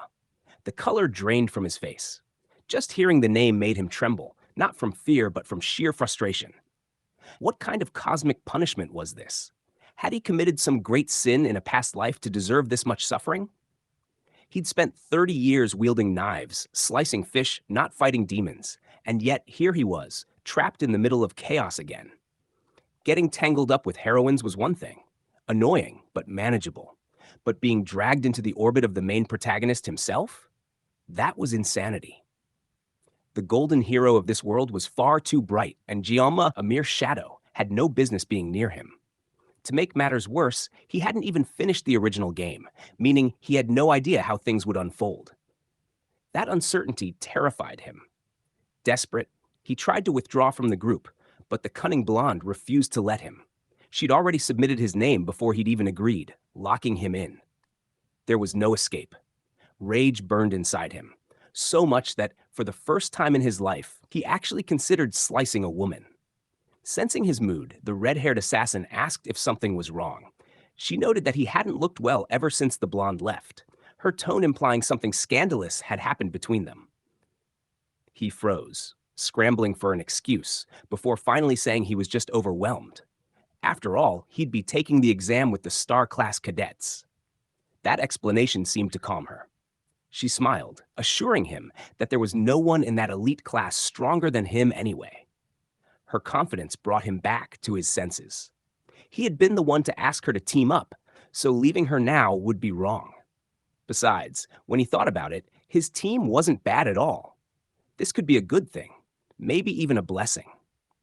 Trying to shake off his negativity, he turned to her and asked when and where the group was meeting. She recalled that the blonde had said to meet at the cafe in the protagonist building at 6. That settled it. They decided to head out immediately. The two walked together through the academy halls until they reached the cafe. Soon, a loud clink echoed as the red-haired assassin set down her cup with a contented sigh, sipping happily on her avocado smoothie. She found it delicious, though the black-haired protagonist nearly choked when he saw the price, 50,000 won for green soup. Even after all this time, the prices at the academy still shocked him. When he muttered something about Starbucks being criminally expensive, the redhead misunderstood, thinking he was praising it, and she cheerfully agreed. Reminding himself to act like an adult, he forced composure and drank his own espresso, the cheapest option on the menu, only to instantly regret it. It tasted horrible. Since the cafe didn't accept Academy cards, he decided right there that he'd never be coming back. Then his phone buzzed. A message from the blonde. He and the red-haired assassin waited quietly until the cafe door opened at last. The blonde entered, smoothie in hand, smiling apologetically for the delay. But behind her stood two figures, one that made Giamma's blood run cold. The shining blonde-haired, blue-eyed hero himself had arrived. The contrast between them was almost symbolic. Light and shadow standing face to face. And behind the hero, a nameless orange-haired boy with green eyes followed silently, someone the black-haired protagonist didn't recognize. The hero stepped forward with an easy smile, greeting him warmly and offering his hand. Giamma stared for a second, then sighed and extended his own, introducing himself. The protagonist smiled with calm confidence, recalling how impressed he'd been by the subspace performance a few days earlier. It reassured him to know that the same person would now be his teammate for the upcoming exam. Once everyone's drinks were set, it was time for introductions. The shining blonde leaned forward with a polite smile, taking the initiative to start first. The mischievous Rachel beside him eagerly supported the idea. The blonde introduced himself as Leon van Reinhard, leader of their group and a student of the prestigious star class. Though he admitted that he somehow ended up as leader, he expressed a sense of duty and looked forward to working with everyone. Giamma, the dark-haired extra, silently cursed under his breath. The man's radiance was almost blinding. That glow, that perfect composure, it was infuriating. There truly was no such thing as equality when someone like this existed. The blonde laughed lightly and said that everyone already knew who she was. She nudged the orange-haired boy beside her to go next, which earned her a growl in return. The orange-haired student, a member of the star class, introduced himself simply as Speed Weapon. He claimed to admire heroes, and when the dark-haired observer looked closer, he noticed the word hero tattooed boldly on the man's back. The judgmental loser could hardly believe that the orange-haired guy was actually named Speed Weapon. The entire group was already breaking every stereotype he had imagined about hero fanboys, and he had expected much more explanation than that. Next, Khloe shyly introduced herself as Khloe, an auditore from the Wolf class. She explained that she was here because of someone she liked. Her tone and nervousness caught everyone's attention, especially the blonde clown, who immediately made a creepy remark about how familiar her words sounded when she mentioned her crush. The unsettling energy around him was enough to make the girl's patience wear thin, but she forced a sigh and kept her composure, replying that it was nice to meet everyone. Her self-control impressed Leon. Even the others quietly agreed that her introduction had been unexpectedly graceful. Finally, Giamma's turn came. His introduction was the briefest of all, only his name and class. It couldn't have been more awkward, and the silence that followed made Leon decide to move things along. The meeting officially began. Leon slid his laptop onto the table, the screen flaring to life in a flash of light that left Giamma blinking in surprise. The sight of a perfectly prepared PowerPoint presentation during what was supposed to be a casual team meeting almost made him laugh in disbelief. Leon explained that during lunch, each group leader from the star class had received examination files. The screen displayed a detailed map of their designated testing site, an island known as Scopuli Island. He went on to explain that the students would first be teleported through a subspace gate to reach the island, but only the gate itself existed in that dimension. The island was real, meaning injuries from demonic beasts were entirely possible. As he spoke, he zoomed in further on the northeastern coast of the map, their assigned hunting area. 3 groups, including theirs, had been designated to hunt mermen inhabiting that region. The objective of the exam was simple but competitive: eliminate as many mermen as possible within the set limit. Every team member listened closely, focused on every word. Once Leon had covered everything, he asked if there were any questions. At first, no one spoke. Then, Speed Weapon raised a concern. Scopuli Island, he recalled, was also famous for mermaids. Was there a risk involved with them? Leon calmly reassured him that there was nothing to worry about, as the instructors had already done the necessary research to ensure the students' safety. The Speed Weapon accepted that answer easily enough. Next, the red-haired Khloe spoke up, asking if teams assigned to the same zone could attack or ambush each other. Leon explained that the exam's purpose was strictly to eliminate demonic beasts. Any conflict between groups would be grounds for disqualification. He asked if that cleared her doubts, and she nodded. But Giamma knew there was more behind that question. After all, their team had an assassin among them. Her asking that wasn't out of curiosity, it was instinct. With that, the meeting wrapped up. Leon dismissed them, advising everyone to prepare for the midterms and return the next day for a strategy discussion about their individual positions. As the others left, Leon began packing his laptop and documents. In the corner, Giamma lingered awkwardly. He had chosen the farthest seat from everyone, and now it was just the two of them. The silence was painfully awkward, and Giamma decided it was best to leave quickly. But just as he rose from his seat, Leon's calm voice stopped him. His tone was firm, carrying a strange weight. He asked Giamma where he had come from. The question froze him completely. Leon's eyes were sharp, not suspicious, but searching, as if looking for something deeper. For a moment, Giamma said nothing. The question sounded innocent, yet something about it felt off. He'd heard a similar question before in another life, but this one felt different. Leon's gaze darkened slightly, his expression unreadable. Was he truly just asking where Giamma was from? If that were the case, he could have asked during introductions earlier. Why now, when everyone had already left? There had to be a reason. Giamma hesitated, mind racing to find an answer, but Leon spoke first. He apologized for the odd question, saying it just slipped out. It was simply that Giamma reminded him of himself in some way. The words carried a strange sincerity, and the deep blue glow in Leon's eyes made Giamma's unease grow. Similar to him? What did that mean? Giamma couldn't understand it, yet something about it felt familiar. Leon suddenly ended the conversation, smiling again as if nothing had happened, and told Giamma to forget the question. He turned to leave, but something in Giamma snapped. Acting purely on impulse, he reached out and grabbed Leon's shoulder, calling his name with urgency. Leon paused mid-step, and Giamma demanded to know the same thing. Where had he come from? Realizing what he'd just done, Giamma cursed inwardly. He hadn't meant to act on instinct like that, but if he didn't get an answer, he knew the question would torment him all night.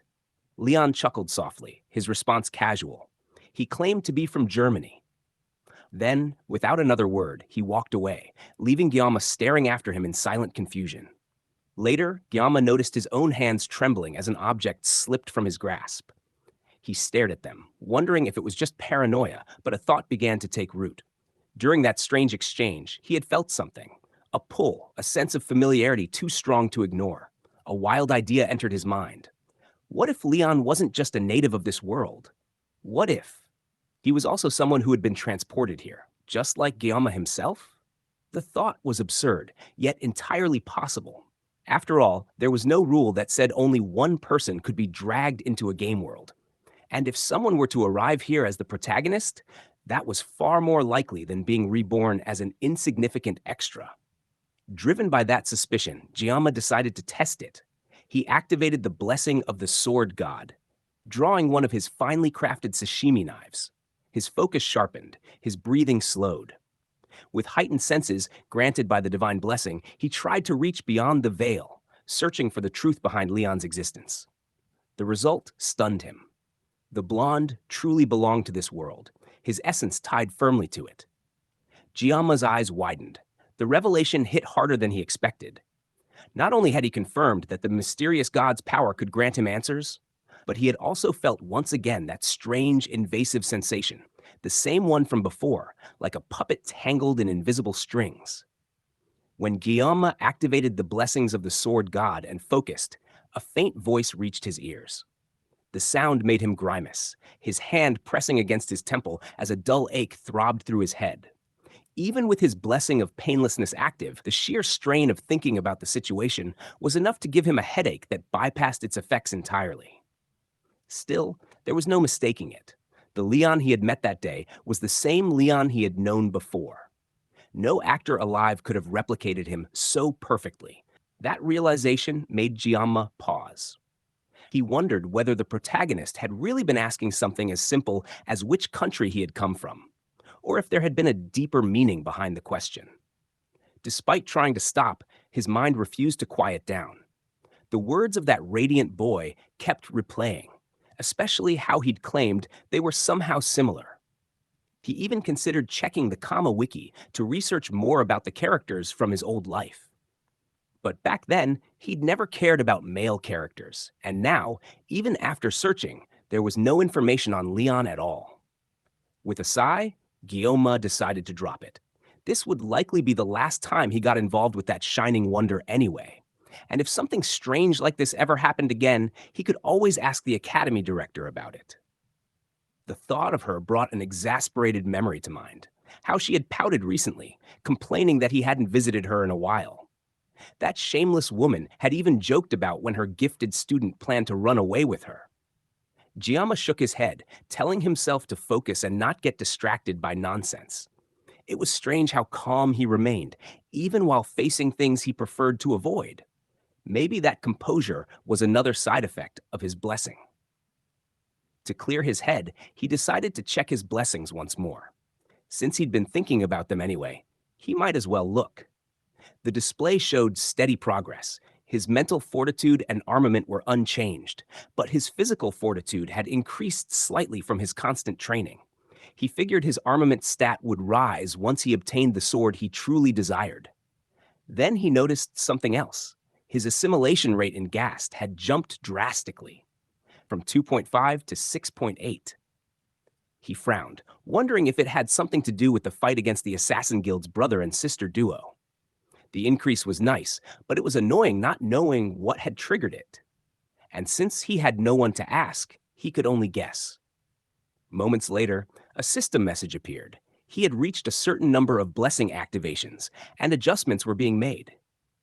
Giamma blinked in confusion, watching as his blessing of painlessness upgraded from 30 seconds to 40. He stared at the screen, stunned, then broke into laughter. All those exhausting hours of effort had finally paid off. His hard work hadn't been in vain. For the first time in a while, he felt genuinely great. Time passed quickly after that. Giamma threw himself into training, attending group meetings and getting along with his teammates. With 3 days left before the midterm test, he continued practicing with Khloe, who cheerfully shared more swordsmanship tips. 2 days before the test, the mischievous clown girl began her usual antics again, driving the yandere close to losing her mind. By the day before the test, Giamma still hadn't skipped a single session. Sweat drenched his body as he swung his sword with precision, every motion sharper and cleaner than before. His drops of sweat hit the floor like rain as his skills grew steadier, faster, and stronger. After one final swing, he exhaled deeply, a satisfied smile spreading across his face. Finally, the day of the midterm exam arrived. All the students gathered before a massive subspace gate that pulsed with strange energy, completely different from the training grounds. When Giamma's name was called, he turned to see his group assembled and waiting. Every member stood strong. On the left flank, the blonde grinned playfully, teasing that the man who always lectured others about punctuality was late for once. At the center stood their leader, Leon, radiating that same bright energy as he greeted Giamma warmly. On the right side, the orange-haired support known as Weapon waited silently, while Khloe, their sub-DPS standing beside the blonde, waved at him cheerfully. Giamma, the rear guard at the far right, apologized for his delay and took his place. He couldn't help admiring their equipment, especially the blonde's S-rank weapon, the Vermilion Phoenix halberd. Leon didn't seem to have his legendary bombing sword yet, and Weapon's gear looked oddly like a recorder worn around his neck. Giamma frowned at that strange accessory, unable to believe anyone would bring such a thing into battle. To his surprise, the blonde whispered that the recorder was actually one of the few S-rank healing artifacts, an incredibly rare piece, worth tens of millions in-game. Giamma's eyes widened with reluctant respect. The orange delinquent, flustered by the stare, told him to back off before he got too close. Soon after, the instructor's voice echoed through the grounds, announcing the start of the first-year midterms of 2043. Every student's expression tightened with focus. The rules were familiar. If they faced anything they couldn't handle, they were to retreat. They weren't heroes yet, only cadets, and risking their lives for extra credit was forbidden.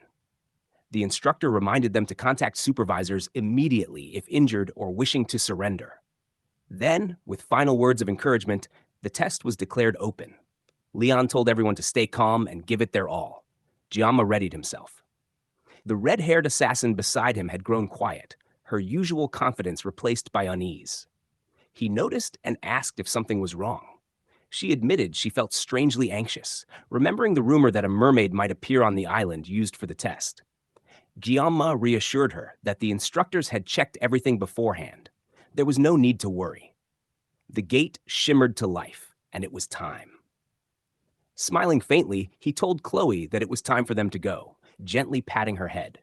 She smiled back, trusting completely in him. With Guillaume leading, she felt certain everything would turn out fine. Their team stepped forward into the glowing subspace, and instantly, darkness swallowed them whole. The blackness stretched endlessly, and for a while, nothing existed but silence. Then, faintly, a voice began to echo through the void, calling a name again and again. Fragments of sound and flickers of light cut through the darkness. Chloe's eyes fluttered open as she realized she could hear Giamma's voice, calling her name over and over, growing louder with each repetition. Khloe suddenly snapped out of her daze, startled as the genius's voice reached her ears. For a moment, she hadn't even realized she'd lost focus. Her eyes widened in shock as she looked around and saw her teammates scrambling. They were trying to contact their instructor, but there was no response. They had landed inside a dark cave, deep underground, where their communication devices were completely cut off. Panic began to spread through the group. Someone was already injured and bleeding, and the situation was quickly turning into a crisis. Before them stood a high-ranked mermaid, an enemy they hadn't expected to face. Just moments earlier, the sky above Scopuli Island had been bright and serene. The ocean breeze carried the scent of salt, and the waves glittered under the sun. But after stepping through the subspace portal, the team had been struck by nausea, coughing and hacking, as if the very air was rejecting them. Leon turned toward the black-haired genius, surprised to see that he seemed perfectly fine while everyone else was struggling. He simply shrugged, explaining that seasickness didn't really affect him. Right then, a merman appeared, startling everyone with a loud scream. It was the first time Guillaume had ever seen one in real life, and the sight horrified him more than he had imagined. The creature was smaller than expected, almost disappointing in size. The main character mentally scolded himself for being so tense. He realized he might not even need to draw his weapon. After all, he had planned to stay in the rear guard position and take things easy. Leon, however, reminded everyone that these small fry weren't the real threat.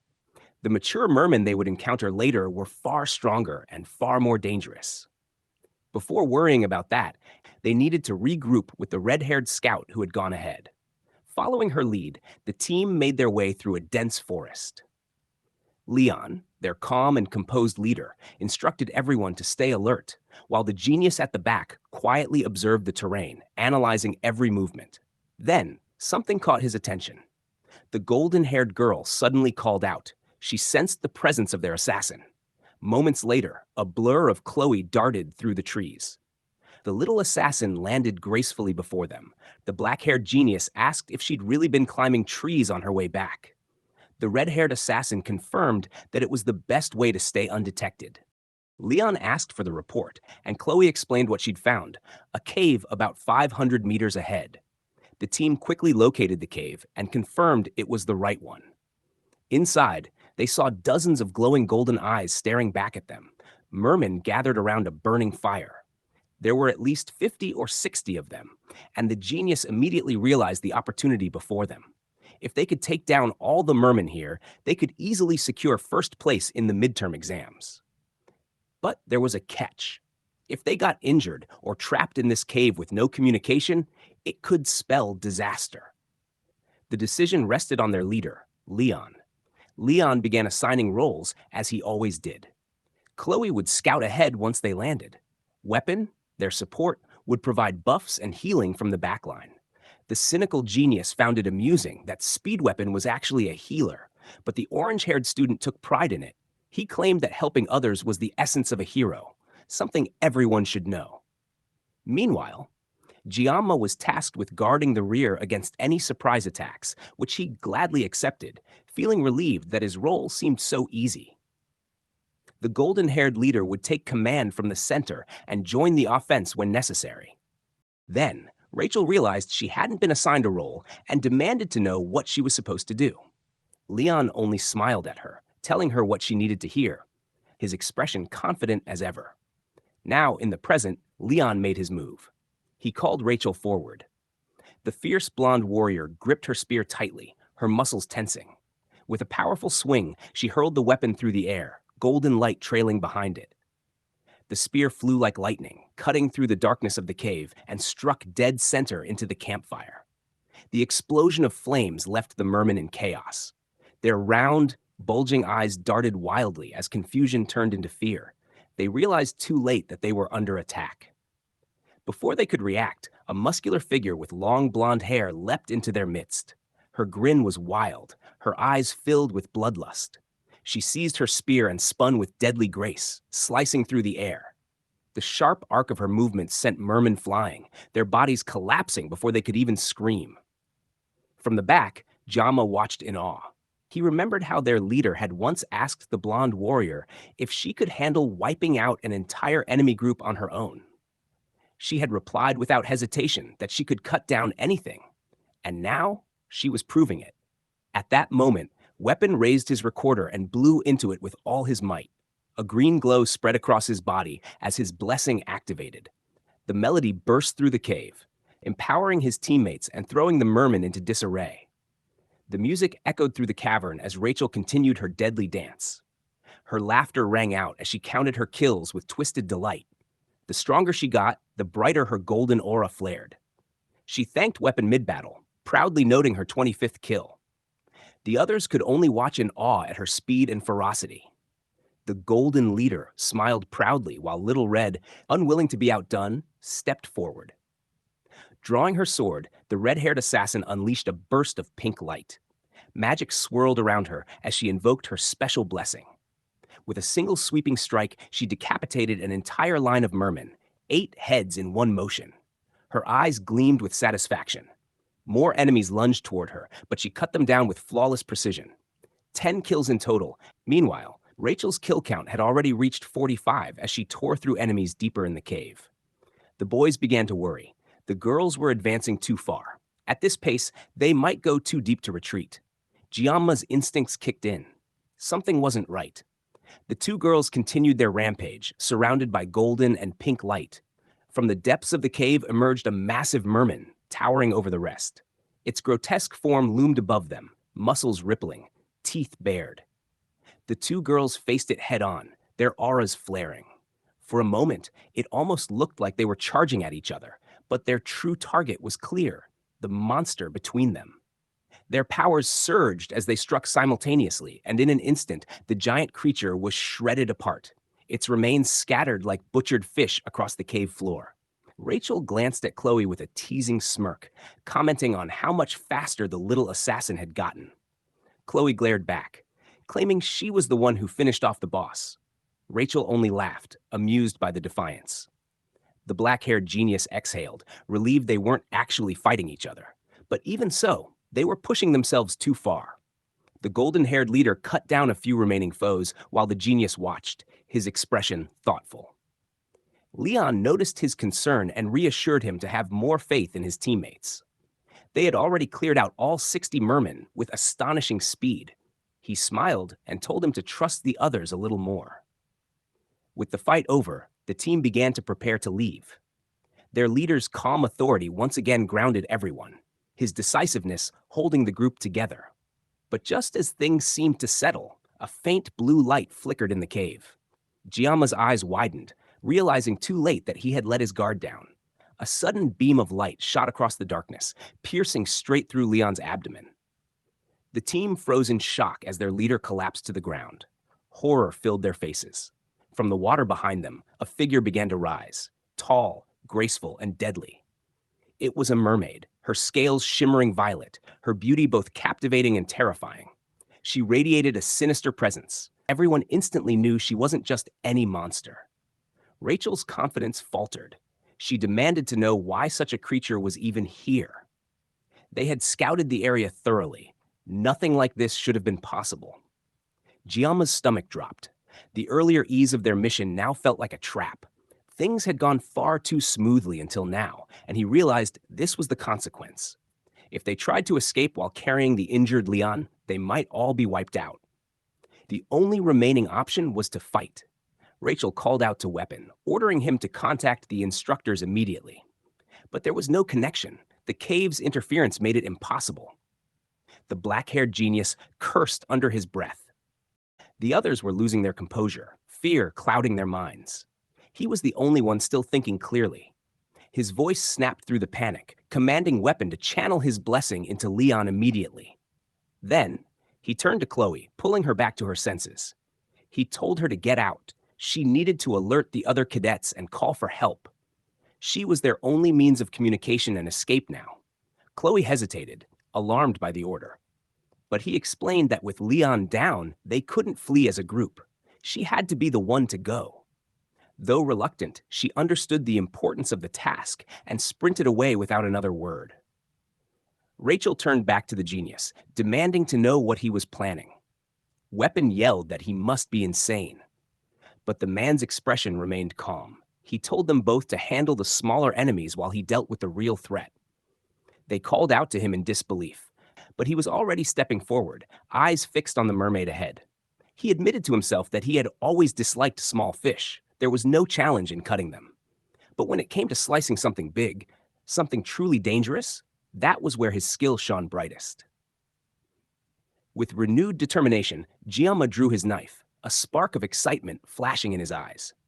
There was a massive catch before him, a fish far too big to ignore. But this wasn't just any opponent. Demons, unlike beasts, possessed a terrifying ability akin to the blessings granted to humans. They wielded magic. It was this very magic that had brought the protagonist to his knees earlier, struck down by what was merely considered a normal attack. The difference in power between humans and demons was almost unfair, a gap so wide it bordered on despair. Even with the divine blessing of the sword god flowing through him, Giamma couldn't be certain of victory. In the original game, facing a magic-using demon alone had been suicide. A creature like this was meant to be fought by an entire raid team, not by a single man.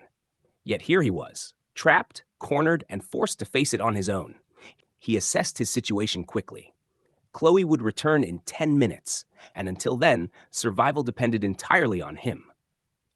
The mermaid before him bared her sharp teeth, smiling like a predator who had already decided that he was tonight's meal. He steadied his breathing as divine energy began to stir within him. The blessing of the sword god, his one lifeline, activated. As the divine power flowed through his veins, his eyes gleamed silver, a faint grin tugging at his lips. It had been a long time since he had sliced anything properly. The battle began with the blonde spear user lunging at the enemy, her spear moving with explosive speed. Her prey, a grotesque fish-like creature with bulbous eyes, roared and countered, but she drove her weapon deep into its gut, forcing it to the ground with sheer strength. She fought like a storm, her spear flashing as she held off 3 mer creatures at once. Her movements were brutal and unrestrained, every attack punctuated with roars, curses, and the raw fury of survival. With a powerful thrust, she released a burst of energy that sent the fishman sprawling. Finally, she exhaled sharply, wiping the sweat from her brow. Not far away, an orange-haired boy, the party's healer, watched anxiously. He wanted to lend Rachel more strength through his musical blessing, but his hands were already full. The hero, Leon, lay wounded beside him, the gash on his side deep and bleeding. Though his healing melody worked tirelessly, the wound refused to close quickly. It was stabilizing, but barely. The healer recalled Giamma's sheer might from the subspace duel they had witnessed before. That man was absurdly strong, but this situation was madness. Facing a powerful, magic-using demon alone? Even watching from afar made the boy's bones feel like they might crack. He wanted to shout for Giamma to stop this reckless fight, but it was already too late. The mermaid raised one massive webbed hand, magic swirling like a whirlpool around it, and brought it crashing down with murderous intent. Giamma's instincts flared. The blessing activated, and he dashed forward, impossibly fast. He evaded the crushing strike and charged in, his blades flashing.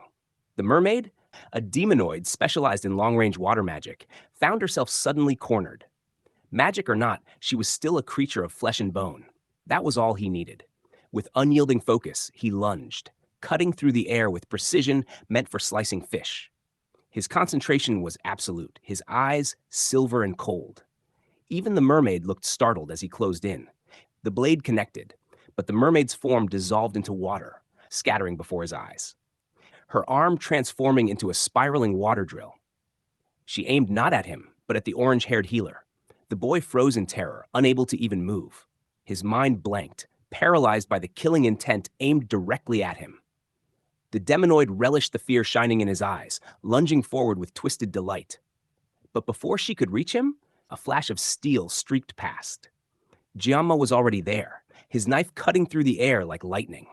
The mermaid screamed as pain erupted across her body, his blade carving into her just before she could strike the healer. Landing with a sharp skid, Giamma turned to face her. His cut had been shallow, not nearly enough. With a sharp inhale, he dashed again, intent on finishing what he started. But the mermaid shrieked and dove into the water, vanishing beneath the surface. Giamma's jaw tightened in irritation. She was slippery, a coward who refused to face him head-on. Tracking her movements in the dark, turbulent water was near impossible. Still, he had no choice but to bring her down before she hurt anyone else. A faint voice called his name, the healer's, and he glanced back briefly. Both the boy and the hero stared at him in disbelief. Giamma asked if they were still holding up. The healer stammered that he was fine, his voice trembling. Giamma nodded once, then leapt back into the fray, trusting the healer to keep them alive. He told him, with quiet confidence, that he was counting on him, calling him a hero. Those words hit the orange-haired boy like a shock. A hero. He remembered once saying that being a hero meant standing for justice, for courage, the kind of selflessness that turned despair into hope. Yet even after enrolling in the world's top hero academy, he had never met anyone who truly embodied that ideal. Until now.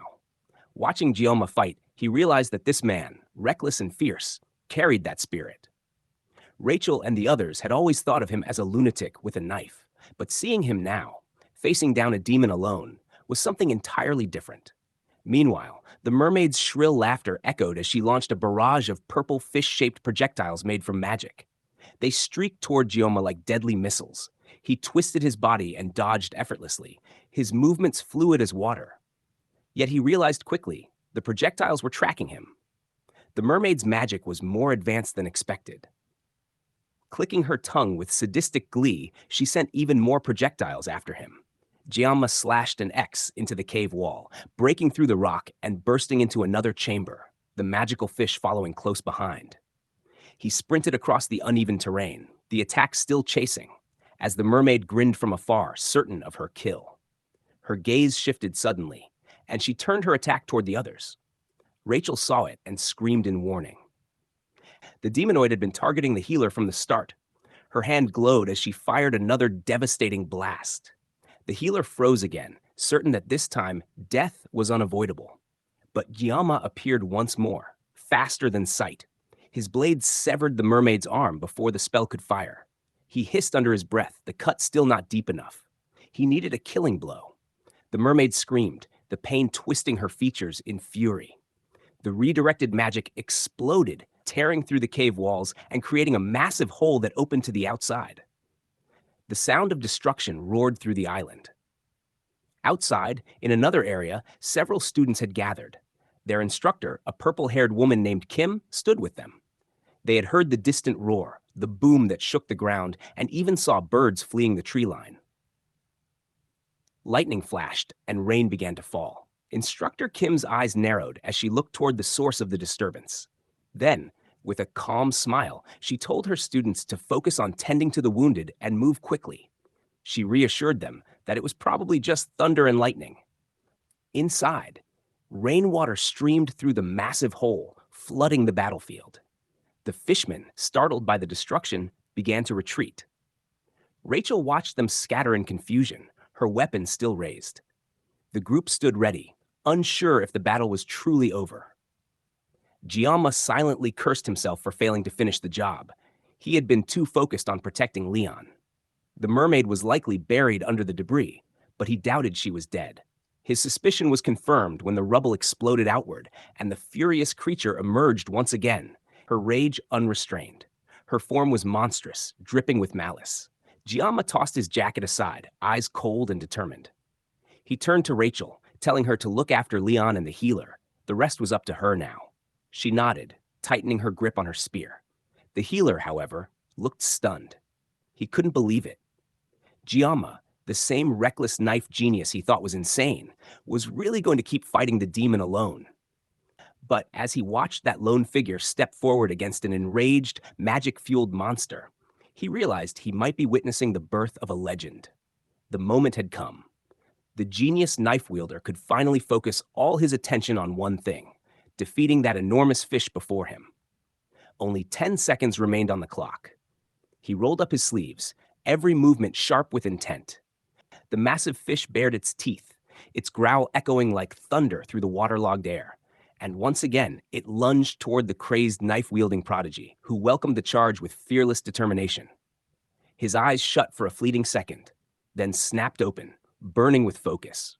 In an instant, he surged forward, his entire being devoted to cutting everything down. Meanwhile, deep within the forest, a red-haired assassin sprinted with desperate speed. She had no intention of slowing down. Her blade cut through the branches and undergrowth that stood in her path, clearing her way as she raced ahead. Every muscle in her body screamed for rest, her legs begging for mercy, but she didn't stop. Even if she had to burn through her blessing's power, even if she could get the smallest bit of strength from it, she needed to find help. Her thoughts burned with the image of Guillaume, the man who had told her to contact the instructors while he and the others stayed behind to face that impossible beast. He was the strongest person she had ever known, yet he always treated battle as a burden, avoiding the sword unless absolutely necessary. He only drew his blade when there was truly no other choice. It was because of that, because of his selfless decision, that she now ran with everything she had. Still, Khloe couldn't help but feel a bitter frustration.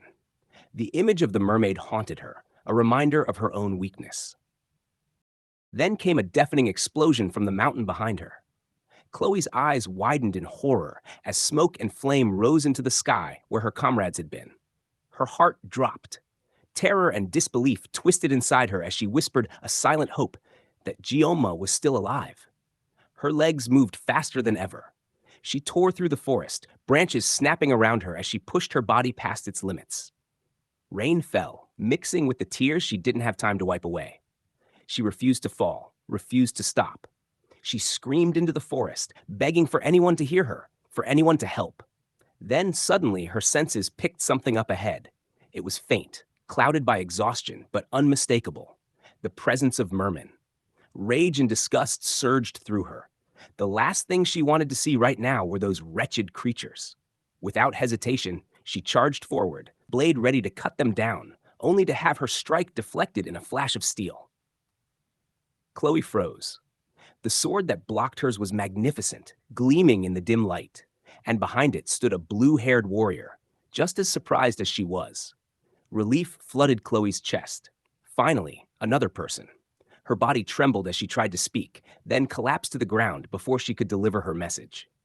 The girl with waterfall blue hair blinked in confusion, and her teammates immediately grew tense, cursing and shouting in alarm. They suspected an ambush and demanded answers, furious that someone had dared to attack them. But the blue-haired woman raised her hand, halting them. Something about the red-haired assassin seemed familiar. Barely conscious, Khloe forced her lips to move, whispering about Gioma, about what had happened on the mountain. Elsewhere, Speedweapon stood frozen, eyes wide as he watched the unbelievable scene before him. Gioma wasn't just fighting, he was dominating. The young chef who once wielded a sashimi knife now battled like a true warrior, overwhelming his demonic opponent. Speedweapon knew instantly that this moment would be carved into his memory forever. He was witnessing the birth of a legend. Guillaume moved with speed and precision that left no room for hesitation. His blade technique, born from the art of slicing, had evolved into a deadly dance of shadows and light. He deflected every strike, closed the distance in a flash, and cut through his opponent without mercy. Each motion was clean, efficient, the outcome inevitable. The giant fish collapsed in pieces, falling apart like shredded paper beneath his skill. Those watching could only stare in silent awe. Even Rachel, successor of the Spear clan and raised among warriors, had never seen swordsmanship like this. The blonde beside her was speechless. At this rate, even the mermaid didn't stand a chance. But before anyone could breathe, the blonde suddenly noticed something. Her expression turned to alarm as she shouted a warning. The ginger-haired boy barely had time to react before she shoved him out of harm's way, just as a massive white blast tore through the ground where he had stood moments ago. The shockwave left a smoking crater in its wake. The ginger-haired boy stared in disbelief. The destruction was unreal. For a moment, he forgot where he was, how dangerous this battlefield truly had become. Their opponent was no ordinary creature. This demonoid wielded magic, making the fight far more dangerous than any sword duel. Even with the advantage, Guillaume's strength was beginning to falter. The ginger-haired observer grew anxious, realizing that their foe was using magic that couldn't easily be countered.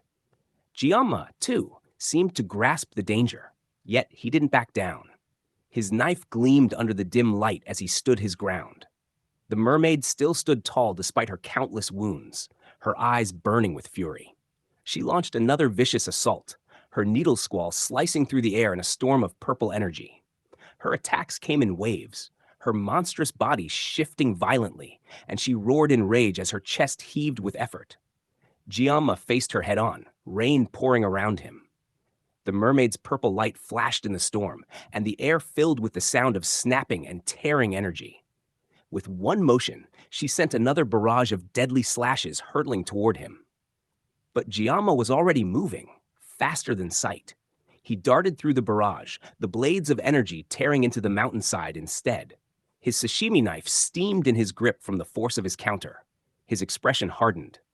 With a burst of strength, he swung his blade again, sending a devastating strike back at the creature. The mermaid's eyes went wide as the dark-haired fighter's form seemed to grow larger, his presence overwhelming, almost demonic. His next slash tore through her, the sound of his blade cutting through flesh echoing like thunder. The mermaid screamed, her voice a mix of pain and fury, reverberating through the cavern. But her rage didn't end there. Desperate and enraged, she swallowed something glowing, a purple orb that pulsed with power. Energy surged through her veins as her neck bulged and her throat began to glow. In the next instant, her jaw unhinged unnaturally wide. A swirling sphere of violet light gathered in her mouth, a cannon of pure destruction aimed directly at Gioma. Weapon, the blonde, shouted for him to move. But Gioma knew there wasn't enough time. The blast was coming too fast. As the blinding light swallowed him whole, everything turned white. The world around him faded. And when the light dimmed, he found himself somewhere else entirely, standing in the middle of a calm, endless sea. The silence was eerie. The water around him was still, stretching infinitely in every direction. His feet were submerged, the cold waves brushing gently against his legs. He bent down, scooping the water into his hands, trying to make sense of it all. That's when something caught his attention, something moving beneath the surface. A sudden flash of pink light split the air. The mermaid's magic blast cut toward him like a slow, slicing wave. Giamma's eyes widened as he watched it approach. In that fleeting instant, a voice echoed in his mind, urging him to slice. And he did. His instincts answered before thought could form. Tiny red sparks glimmered within the darkness as his hand reached for his sashimi knife. Fingers tightening on the hilt, the boy drew the blade in a clean arc. The moment his knife swung, the mermaid's beam clashed against it. The force sliced through the storm, through the cave without a roof where rain poured endlessly from above. And with one decisive motion, the young man cut, severing the creature's head from its body in a single stroke. The magic binding the mermaid collapsed instantly. Her head fell to the ground, blood splattering across the wet stone near Giamama's feet. The lifeless body crumpled beside it, drying out like a fish torn from the sea. Giamma stood above the corpse in silence, the knife still in his hand, his shadow long under the falling rain. He looked down at his defeated foe with cold composure, the scene almost like that of an executioner after judgment had been passed. The mermaid tried to speak, choking and gurgling as faint bubbles escaped her mouth. The two students nearby tensed immediately, afraid she might attack again. With a final, decisive strike, the merman's head was severed and tumbled across the ground. Giamma drove the creature's head into the cliffside, watching it roll away with cold finality. Speedweapon's eyes widened as realization struck him. Giamma had won. He had single-handedly slain a demonkin. A mere first-year student had achieved the impossible. Both Rachel and Speedweapon stood frozen, caught between awe and unease at the sight before them. Then, without warning, blood splattered across the ground. The boy fell to his knees, clutching his chest in pain. The blonde-haired girl reacted instantly, dashing toward Gioma Ma with panic written across her face. The ginger-haired student nearby sighed in relief when he realized their other teammate, Leon, was safe. But that relief didn't last long. His expression shifted as he sensed movement. The merman who had fled earlier might have returned. On alert, the boy turned sharply toward the sound. But instead of another enemy, he saw a familiar figure approaching. Abel, leading her team through the rain. One of them carried the limp body of Khloe on their back. When the group arrived, their eyes widened at the gruesome scene before them. The scattered remains of the mermaid, the torn-up terrain, and Giamma barely conscious on the ground. Rachel clung to him tightly, refusing to let go, desperate to keep him awake. Abel blinked in disbelief, wondering why Rachel was holding on to him so affectionately. She shifted her attention to the team's supposed leader, the blonde boy, who laughed awkwardly under her sharp gaze. Abel quickly assessed everyone's condition. Most of them looked half dead, covered in blood and exhaustion. Yet the team leader stood spotless, almost untouched. Abel, known for her sharp intellect and talent, reported that she had already contacted the academy. Instructors would arrive within an hour. Then she demanded to know exactly what had happened here. The speedweapon stayed quiet for a moment before cursing under his breath, blaming the useless instructors who were supposed to have explored the island before their mission. Abel, aware of the academy's strict procedures, pressed further, demanding a proper explanation. Speedweapon scowled at her tone, asking if she really had the nerve to order him around right now. Abel snapped back, clarifying that it wasn't an order but a simple request. She just wanted the truth. Rolling his eyes, the ginger muttered that she probably wouldn't believe him anyway, but decided to explain since she had asked. He grinned faintly. After all, telling stories was his specialty. And so, they explained everything. Abel listened carefully, piecing together their chaotic words. From what she gathered, a mermaid had suddenly appeared during their mission, and Giamma, the dark-haired freshman who now lay unconscious, had defeated it alone. Hearing that, she was stunned. A single first-year student killing a demonoid on his own? It sounded impossible. Even the legendary tales her grandfather once told her had been more believable than this. But as unbelievable as it sounded, it was true. The evidence and the shaken survivors said it all. It was almost myth-like. Giamma's name would be remembered, just like the heroes of old. Abel, a descendant of the renowned hero Baylor Joaquin and his disciple Aaron Nylon, had always carried a prestigious bloodline. She had worked tirelessly to prove herself worthy of it, to stand on her own and not be overshadowed by her lineage. But as she looked at Giamma now, she felt a mix of emotions: fear, admiration, and a faint sense of inferiority. The difference between them was enormous. Maybe, she thought, she had been an ordinary person all along. Pushing those thoughts aside, she ordered the healer to tend to him. A soft green glow spread through the air as healing light enveloped Giamma's unconscious body. Even so, he was clearly at death's door. This boy, her equal in age, had fought a demonoid alone, and won. As she looked at him, faint contempt and curiosity flickered in her eyes. The ginger interrupted, asking if she had really contacted the academy already. She confirmed she had, for now. Weapon then suggested that maybe they shouldn't tell the instructors everything. Abel raised a brow, surprised. But his reasoning made sense. If the island had already been inspected before the mission, how had a demonoid appeared out of nowhere? Even the blue-haired girl agreed that it didn't add up. Scopuli Island was vast, yes, but not so large that such a creature could go unnoticed. A heavy silence fell. The thought was unsettling. Leon asked whether Weapon was implying that someone inside the academy, perhaps from the demon faction, was behind this. The accusation made the air freeze. Weapon quickly waved it off, saying that wasn't what he meant. But still, they couldn't dismiss the possibility. The idea sent chills down their spines. He was right. If not for Jiama, their entire team would have been wiped out, and the demons had never dared touch Academy cadets before. The peace treaty had made sure of that. Any such act could even justify war. Abel's eyes widened as the realization hit her. Her mind spiraled with dreadful possibilities, until a hand rested gently on her shoulder. Speed Weapon reassured her that she was overthinking it. Sure, they should stay cautious, but it was too early to assume there was a spy among them. Leon then reminded everyone that their stories needed to match when the instructors arrived. If there was someone infiltrating the academy, Jiama could become a target once word spread about what he'd done. Weapon didn't like hiding the truth, but he agreed. They had to protect the boy who had saved them. Abel suggested they first discuss this with her grandfather, the Sword Emperor himself. The group froze, stunned by the suggestion. Time passed. Evening arrived, and all the students returned to the academy. Curtains fluttered softly in the wind beside a hospital bed. Gioma lay there, just awakening to the sound of laughter from outside. Blinking in confusion, he wondered if this was a hospital room. Looking at his hands, he tried to recall the battle. He was alive, somehow. The mermaid's dying attack had launched a final sphere of water magic straight at him. He hadn't even had time to dodge. Yet his knife had cut through it, splitting the spell cleanly in two before it burst apart. It had been water magic, and he had severed it. The feeling that followed, though, had been indescribable. Ever since he had activated the sword god's blessing, strange sensations ran through him, things he couldn't yet explain.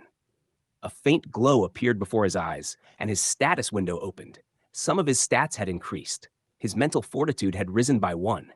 He figured it was because he hadn't felt fear during the fight. Another number caught his attention. His assimilation rate had reached 7.2%. Maybe that had unlocked when he drew his knife during the battle. Or perhaps slicing through the mermaid's magic line had something to do with it. Lost in thought, he didn't notice the door open. A cheerful voice suddenly shouted his name. It was the clingy head of his department, who immediately rushed over and hugged him tightly. Tears welled in her eyes as she scolded him for worrying her half to death. She swore she'd personally deal with every useless instructor who had failed to check the area beforehand. Her voice cracked with both anger and relief. Giamma winced, asking her to calm down. Then, remembering something, she began rummaging through her bag. Giamma watched in amusement, wondering if that purse was some kind of dimensional pocket. After a moment of frantic searching, she let out a triumphant cry. She had found it. With pride and excitement, she presented him with his midterm reward, the Murasame blade. Giamma stared at the gleaming blade in his hands, completely entranced. It was a B-rank sword, a Japanese katana named Murasame, meaning rain shower. The weapon's stats were astonishing, a level 25 sword with incredibly high attack power. The director, watching his reaction, smiled gently. She hoped the young student truly liked the gift. Still, she apologized for giving it to him so informally. Something of this importance should have been presented through proper channels. Before the moment could linger, the director suddenly sensed movement at the back of the room. Her eyes narrowed, and she called out sharply to whoever was skulking behind the door. Her tone carried equal parts annoyance and familiarity as she told the old geezer to stop being shy and come in already. The so-called old geezer entered with a frown, scolding the director for calling him that, even though he'd repeatedly asked her not to. Clearing his throat, he tried to maintain his dignity, but the director only scoffed, teasing that she'd never allow him to act like some youthful hero again. For Giamma, this scene was almost déjà vu. The last time he'd been hospitalized from overusing his powers, these same two had appeared by his bedside. He asked softly what had brought them here this time. The director's expression turned solemn. She said she had heard everything from his teammates, and on behalf of Joaquin Academy, she wished to apologize from the bottom of her heart. Her words were sincere, and as she bowed deeply, even the Sword Emperor lowered his head slightly in regret, a sight that startled the young student. She confessed that the Academy bore full responsibility for the tragedy during the midterm exam. Because of that failure, Giamma and his teammates, no, every student on that island, had nearly lost their lives. The boy's eyes widened as the director, Media Poison, vowed on her honor as the Academy's director to uncover the truth behind what had happened. The Sword Emperor acknowledged that the young cadet had saved many lives that day. Jianma was speechless, only managing to mumble that he'd merely done what he could. The director smiled faintly, amused by his humility. She praised his remarkable actions, but told him that, for now, they needed to keep everything confidential until the full truth came to light. Her tone hardened as she admitted something disturbing. The mastermind behind the entire incident was likely someone within the academy itself. Her apology grew heavier, but Jioma, ever calm, reassured her that he understood. That simple acceptance caught her off guard. The director sighed, smiling warmly. She wished he would act his age sometimes, maybe even throw a tantrum or two. He had certainly earned the right. To her, the boy always felt like an old soul trapped in a teenager's body. Later, the two elders left the infirmary, their steps slow and thoughtful. They walked in silence, both burdened by the weight of what they'd learned. Eventually, the director stopped, breaking the silence. She addressed her senior, the Sword Emperor, whom she called Sie, and asked if he remembered the first day they met at the academy. Back then, he'd been lying lazily on a field bench, and she had told him off. In response, he had drawn his sword in irritation, muttering something about her bossing him around like a delusional 8th grader. Siegfried groaned at the memory, pretending not to recall such an embarrassing moment. Her lips curved into a small, nostalgic smile tinged with melancholy. To her, it felt like that day had been only yesterday, yet 6 decades had already passed since then. 60 years spent within the same academy, and even then, that wasn't even a tenth of Joaquin Academy's vast history. The academy had stood for over 700 years, weathering countless crises while protecting and nurturing young cadets. But now, that legacy had been tarnished. Anger surged within her, a deep, burning fury. Her aura flared, her hair glowing green as raw mana burst from her body. The window beside them shattered into glittering fragments, only stopped by a protective barrier she hastily conjured. She struggled to calm herself. No matter how hard she'd tried to safeguard the students, the tragedy had still happened. Before the midterms, she had ordered multiple safety inspections of Scopuli Island, the test site known for rare mermaid sightings. Every precaution had been taken, and yet everything still went wrong. Sensing her turmoil, the Sword Emperor quietly placed a hand on her shoulder, reminding her to breathe. The director opened her eyes, forcing a small apologetic smile. A moment later, her serious tone vanished, replaced by her teasing nature once again. She gushed about how amazing the young student was, proudly recalling how he defeated the mermaid all on his own. Her sudden change in tone made the Sword Emperor grumble in irritation, calling her an old lady who never changed. Still giggling, she asked for his opinion of the boy. He didn't answer at first, words failing him. In truth, Jianma was extraordinary. The old man had seen countless so-called prodigies across generations, children labeled genius too early, only to fade like shooting stars. It was a word he despised, one he never even used for his own granddaughter, Abel. But this boy, this one was different. A talent so immense it was almost terrifying. To have slain a mermaid alone, it was undeniable proof. If Jianma continued to grow, the old man couldn't help but wonder just how far he could go. Perhaps even far enough to reach the very heights that he once dreamed of. With that thought, the old swordsman began walking again. The director blinked, surprised at his sudden movement, but he only told her that he'd be staying behind and managing things at the academy for now. She smiled faintly and agreed, though she made sure to remind him that he'd promised to help clean up the mess later. Meanwhile, in Wolf class, Giamma reviewed everything that had happened so far. The fact that he had personally decapitated the demonoid on Scopuli Island was still being kept a secret under the headmaster's orders. Most of his classmates seemed carefree, perhaps because he had handled the crisis himself. After his discharge from the infirmary, the first thing he did was visit the school's forge to have Mirasama, his sacred sword, reforged and enhanced. To him, it had always felt like a plain metal rod despite the sword god's blessing, so an upgrade was long overdue. Fortunately, the Academy was hosting its 700th anniversary event, and the blacksmith agreed to reforge it for free. The smith Philander was full of enthusiasm, asking Jian to return in a week for the finished weapon. The young man thanked him sincerely, hoping the enhancement would succeed. As he left, a familiar voice called out his name. Turning around, Jioma saw Khloe, his ever-energetic fan, hobbling toward him with a crutch. Her eyes sparkled as she greeted him, thrilled to see he'd been discharged. He smiled back, asking how she was holding up. She laughed, raising her injured leg and explaining how things had turned out. She'd fractured it, but received emergency treatment from Speed Weapon, though she couldn't quite remember his name. The doctor said she'd be walking normally within a week, which was cause for celebration. As an assassin-class auditore, her body recovered faster than most, and she playfully apologized for getting too excited. Jian Ma was genuinely relieved to see her in good spirits. After all, even though he'd struck the final blow against the mermaid, it hadn't been a solo effort. He asked if anything strange had happened lately, and Khloe admitted she'd heard rumors, whispers that the director and the elders were clashing behind closed doors. Everyone had played a part in their survival. Chloe's emergency call, Rachel's merman clearing support, and Speed's healing magic had all been vital. Leon, on the other hand, had been nearly useless, taken out before the battle even began, giving no real commands or direction. Jian Ma couldn't help but sigh, wondering how someone that helpless expected to fight the Demon King one day. Being that careless in a real battle was a death sentence. Just as that thought crossed his mind, the classroom door slammed open. Their instructor stormed in, commanding everyone to stop what they were doing and take their seats.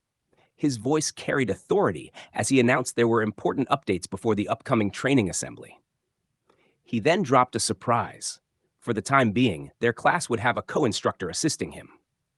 The room buzzed in confusion and mild annoyance. But the chatter ceased instantly when the door opened again. The Sword Emperor himself entered, his pristine white robes gleaming under the light, his expression grave and composed. Gasps filled the room as the students realized who he was.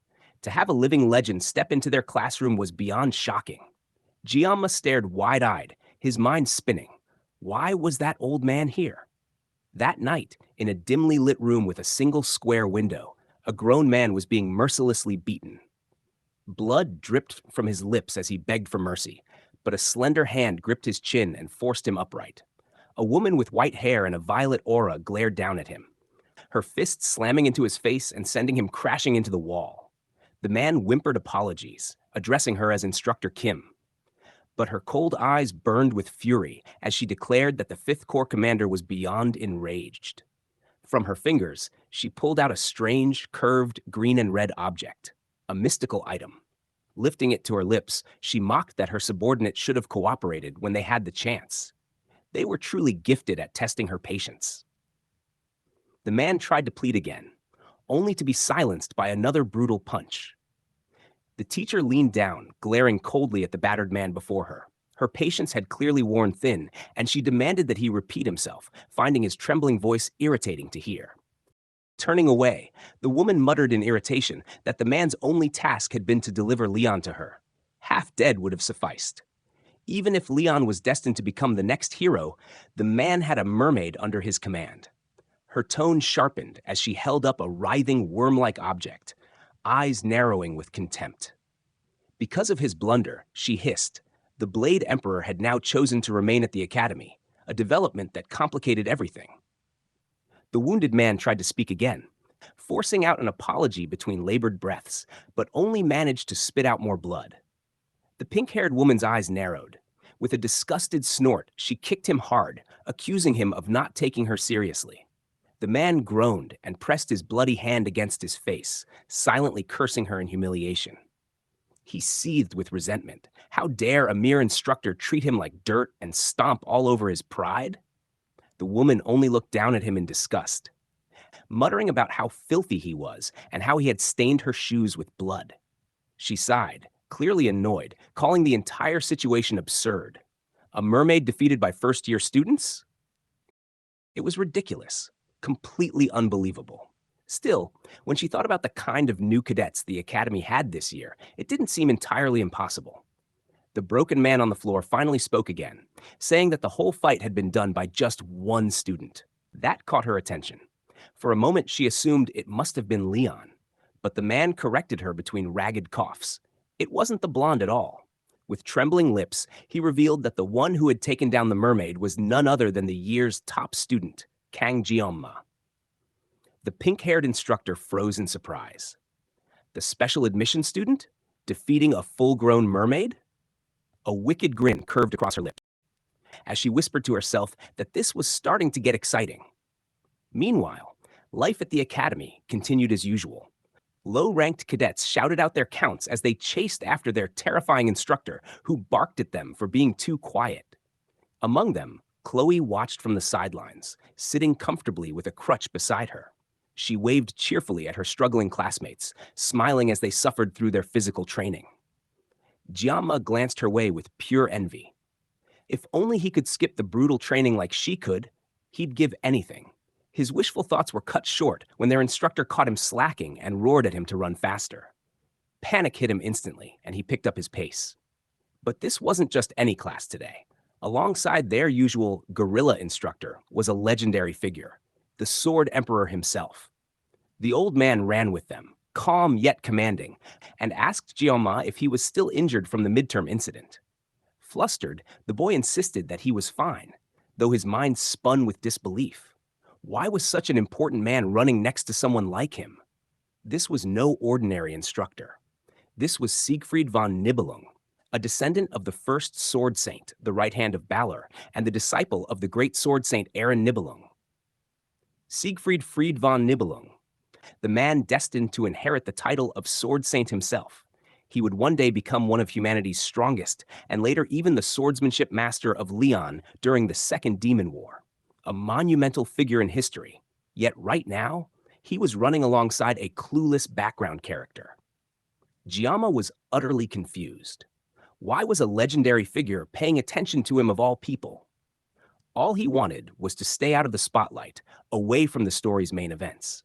He silently begged the old man to go back to watching over Leon, the true protagonist. But things were clearly going off script. The main storyline was already spiraling far from how it was supposed to go. As he ran, the boy recalled how, in the original story, Leon never ended up receiving the Sword Saint title at all. That was supposed to be a major plot point. So maybe, he reasoned, it didn't really matter if things deviated a little. Only a minute later, he immediately regretted that thought. Having the Sword Emperor breathing down his neck was far too stressful. The Sword Emperor's voice thundered over the field. He declared that the foundation of every warrior was built upon physical strength and endurance. No matter how gifted a person might be, talent was meaningless without a body strong enough to bear it. Endurance and conditioning, he said, were the cornerstones that allowed true growth. He warned the boy not to slack off and urged him to keep up. Jeonma shouted his understanding, pushing his legs to move faster. The old man smiled proudly, satisfied with his response. Then, unbelievably, accelerated even more. He called out for Jeonma to follow. There was simply no way he could. The poor boy was already falling behind, barely keeping up with his classmates, who were pulling ahead with every step. Panting, Jeonma wondered if the old man was somehow aging backward. His energy seemed endless. When the run finally ended, the Sword Emperor addressed the group again. From now on, he said, unless it was for field missions, the use of personal weapons would be strictly prohibited. He opened a large sack and dumped its contents on the ground. A pile of old, rusty weapons clattered across the dirt. The students stared in disbelief. They were told to choose one of these worn weapons and master it. Jeonma's eyes widened when he noticed even a sashimi knife among them, completely random, yet oddly familiar. The other cadets murmured among themselves, confused by the sudden rule. A brave student raised his hand, asking if it wouldn't be better in the long run to train with the weapons passed down from their families. The old man turned toward him, intrigued by the question.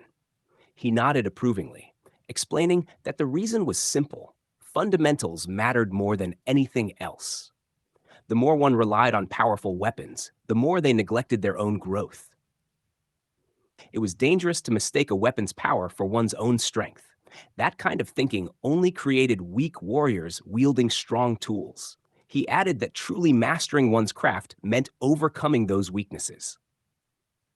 Another student muttered under his breath, saying the boy asking all these questions just wanted attention. But the old man continued, saying that no matter how splendid a weapon might be, if the wielder lacked skill, it was nothing more than a pearl necklace around a pig's neck. His eyes hardened as he added that a true master never blames his weapon. The air went still. The students were moved by his words, and Giamma felt a deep resonance in his heart. He recognized that saying, it was the same teaching from his very first instructor. He nodded respectfully, fully agreeing with the old man's wisdom. With a firm thud of his cane on the ground, the Sword Emperor concluded that once they had mastered the basics, they would naturally be able to handle any weapon with ease. He also added that cadets who proved skillful with ordinary weapons would likely receive higher marks in the end-of-year promotion exam. That statement alone sent a wave of excitement through the students. They rushed forward eagerly, each scrambling to pick up a weapon and begin their training. Even Giamma couldn't deny it. The old man's words carried power. His presence alone commanded respect, and his lessons struck deep. The entire class buzzed with excitement, their spirits lifted and inspired. Then his eyes drifted to the knife lying on the floor. A wave of unease ran through him. He had already predicted this moment would come. Trying to steady his nerves, he reached down to grab what he needed, only to feel the weight of the old man's gaze immediately lock onto him. It was exactly what he had expected from that stern, unrelenting instructor. That day's lesson was simple, yet nerve-wracking. Every student had to get familiar with their new weapons. After that, they would be paired for live sparring matches. The announcement caused an uproar. The students were shocked that they'd be fighting without a subspace barrier to protect them. The fear of real injury flickered in their eyes. But the old man reminded them why they were here. They had enrolled to become warriors worthy of carrying on the legacy of the ancestral hero.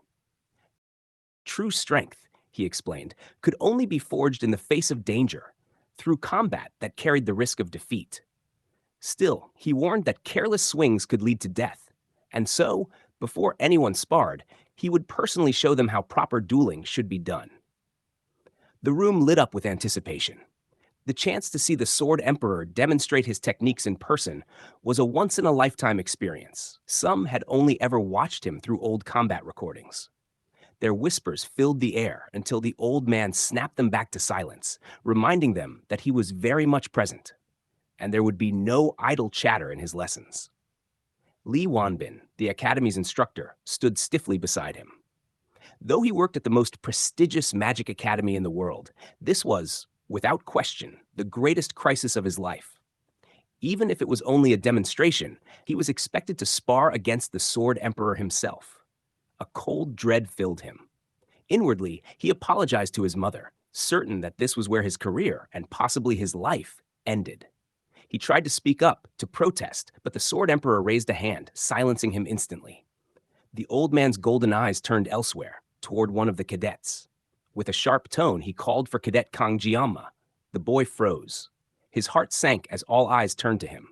The old man's glare was sharp and unyielding as he ordered the student to step forward.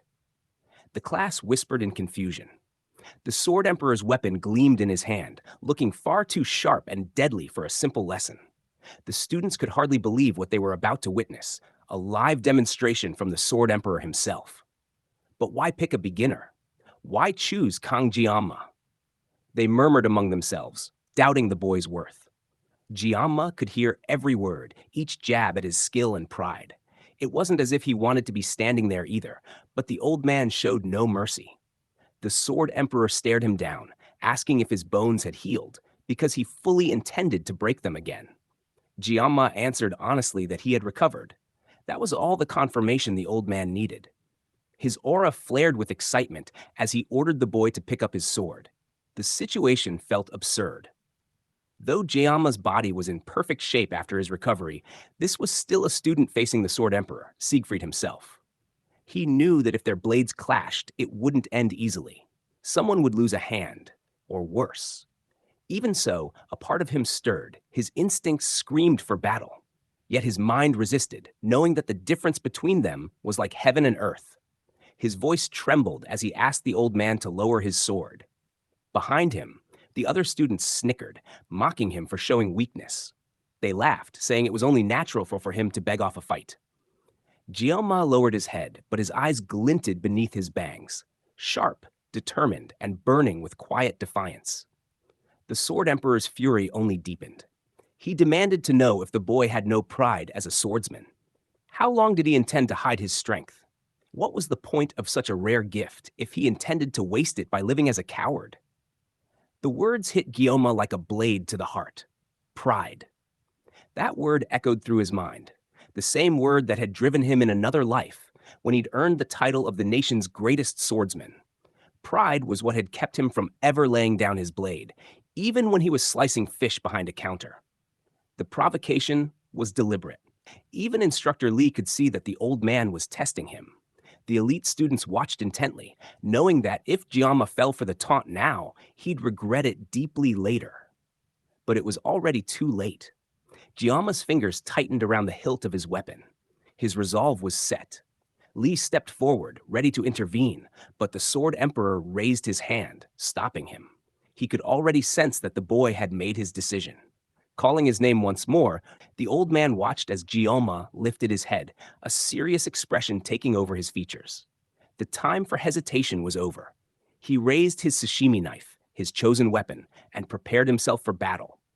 The atmosphere thickened with tension. Darkness settled over the training ground as the two warriors faced each other. One old and seasoned, one young and unyielding. On one side stood Gyoma, his dark hair streaked with a single stripe of white, his eyes burning with determination. Across from him, the Sword Emperor's golden gaze gleamed with anticipation. Despite his 70 years, the old man's aura was fierce, his presence unshakable. In that moment, a memory flickered through his mind, a time long ago when he was still young and inexperienced. Back then, he had met a one-armed wandering knight, a man who had shown him what true swordsmanship looked like. The knight's immense hand had once gripped his own, teaching him the weight and grace that came with every swing. That encounter had shaped his entire life. Now, as the Sword Emperor studied Gyoma, he felt the same spark. Ever since the aptitude test, he had been watching this boy. And now, standing before him, Gyoma reminded him of that long-lost knight, perhaps even the key to reaching the next realm of mastery. The old man's excitement flared. He raised his sword high, preparing to strike. In a blink, Gyoma moved. His speed was astonishing, faster than even the Sword Emperor expected. The old man's golden eyes widened slightly as he swung his blade to meet the incoming strike. Metal clashed in a blur of motion. Gyoma narrowly dodged the next cut, spinning on instinct and countering with lightning precision. The Sword Emperor turned sharply, both alarmed and impressed. The boy was evading attacks that should have been impossible to dodge. And before he could recover, Gyoma was already advancing again, his blade slicing forward with deadly momentum. Their movements blurred together, a violent, elegant dance of blades. Sparks scattered across the floor as the two warriors exchanged blows. The old man found himself genuinely impressed. The boy's courage to charge head-on without retreat was remarkable. His sword flow was unlike anything he'd seen, fluid, unpredictable, like a swallow darting through the air. Blue and green flashes filled the room as their weapons collided, the rhythm of combat echoing like thunder. To everyone's shock, Gyoma was keeping pace with the Sword Emperor, something no student had ever done before. The match continued with growing intensity. The old man noted how much stronger the boy had become, even physically. His strikes carried real weight now, enough to push back someone of his caliber. Astonishing. But the Sword Emperor wasn't holding back either. His gleaming sword lifted once more, gathering power. With a single swing, he released a blinding burst of light. Sharp, radiant, and deadly. The force behind it could have shattered the will of a lesser fighter. Gyoma felt the pressure from a distance, sensing the power descending like a hammer from the heavens. The watching students fell silent, their eyes wide with awe. One of them, however, frowned in disbelief. He couldn't understand what he was seeing. In his mind, Gyoma had simply been lucky during the last subspace sparring session, just another average cadet among the special students. To him, the so-called special students were weak, and Gyoma was merely the least disappointing among them. He couldn't fathom why the great sword emperor would care so much about this one ordinary boy. The jealous student seethed silently, wishing for Gyoma to be humiliated, to be struck down so they could all watch him crumble. But when the match began in earnest, that same student went speechless. The longer he stared, the less sense it made. Neither the Sword Emperor nor Gyoma seemed to be moving anymore. They stood frozen, locked in place, motionless, yet the air between them shimmered with invisible tension. Something deeper was happening, something far beyond what the untrained eye could see. Meanwhile, Instructor Lee could see everything unfold before his eyes. His expression stiffened in disbelief as he realized that the two figures standing before each other weren't motionless at all. Their movements were happening beyond normal perception. Too fast, too refined. At first, he had doubted the Sword Emperor's words. But now, watching this, he was shaken to his core.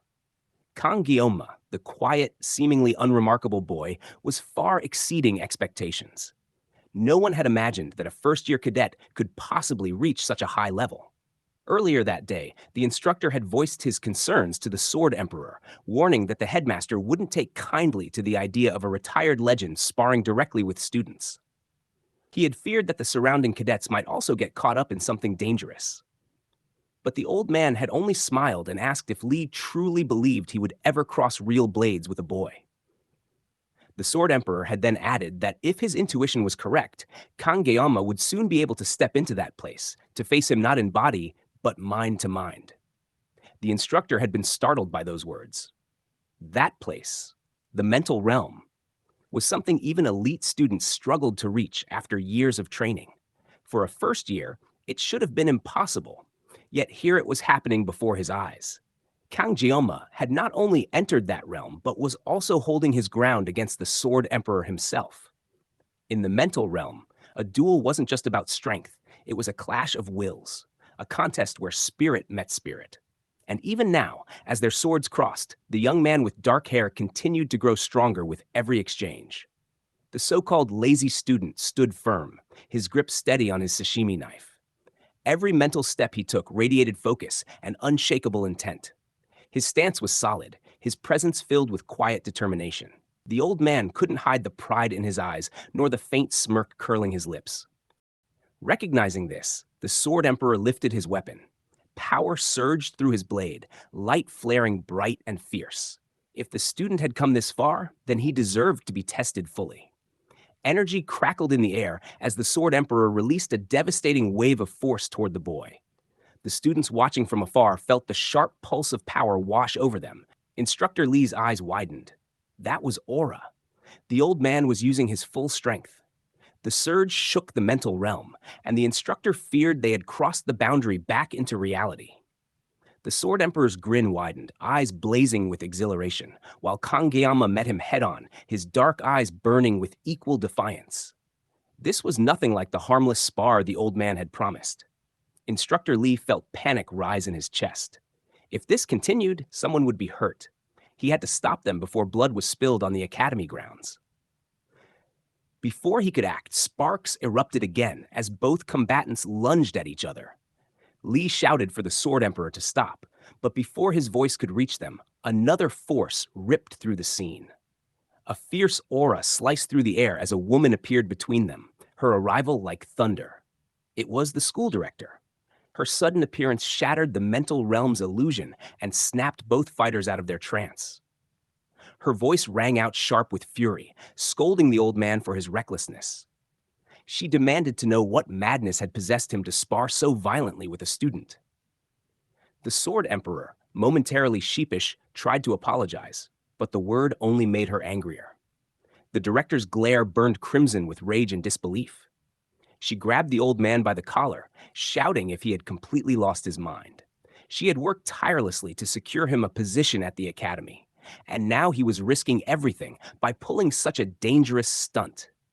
Her frustration spilled over as she asked if he had a death wish. The surrounding students whispered nervously, unsure whether to flee or keep watching. The director, though furious, tried to keep herself composed to avoid causing a bigger scene. The Sword Emperor admitted quietly that he hadn't meant for things to go that far. But the director cursed under her breath, furious at the absurdity of it all. As she ranted, the old man turned his gaze back toward Kangeoma, the boy now calmly sheathing his sashimi knife. The realization dawned on him that he had gone too far. In the heat of battle, he had completely lost control and unknowingly released his full aura against a student. The director's voice snapped him out of his thoughts as she continued hurling insults. Calling out his name, the old man sighed, genuinely apologizing to her for the trouble he had caused. His tone carried real sincerity, something she hadn't expected. For a moment, the director froze in disbelief. In all the 50 years she had known him, not once had the Sword Emperor ever uttered an apology. And now he had done so not once, but twice in the same breath. It was enough to leave even her speechless. Gathering herself, she demanded to know what had possessed him to act so recklessly. He had unleashed the sword spirit's blessing, a technique far too powerful on a student. If she hadn't intervened, it could have ended in disaster. The old man sighed and confessed that without invoking the blessing, he would have lost. His admission struck her like lightning. She stared at him in disbelief. The Sword Emperor, a man of immeasurable pride and power, had admitted to being pushed to the brink by a mere student. She knew of Kangjeoma's talent, but hearing that the old man had nearly been defeated was beyond comprehension. The old man confirmed it. The duel had taken place entirely within the mental realm. The boy had reached that plane already. The director was left stunned. Even the Sword Emperor hadn't begun mastering the mental realm until he was nearly 30. For a 17-year-old to achieve such a thing defied all logic. The old man admitted he didn't understand it either. But if there was anything in the world capable of bridging the gap between youth and experience, it was raw talent. As the air between them cooled, steam rose faintly from the teacup in the Sword Emperor's hand. The director pressed her fingers against her temple, sighing deeply. Kangjeoma, it seemed, was turning out to be far more troublesome than anyone had anticipated. Her thoughts drifted back to the moment she had rushed forward earlier, immediately checking on the student once the fight had been broken up. The boy had been standing there, surrounded by a dense, dangerous aura, his body trembling slightly as he began to emerge from the mental realm's trance. The director froze in place. In that instant, every trace of authority as an educator and every ounce of pride as a 7-star disappeared. What she felt toward that boy wasn't curiosity or irritation, it was fear. A raw, instinctive fear that reminded her of the first time she had stood before Vassan, the 6th Division commander, a towering, monstrous man whose presence alone had made her tremble. Yet here she was, feeling that same dread toward a student. She wondered if it was because the boy's very name carried the word devil. Adjusting her glasses with trembling fingers, she found herself lost in thought, questioning the meaning of what she had just witnessed. Her old friend beside her looked equally unsettled, and judging from his expression, nothing he had told her seemed to be a lie. Gathering herself, she asked if this meant he had actually lost the fight in the mental realm. The old man's face twisted in offense. He barked in outrage that there was no way such a thing could have happened. Even if that boy possessed natural talent, it was nothing compared to a sword emperor who had spent decades perfecting his craft. He reminded her sharply that he hadn't even been fully armed at the time, meaning the boy had never truly faced him at his full strength. The director smirked at his overreaction, teasing that he was contradicting his own favorite saying, that true masters never blamed their equipment. She laughed, pointing out how ridiculous he looked, making excuses like that. The old man's pride flared, his face twitching with anger as he hurled an insult toward her. Unfazed, she shot right back from her lofty chair, threatening to put him in his place. In seconds, the room erupted into their usual friendly shouting match. Elsewhere, two figures clashed fiercely. Their weapons collided with such force that blinding light tore through the sky, shaking both water and earth. One of the fighters was the grinning old man, fully immersed in the thrill of battle. His opponent, none other than Kang Jianma. The intense duel reached its peak, but just as the final blow was about to fall, a distant chime echoed. A notification bell. Jianma's eyes snapped open. He lay in bed, staring blankly at the ceiling, realizing that the entire fight had been a dream. He blinked, trying to make sense of it all. Thinking back, the Sword Emperor had been far too hot-blooded.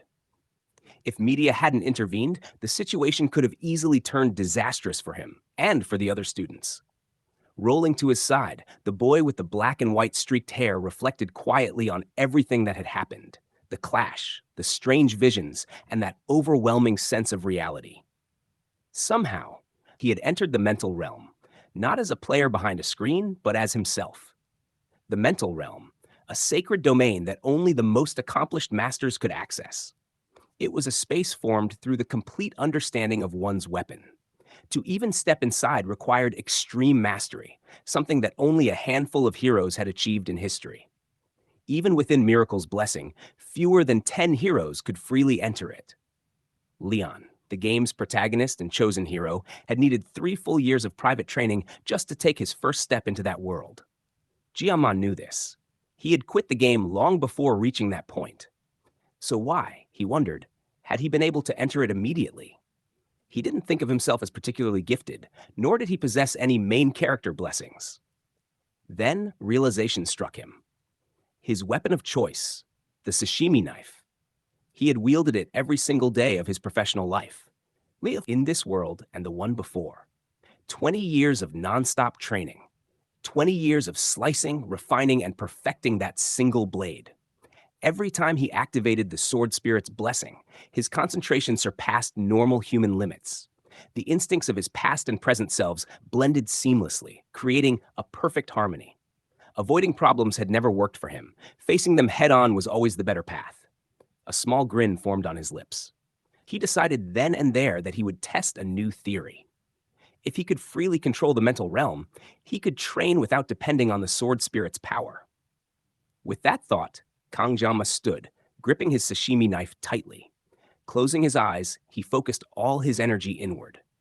The morning light from the window glimmered softly across his face as his breathing slowed. Bit by bit, the world around him dimmed until the light vanished entirely.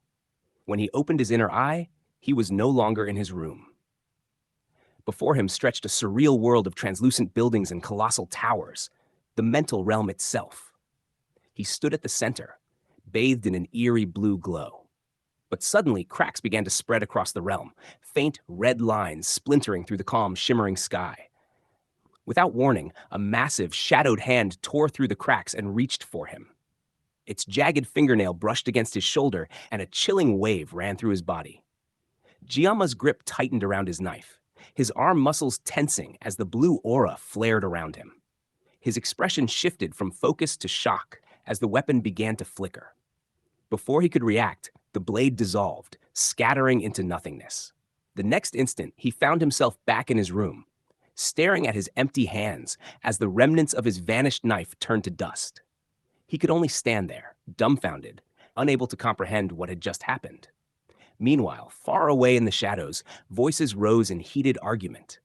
One of the council members slammed his fist against the table, furious that the elder had gone too far this time. His actions, they said, had crossed every line. Sending demons was absolutely forbidden. Those creatures were their enemies. But another elder dismissed the outrage. It didn't matter, he claimed. What mattered was removing the troublemakers before they became a real threat. Someone else then mentioned a name, Kang Jianma. They needed to investigate the academy's top student. Some suspected that he might even be a candidate for the hero's title. Yet others disagreed, insisting that the chosen hero was already confirmed, Leon van Reinhardt. Kang Jianma, they argued, was just a half-baked student who couldn't even manifest his blessing properly. Hardly a threat. But that same half-baked brat had defeated the genius twins during the placement exam, and even now, media was restricting all information about him under the guise of protection. The whole situation stank of secrecy. They couldn't ignore it any longer. If he truly was connected to the hero's fate, then their course of action was clear. The elders concluded that all potential threats must be dealt with swiftly. The 7 stars were already becoming too influential, and with the Sword Emperor appearing at the academy, their control was slipping. Ever since Basman's defeat, public favor had shifted entirely toward the 7 stars, while the elders were dismissed as obsolete relics. It was infuriating. They had always been the ones to guide the foolish masses and preserve the balance of power. But now their authority was fading. And if a new hero rose to prominence, their existence itself could be wiped away. They needed to create an enemy, a scapegoat to maintain their dominance. The decision was unanimous. The hero who stood against the Demon King must be eliminated. Among them, the loudest voice belonged to the same elder who had recently been humiliated in battle. Thanks to that awful woman, he was now forced to persuade the others through sheer effort. The 5th Division commander was furious, and the elder knew that if he failed, he would have to face her, a sadistic feline-like demon known as her Acre, who now hid in plain sight as a teacher at the academy. Between humiliation and death, he would rather beg for the latter. The council's decision was made. Orders were to be delivered to the Auditora family. A heavy hammer dropped to the floor with a metallic thud, echoing like an omen. A man knelt and begged for mercy, an older craftsman in an apron, trembling before a youth holding a blade. Kangyoma scowled, lowering his sashimi knife despite the man's pleading. His new weapon, the Mirasame, had been reforged to resemble his trusted sashimi knife. It was 35 centimeters long, a C-rank weapon with limited range and hardness, but great potential for growth. Gyama examined the blade, irritation flickering in his eyes. The blacksmith explained nervously that he had been forging steel for 30 years, yet he had never seen anything like this. It was as if the Mirasame itself had refused to take a new shape. When he struck the metal, it shattered instantly, not from weakness, but resistance. He had to melt and reforge it again just to stabilize it. Any ordinary smith would have failed, leaving behind nothing but scrap. The old man swore that his account was true. One swing of the hammer, and the blade had broken apart. Even after 20 years handling steel, our guy couldn't help but admire the craftsmanship before him. The weapon's specs matched the strange blessing in uncanny detail, yet its hardness stubbornly remained at the low E rank. The smith pushed back only so far. He insisted the weapon had potential, and that, with proper reinforcement, it could become useful. It wasn't a full apology, but he promised that if the young man brought the necessary enhancement materials, the smith would perform the work for no fee. That offer eased nothing for the anxious student, who demanded to know what would happen if the sword shattered a second time. Panic hit the blacksmith. He stammered that even an E-rank blade with growth potential might ascend to a higher rank, given time. There was one material that never failed, the only thing that could guarantee true reinforcement. But it could be obtained only from a high-ranked demonic beast, A rank or above. Such prey were beyond a student's means. There was no chance of stumbling onto that by luck. Gyama recoiled at the idea of hunting another mermaid. He had no wish to risk his life again just to strengthen a weapon won in a fight. Even lower-ranked demons, he reminded himself, sometimes dropped reinforcement materials unpredictably, despite how careful he'd been. His wallet was already empty. He couldn't afford what he needed. Finally, he pushed the question of promise until the smith swore on his honor as a craftsman. On top of that, the dark-haired boy demanded the smith refund half the value of the ruined B-rank blade's scrap metal. The worker froze in shock. Gyama reminded the man that the sword had cost 10 million. The math hung between them like a weight. The blacksmith argued that he had forged the weapon exactly to order, and that, as promised, he would not charge for enhancement if the materials were supplied. Gyama pointed out an uncomfortable truth. On the market, a B-rank blade reduced to scrap was worth little. Asking half the scrap's value back was reasonable. The smith bristled, furious at being accused of dishonesty, and called the boy a swindler. Gyama didn't flinch. He had planned to test the sword's performance anyway, he said, and as he waved the blade in a threatening casual motion, the smith's face drained of color. Horror replaced anger. The man scrambled backward and began to apologize, begging for mercy. He pleaded that 500 would cover it. But the young man's haggling turned gluttonous. He pushed the demand to 1,000. The blacksmith balked and tried to bargain it down. 800, no more. Gyama raised the magical sword, the point glinting ominously, and the smith squealed that the scraps of a B-rank weapon still carried market value. One could not buy raw scrap at the original price. The boy's expression darkened. His eyes and sword shone with an almost predatory delight. Cornered and terrified, the blacksmith crumpled to the floor and finally agreed to Gyalma's terms. Later that night, after the confrontation, Kang Gyalma sat down with a bowl and the blessing of the sword god menu that always came with a new weapon. He skimmed the usual list of abilities and limitations while nibbling a meager supper. Obtaining or enhancing a weapon increased his armament stat and unlocked extra options. The biggest barrier to using the sword god's blessing had always been the excruciating pain it inflicted. Now, however, the blessing offered a way to reduce that agony. Leveling that skill had to be a priority. He remembered how a friend had tested the pain reduction earlier. What had felt like an approaching death eased to the point of being bearable. The hurt remained severe. But if a single level could change his body that much, then persistent leveling might allow him to use the blessing without collapsing. Weapon armament rose when one obtained or upgraded a blade. And with midterms over, weapon enhancement became his top objective. If he kept growing with resolve and sweat, maybe he would finally understand the strange demonic power that had chosen him.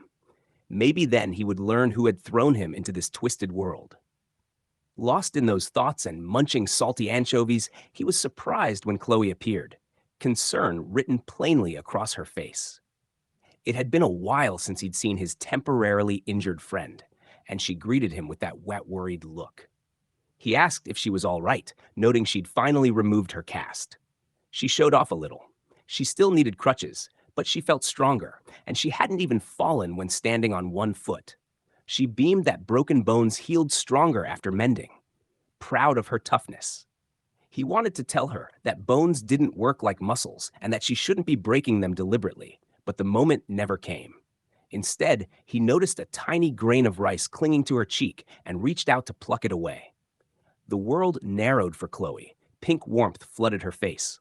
The touch from her crush nearly sent her into ecstasy. Her legs gave out with a surprised squeak. He helped her up, asking if she was okay. She claimed she had simply tripped, hands trembling.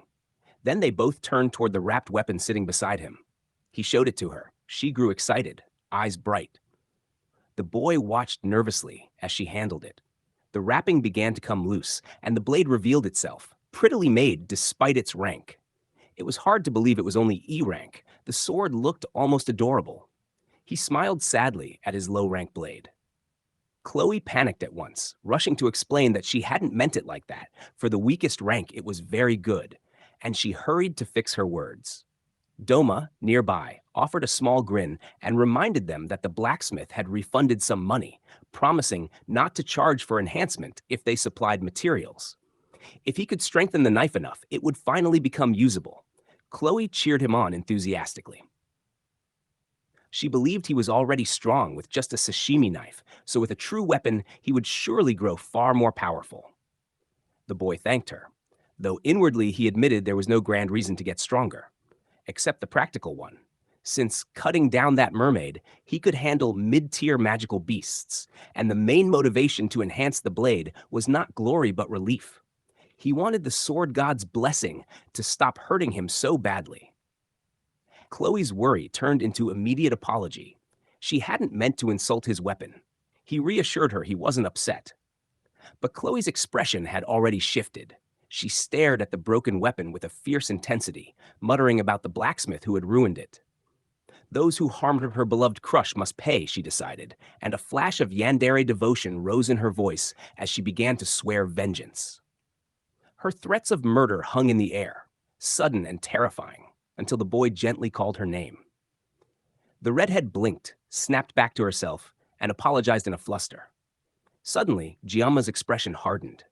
He had sensed something, an aura sharp and heavy enough to make the air tremble. It was powerful, far stronger than anything he had felt nearby, and he couldn't understand how Khloe hadn't noticed it yet. Meanwhile, the red-headed girl, completely unaware, happily skipped toward him, asking where he was heading next. But Gyalma didn't answer.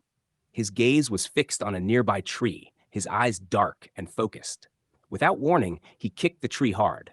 The impact made the trunk shake, and a groan followed as a figure rolled out from behind it. Khloe's older brother, the red-haired assassin. The man clicked his tongue in annoyance, irritated at being caught so easily. He muttered to himself about how careless he'd become, brushing the dust off his clothes. Khloe, wide-eyed, couldn't believe her brother was still lurking around and spying on them. A short while later, Guillaume set his sashimi knife aside while Khloe clung tightly to him, her eyes fierce as she glared at her brother like an overprotective guard dog. Her hostility made it clear.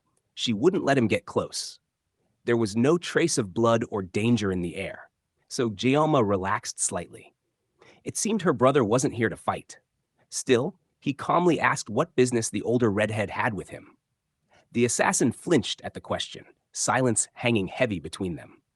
After a long pause, Guillaume lost patience. He reminded the man that he had already explained things clearly before, in a way even he should have understood. That seemed to spark something in the redhead. His gaze turned cold as he said he wasn't here because of any past grudge. He had come for another reason.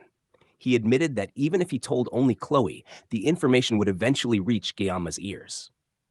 So it was better to say it outright, to both of them. Then came the revelation. It was all connected to Kang Guillaume. Adjusting the mask over his face, the red-haired assassin revealed that the Academy's elders had issued a secret order to dispose of Guillaume. The knife master froze. The elders themselves had made a move, and their target was him. Khloe's anger flared instantly. She shouted at her brother, demanding to know if he had come because of that order, if he intended to harm her friend. Her brother winced at her outburst. He told her that she'd been away from home too long and had lost her sharpness. But Khloe only growled in defiance, planting her feet and urging Guillaume to step behind her. She refused to let anyone, even her brother, hurt him. With her crutch in hand, she swung it wildly like she'd forgotten she was injured. To both men watching, the sight was oddly ridiculous. The red-haired boy sighed, realizing that despite everything, his sister's instincts were still as sharp as ever. Then his attention turned back to Guillaume. He explained that he personally didn't care what Guillaume had been doing lately, but for some reason, the elders were obsessively focused on him. Even within the Auditore family, there was unease about this. The order had been made in secret, bypassing the Academy head entirely. A command to eliminate a mere student went against the very principles the family upheld. Yet, because it was a direct order from the elders, they couldn't ignore it forever. If pressure from above continued, the family would eventually have no choice but to investigate Guillaume themselves. The redhead sighed, rubbing the side of his mask as he admitted that his sister had the right to know what was happening. After all, she was a member of the family too. Khloe was taken aback by this sudden honesty. It became clear that while he had used family duty as an excuse, her brother's true reason for coming was simple. He had been worried about her. Guillaume silently acknowledged that. For all his coldness, the assassin brother's concern was genuine. Having said his piece, the redhead turned to leave before the atmosphere grew any softer. But Guillaume called out to him, addressing him by name, Nox. The assassin paused, glancing back over his shoulder. The last time they had met, Nox had spoken with hostility, but now there was a strange calm in his tone. He admitted that his sister seemed happiest whenever she was by Guillaume's side. Even he, her own brother, had never seen her that content. Khloe froze at his words. Even Guillaume was taken aback to hear such softness from the assassin's voice. Then Nox made a simple request, that Guillaume not let Khloe get hurt again. Guillaume frowned, confused. He didn't understand why Nox would say that. It wasn't as if her injury had been his fault. They had simply been assigned to the same team. As he remained silent, Nox's posture grew tense, clearly expecting some kind of response. Eventually, Guillaume promised that he would look after her as best he could, as long as she was near him. Before leaving, Nox asked one last question. He wanted to know how Guillaume had become so strong. The question caught Guillaume completely off guard. Strong? He hadn't thought of himself that way. To be considered truly strong meant being able to stand firm against any threat at all times, like the Sword Emperor himself. Guillaume knew he couldn't maintain that level of power for long. Barely a minute of full strength each day, hardly something to boast about. He didn't even realize how abnormal his power seemed to others. Still, he didn't feel like discussing strength any further. After all, Nox had already revealed family secrets to him, an outsider. That kind of trust didn't come easy. So instead, Gyoma gave the assassin something to think about. He told Nox that what he lacked was desperation. It didn't matter how much talent or status he had. True strength came from experience. Real, raw experience. He warned Nox that if he stayed confined within the Academy's safety, his growth would eventually reach its limit. To truly evolve, he needed to step into the real world, face danger, and learn from it. If he did that, if he worked hard enough, he would surely gain something. Nox was left stunned by those words. Before he could even respond, Guillaume had already walked off, leaving behind only that calm yet cutting advice. Elsewhere, a teacher stood before a chalkboard, lecturing about divine order and prosperity, about countless gods watching from the heavens above. But Gyama barely listened. His mind was elsewhere, consumed by thoughts of the elders' secret order. Those elders descended from 5 of Balor Haken's 7 disciples, a group with enormous influence, not just within the academy, but throughout the world. In the game's storyline, they had always been portrayed as corrupt remnants, figures who constantly obstructed the protagonist for their own selfish goals. Now, Guillaume wondered why they saw him as such a threat that they wanted to eliminate him entirely. As the lecture droned on, he doodled absent-mindedly in his notes, listing everything he'd done recently. The more he looked, the more he realized how much chaos he'd caused, despite trying to live peacefully. He had always aimed for stability and safety, but things just kept spiraling further out of control. Even then, it made no sense for the elders to target him. He hadn't done anything wrong. Then his eyes stopped at one line on the page, saving Leon during the midterms on Scopuli Island. That was when it hit him. They weren't after him. They were after Leon. He had just been caught in the way. No matter how much the media tried to bury it, the truth must have spread that he was the one who defeated the mermaid during that incident. And now, that fact had reached the ears of the Academy's highest nobles, which meant the Elder's real target wasn't him at all, but the one he had saved. Such betrayal wasn't just an act of obstruction, it was an attempt to murder the hero himself, a mere boy still in training. The thought alone was terrifying. Even with all their corruption, no one had believed the Elders could sink this low. Their duty was to protect humanity and the Academy, not prioritize their power above it. The dark-haired boy who watched this unfold could only seethe in silence. He hadn't expected the rot within the council to be this deep. A part of him wanted to storm into their chambers right then and there, to end every last one of those decrepit men with a single sweep of his blade. But it wasn't time yet. When that moment finally arrived, he swore he would show no hesitation. For now, life went on as usual. The classroom buzzed with lectures and scribbling pens as the teacher instructed everyone to take notes. But the boy's mind wasn't in class. While others wrote about theory, his thoughts wandered to the thought of slicing through corruption. His focus drifted from the lecture to his blade, from words to violence. He tried jotting a few more notes to keep up appearances, but soon gave up. His mind was already planning his next move, enhancing his weapon. For that, he'd need dungeon materials. However, the dungeon was too dangerous to challenge alone, so he needed a party. Khloe would surely agree to help. But instead of brute strength like Rachel, he preferred someone more tactical this time. As the teacher's voice droned on about nurturing the next generation, the boy quietly built his plan. A spark of inspiration struck. He should recruit Speed Weapon. That guy would be the perfect addition to his team. Later, he made his way to the Dragon Class building. The air was thick with arrogance as soon as he entered.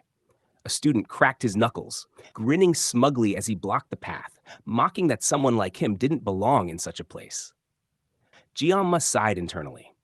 Having dealt with arrogant customers and entitled men for years in another life, he found brats like this insufferable. Calmly, he told the sneering student to move before he lost his jaw. That only enraged the brute further. He lunged with a raised fist, shouting in fury, but he was far too slow. Before the punch could land, someone suddenly appeared between them. A single hit sent the big brute flying backward, crashing to the ground with a heavy thud. The onlookers gasped, murmuring about a fight breaking out. But when the dust cleared, the scene was already over. The attacker stood casually while the fallen brute lay unconscious on the floor.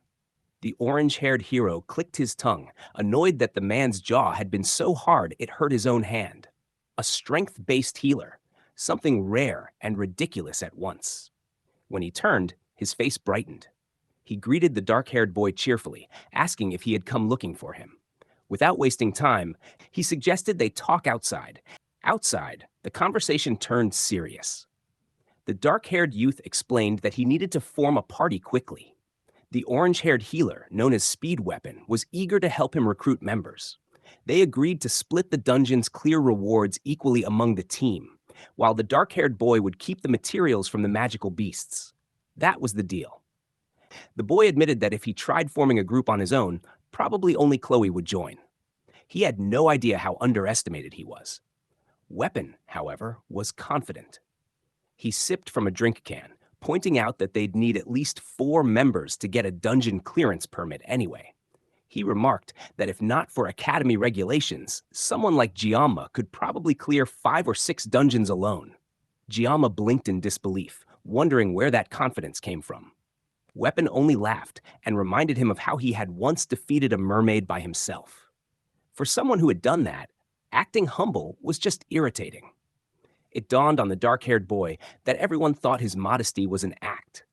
The healer grinned, saying that it seemed he was doing better now. Surprised, the boy admitted it was thanks to some good recovery and rest over the past few days. Satisfied, Weapon agreed to the offer. He felt that working alongside someone like Giamma might actually be interesting, and maybe even fun. The boy thanked him sincerely. Then the healer asked which dungeon he had in mind. The answer came instantly, the Crank Buffalo dungeon in Chiwan. Weapon raised an eyebrow at the choice, calling it a classic. With Khloe and himself, that made 3, but they still needed a 4th. When asked if he had any preferences for the last member, the dark-haired boy replied that he'd rather not have Rachel or Leon. That made the healer laugh. Rachel had been training non-stop since Goma's hospitalization, while Leon was busy preparing for upper-grade dungeon raids with senior students. Neither would be available, much to the boy's relief. There was one person who came to mind, but by now, that person was probably asleep. Giamma was puzzled. Who could possibly be asleep at this hour? The healer only chuckled, saying that was just how she was.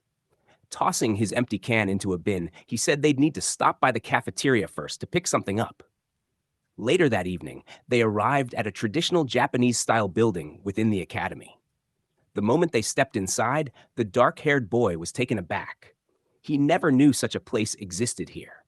Even during his time playing Miracle's Blessing M, he had never visited this area. In his past life, he'd been a chef specializing in Japanese cuisine, yet he had never been to Japan itself. Standing inside the peaceful, tatami-lined home gave him a strange sense of satisfaction, almost like fulfilling a long-forgotten wish. They followed the sound of arrows hitting targets until they reached a quiet shooting range. There, among the bullseye-struck boards, was a girl napping peacefully. Weapon crouched beside her and tried to wake her, but she didn't stir. Even after several attempts, she only mumbled and turned over. Then, with a mischievous grin, he leaned closer and mentioned that he'd bought it. That word alone made her spring upright like lightning. Dizzy and disoriented, she blinked rapidly. Weapon pointed toward Giamma, telling her to look his way. Before he could react, the girl launched herself forward like a blur. For a split second, the boy thought she was attacking him, but her true target was the bag in his hand. She snatched it midair, spinning like a whirlwind before crashing down with a loud thud. When the dust settled, the dark-haired boy found himself flat on his back, pinned under the girl who was now happily munching on the snacks she had stolen. Between bites, she hummed in delight, completely ignoring his dazed expression. As she licked her fingers, she turned to him with bright, innocent eyes and asked if he had any more yang to share. Back in his previous life, the kitchen buzzed with the sound of clattering pans and sizzling oil when a sudden, ear-piercing scream shattered the rhythm. Every chef froze in shock. The source of the outburst was none other than the protagonist himself. It had finally arrived, the moment of truth. For him, it was the only miracle that had ever visited his dull-act, work-filled life. The long-awaited event known as Miracle's Blessing M had finally appeared. In that previous world, both in the game and in reality, he had merely scraped by, enduring a life surrounded entirely by men. And yet, when the game appeared, it had been like salvation, a light that comforted his weary heart. He remembered trembling in the small, cramped bathroom of the restaurant that day, laughing through disbelief as the event banner flashed before him. It had appeared right after he'd spent some money, as if rewarding him for his dedication. That game had introduced him to his angel, the one who had made him willingly open his wallet. Abel von Nibelung, the radiant beauty who had captured his attention. But this time, things didn't go as he remembered. Instead of his beloved angel, a different girl appeared on the screen, one who looked similar, but not quite the same. She greeted him casually, her expression indifferent as she asked if he had any yongjang. Her name was Saki Ryojo, and she was most definitely not Abel. He froze, staring at his phone in horror and disbelief. It took him only a second to realize the bitter truth. He had been scammed. Miracle's Blessing M was a game centered around the protagonist Leon, featuring many heroines, each with distinct abilities and charms. Yet, the developers had clearly declared Abel von Nibelung as the main heroine. She and Leon were the perfect pair, the ones who would always appear in times of crisis and lead everyone to victory. The story had beautifully depicted the hardships they overcame together and the way their love blossomed amidst chaos. Even as a player, he had been completely enchanted by Abel's charm. So much so that he had spent over 141 just to obtain her. It had been an obsession, a spell he couldn't resist. As a result, all the other heroines had slowly faded into the background, especially Saki, the blue-haired girl who resembled Abel but never quite matched her brilliance. She was his first 5-star pull, Saki Ryojo, daughter of Jiolen, a character who had disappeared from relevance faster than anyone else. And yet now, she was standing right before him. He quickly pieced things together. This girl was the reason that the orange-haired boy, Weapon, had been acting so confident earlier.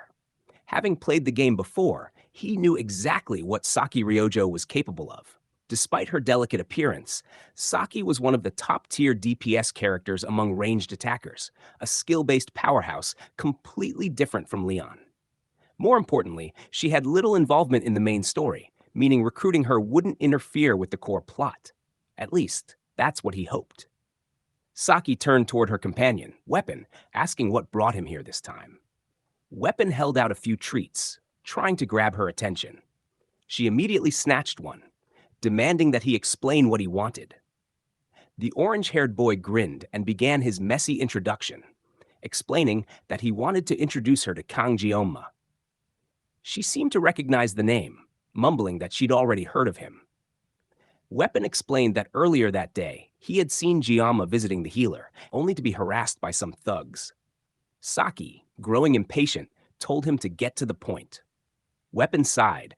They were recruiting for the upcoming Buffalo Dungeon raid next week. His explanation was chaotic at best, living up to his nickname, Speed Weapon. He hurriedly added that the loot would be shared evenly, except for the horns, which would be divided separately. That made Saki pause. She turned her sharp blue eyes toward Jioma, studying him carefully. She remembered him, the boy who had fought that one opponent during the training subspace session. Jioma confirmed it was him, meeting her gaze calmly. She scrutinized him for a moment before looking away, saying that since dungeon rewards affected their grades anyway, there was no reason to refuse. However, Jioma's expression seemed hesitant, which she immediately noticed. She frowned, saying she didn't want to work with someone who seemed so unmotivated. Jioma, however, thought it was a bit rich coming from someone he had found half asleep moments ago. Weapon quickly tried to defend him, insisting that she had seen Jioma's duel and should know he wasn't an ordinary person. But Saki wasn't convinced. She coolly remarked that maybe his opponents were simply weak. Weapon almost blurted out that Jioma's opponent had been from the Auditore family and during the midterms, but he stopped himself just in time, realizing he was about to reveal something important. Saki's sharp instincts caught his hesitation, and Guillaume's expression darkened slightly. Weapon groaned, saying he couldn't explain, but asked her to just trust him. Saki refused flatly, reminding him that she wasn't his obedient pet and had no reason to listen to him. Their healer, who had been quietly watching the exchange, chimed in, teasing that Saki drooled over Youngjing's like a hungry mutt, so she didn't have much room to talk. Saki snapped at him, yelling that the healer himself had bragged about being an expert on Yongjings. The healer only shrugged, replying that was exactly why he had brought some with him in the first place. Meanwhile, Giamma was growing increasingly irritated. Her behavior made no sense to him. A party member could be greedy or rude, but being both was just asking for trouble. If she was going to keep acting like that, he saw no reason to waste his time convincing her to join. Turning to his teammate, the boy decided that enough was enough. There was no point in begging someone with such an attitude. A person like that was poison to a party. Better to leave and find someone more reliable. That remark instantly struck a nerve with Saki. Her eyes narrowed, and she snapped that perhaps their dungeon raid wasn't as urgent as they claimed. Without saying a word, the main character calmly reached into his jacket. From within, he pulled out a small sashimi knife, one that shimmered faintly as he drew it. Both Saki and her companion froze, startled by the eerie glow radiating from the blade. Guillaume, the black-haired boy, made a casual motion, slicing through the air with effortless grace. A clean, visible arc of energy formed before him, and the knife left his hand in a blur. It flew straight toward a distant target, striking dead center, even though he hadn't so much as glanced at it. The two before him were left stunned. The girl's eyes widened in disbelief as the knife hit perfectly. He looked effortlessly composed, his expression unreadable as he glanced at the archer. The blue-haired girl could only stare back, frozen between awe and unease. A shiver ran down her spine, not of fear, but of realization that this boy wasn't ordinary. Time passed, and the scene shifted to a quiet room where Saki sat waiting. A door creaked open, and she greeted the arriving group. Her teammates filed in, commenting on how early she'd arrived. Khloe was the first to greet her warmly, her cheerful energy filling the room. Across from her, the blue-haired archer's eyes met those of the dark-haired boy. She offered a cautious greeting, still wary of his unnerving precision from before. Giamma responded in kind, noting inwardly that using his sashimi knife to make an impression seemed to work every time. The healer plopped down beside Saki, impressed that she had already completed the dungeon permit paperwork. She brushed it off, saying it only took a few clicks. Now that the permits were done, they could begin preparing for their raid.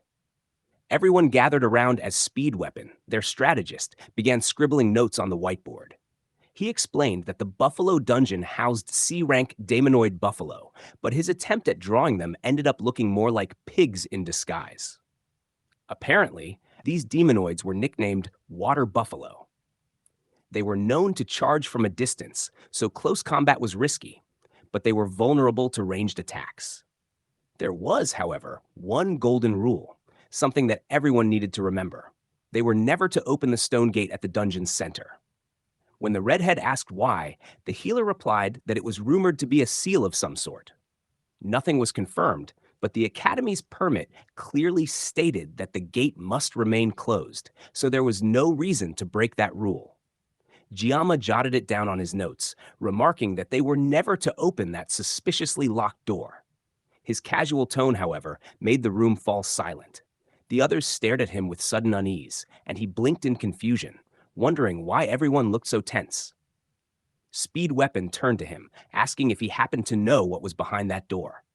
Giamma quickly denied it, saying that it was obviously something they shouldn't mess with. Deep down, though, he knew the truth, that behind that door lurked a hidden boss he wanted nothing to do with. The healer sighed in relief, saying he thought it might have been something worse. Giamma mentally exhaled, grateful that the tension had passed. The locked gate wouldn't open unless specific conditions were met anyway. It was sealed by the system, so he had nothing to worry about.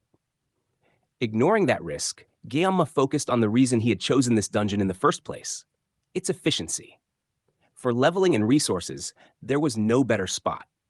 His attention drifted to the blue-haired archer, who was munching on her favorite snack as usual. When she noticed his gaze, he awkwardly mentioned that she really seemed to like those. Saki, who overheard, casually commented that brainy types needed candy to think. Giamma couldn't help but find it ironic, considering she could barely string her words together sometimes. That's when he noticed something else, a low growl coming from Khloe. His partner's expression had darkened, and her hand was already inching toward her knife. She had clearly noticed how long he'd been looking at another girl. Before he could react, he felt something else, a chilling awareness that they were being watched. Even as Khloe tried to suppress her jealous yandere instincts, Giamma's eyes narrowed. Whoever it was, someone had their gaze locked on them. For now, he could only wait in silence, his thoughts hidden beneath a shadowed expression. Their journey led them to a new location, Gamuel Duchin. The team boarded a bus bound for the area. Giamma sat near the window, his mind wandering back to his past life. He remembered the day he'd been discharged from the army, the day he swore never to return to the cursed city of Chiorwin, not even to relieve himself there. Yet here he was, heading straight back to that same place.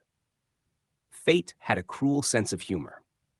The bus screeched to a stop, and an authoritative voice outside called out, identifying it as a Joaquin Academy transport. The man asked how he could assist as he handled strange glowing barriers on the roadside. Gioma leaned toward the window, observing carefully. Civilian access seemed restricted, most likely because this entire border lay within a dungeon zone. The security presence was heavy, and every movement was being watched. As if to confirm it, Gioma muttered internally that the elders were definitely keeping an eye on them. From the back of the bus, Speed Weapon called out cheerfully, asking if his captain wanted some boiled eggs. Giamma blinked at the random offer before politely declining, wondering who even ate eggs on a bus these days. The orange-haired healer leaned over, teasing him about being nervous over something as minor as a C-rank dungeon. He told Giamma to relax. The boy chuckled awkwardly, admitting that he was fine. Then the healer turned to Saki, offering her some eggs too. She scowled, refusing with an irritated huff, while Khloe slept beside her, hugging her katana like a pillow. The bus continued forward, and the blue-haired archer glanced up, her bright eyes quietly studying the dark-haired boy. He noticed her gaze and turned his head just in time to catch her staring.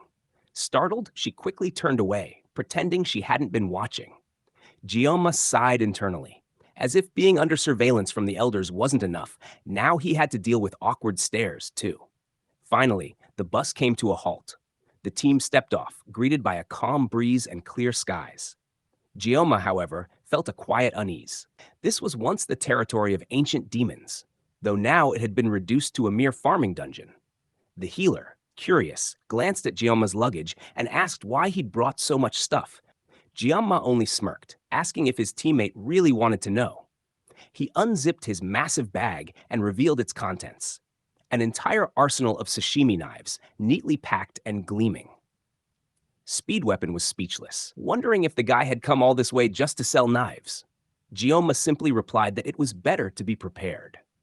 The healer laughed, saying that he sounded like an old man, but deep down, he trusted that Gioma had his reasons. Khloe was the first to step forward, her tone full of confidence as she volunteered to take point for the team once again. Gioma, their leader, nodded. As usual, he was counting on her. With that, the team gathered their gear and marched toward the dungeon's entrance. When they arrived, they found the dungeon gate sealed tight. The guards quickly noticed the approaching group and straightened at the sight of their uniforms. These were students from Joaquin Academy. Before entry, they were instructed to sign the visitor log. One by one, the students scribbled their names in casual order. But the moment Giamma wrote his, the security guards subtly tensed. The main character noticed immediately, his eyes narrowing at the change in their expressions. The team's healer called out, urging Giamma to stop dawdling and get moving. The dark-haired boy agreed, and together the team turned toward the massive gates as they began to crack open before them. A foul stench escaped the opening, causing the orange-haired boy to groan in disgust. He warned the others to watch their steps as they entered. Still, the main character couldn't shake the uneasy feeling left by the guard's reaction. Glancing over his shoulder, he caught sight of the man's uneasy gaze before the door slammed shut behind them with a heavy thud. He exhaled quietly, hoping everything would turn out fine. The team ventured deeper into the dungeon. After a while, something odd caught their attention.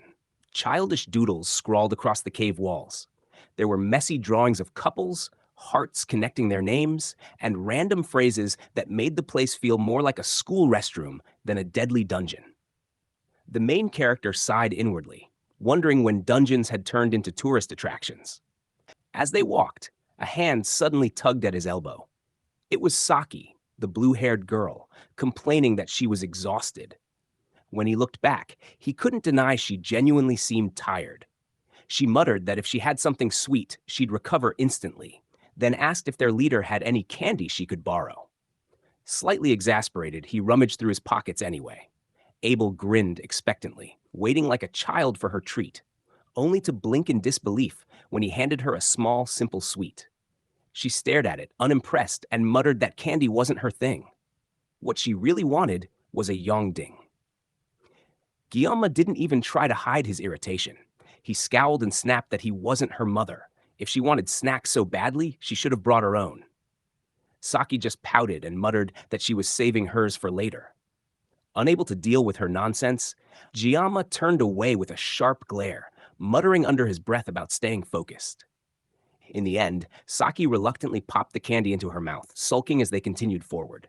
But before they could relax, the redhead suddenly raised her hand, halting the team. Her sharp senses caught movement ahead. 4 monsters, closing in fast. They were charging straight toward them, roughly 200 meters away.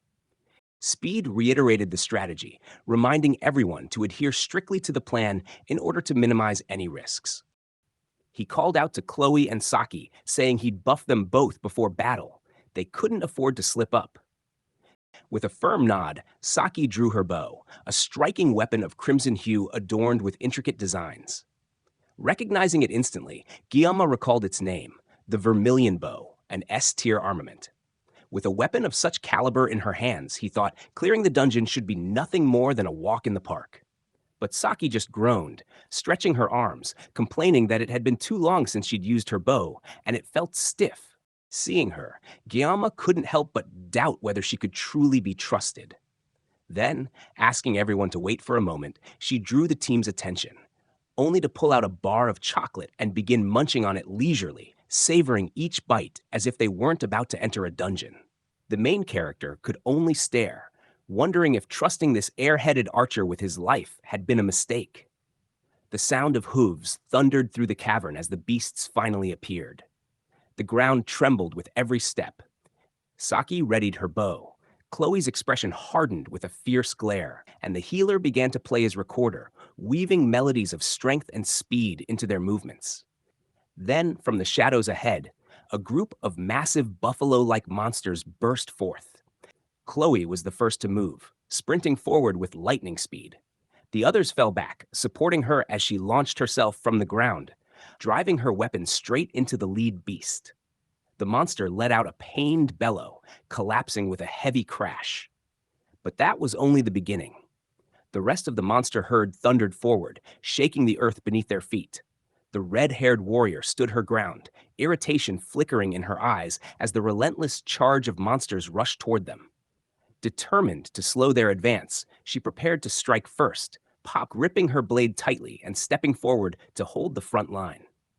From behind, the orange-haired boy shouted for her to pull back, insisting she follow the original plan instead of charging in alone. But before she could respond, a sharp gleam flashed through the battlefield. From a distance, a calm, focused presence emerged. Saki, her long blue hair flowing like a river of light as she steadied her aim. Her fingers drew the bowstring, and a faint shimmer of magic danced along the arrow's edge. With perfect precision, she loosed it. The arrow streaked through the air like a beam of light, smoke and wind spiraling in its wake. A rain of glowing arrows followed, slicing into the stampede of raging black bulls that thundered toward them. Khloe's eyes widened as the arrows tore through the beasts effortlessly, the monsters exploding into brilliant flashes of red and gold as they fell apart. The young assassin froze for a heartbeat, awestruck by the display of overwhelming firepower. Saki, however, simply grinned with playful satisfaction. For her, that had gone far smoother than expected. She casually went on munching her snacks, unfazed by the tension around her. Giamma, his expression clearly annoyed, muttered under his breath that she had even destroyed the horns.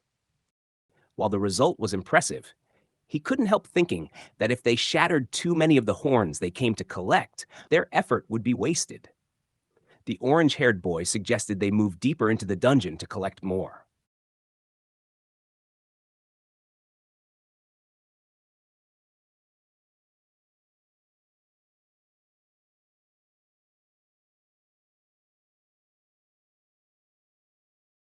It barreled straight toward Saki, who was still chewing her treat, unaware of the danger until the last second.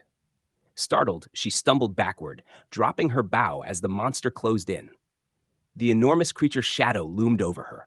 She braced herself, throwing her arms up instinctively, but the fatal blow never came. When she opened her eyes, she found herself cradled in Guillaume's arms. The monsters that had nearly struck her were now cleaved cleanly in two.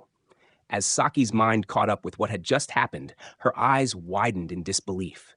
The bisected creatures crashed to the ground behind them with a dull thud.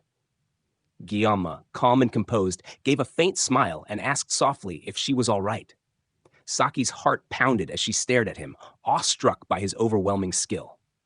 Meanwhile, far beyond the dungeon walls, a phone rang in a dimly lit control post.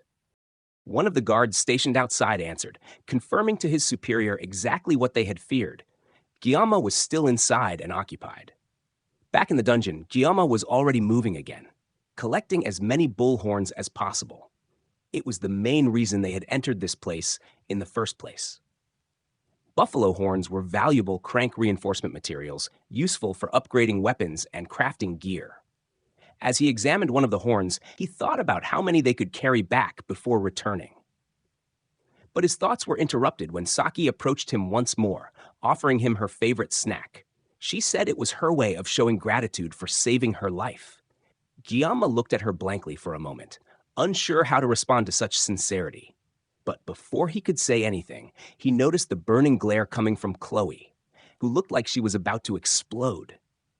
The redhead's irritation seemed to have intensified purely because Saki had dared to get that close to him. Trying to diffuse the tension, Guillaume turned toward Khloe and called out to her. His sudden attention caught her off guard, but she quickly composed herself as he leaned closer to whisper a few quiet instructions. She listened carefully, nodding as the two exchanged words in hushed tones.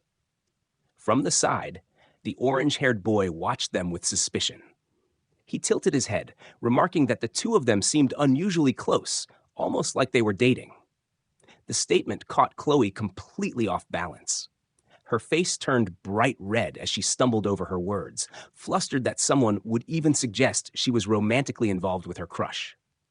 Guillaume, however, remained calm, remarking that it was narrow-minded to assume every interaction between a man and a woman had to be romantic. The orange-haired boy just grinned shamelessly, insisting that they looked like a couple since they were always together. Khloe's expression darkened further, glaring at him in sheer disappointment, though he couldn't quite figure out what he'd said wrong this time.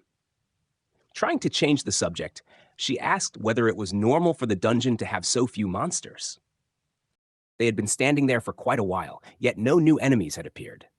The healer frowned, pointing out that even in a popular dungeon, the lack of monsters was unnatural. He turned to Saki for her opinion, and after a thoughtful pause, she agreed. The buffaloes they'd fought earlier had been acting strangely too. Her comment drew curious looks from the others. She explained that the monsters seemed to be running from something, an unnatural behavior for creatures like them. Normally, buffalo-type monsters were calm and even used by locals for farming. That realization unsettled the group. Something deeper was clearly wrong here. Giamma muttered that the real problem was people thinking it was safe to domesticate demonic buffalo in the first place. Clearly, the common folk had lost their minds. His dry remark earned a few nervous chuckles, but no one could shake off the sense of unease. Still, they reassured themselves that they could call for help anytime since their signal was stable. For now, they chose to keep moving forward. As they walked, curiosity sparked again. Giamma asked how the healer and the archer knew each other. Saki proudly explained that she had ranked first in the written exams, while the healer had come second. He had bragged about it endlessly afterward, which still amused her. The healer groaned in protest, muttering that she shouldn't tarnish his name with teasing. Saki only beamed, proudly adding that she had placed third overall in the placement tests, something she was quite proud of. Giamma was mildly surprised. He had always thought the orange-haired healer was just a loudmouth, never realizing he was actually academically talented. The boy, meanwhile, looked stunned that his hero saw him that way, quickly mentioning that he was related to Rachel. That revelation made things click for Giamma. No wonder the healer had that same chaotic energy. As a player, he had never known the connection between them. Until now. The orange-haired boy spoke up first, revealing that his family belonged to a branch of the Chang'an clan, a distant line connected to Rachel's main family. He seemed like he wanted to say more, but stopped midway, brushing it off and saying there was no point in talking about it further. The dark-haired boy beside him stayed quiet, his expression unreadable. Their team's healer nudged him lightly on the shoulder, teasingly asking why their leader always looked so serious when he was supposed to be living the dream. The healer joked that their captain was the impressive one here, and that he'd better not forget his teammates once he became famous. The dark-haired boy gave a small smile and assured him that would never happen. Weapon, the loudest of the bunch, shoved his hands into his pockets and added that their leader might even end up joining one of the 7 heroes someday. The red-haired member agreed, saying Weapon wasn't wrong. Their team lead truly had the potential. But their leader said nothing, lost in thought as his gaze drifted toward the quiet Japanese girl walking beside them. She moved silently, not uttering a word. Then the girl finally broke her silence. In a calm yet sharp tone, she said that she despised the 7 heroes. Her words hit like a shockwave. The others stopped in their tracks, caught completely off guard by such a bold statement. Even Weapon blinked in surprise, muttering under his breath, wondering what her deal was. Without paying heed to her words, Speed urged the group to keep moving, emphasizing that they still had 20 buffaloes left to defeat before they could head back. As they advanced through the dim corridor, Giamma's eyes caught something strange, deep purple slash marks across the ground, still oozing faint mist. Nearby, the earth was littered with purple, gem-like stones, glimmering eerily under the dungeon light. Meanwhile, outside the dungeon, a guard reported to his superior that by now, Giamma and his team should have encountered the buffaloes. Those beasts had been driven into a frenzy by the magic stones, ensuring the plan would go smoothly. On the other side of the call, a woman's cold, calculating voice responded that she did not have high expectations, though she still hoped the mission would succeed. She then asked about another matter. The guard confirmed it confidently, stating that the berserk buffaloes would be more than enough to finish Giamma's group. The woman, the same wicked instructor from earlier, chuckled darkly and warned the guard to rein in his confidence. Her voice turned venomous as she threatened that if the operation failed, he would be the one to take responsibility. After the call ended, the guard's expression darkened. He sighed, realizing how deeply he was trapped in this treacherous situation. His eyes drifted toward the dungeon's massive gate, from which a dark, sinister aura seeped. The air felt heavy, thick with malice. He wondered if Giamma had already seen through his deception. Determined to confirm their deaths with his own eyes, the guard steeled himself and decided to enter the dungeon. Inside, Khloe suddenly called out to Giamma, saying she had sensed monsters approaching from behind. When asked for details, she reported that her blessing detected around 50 of them, closing in fast.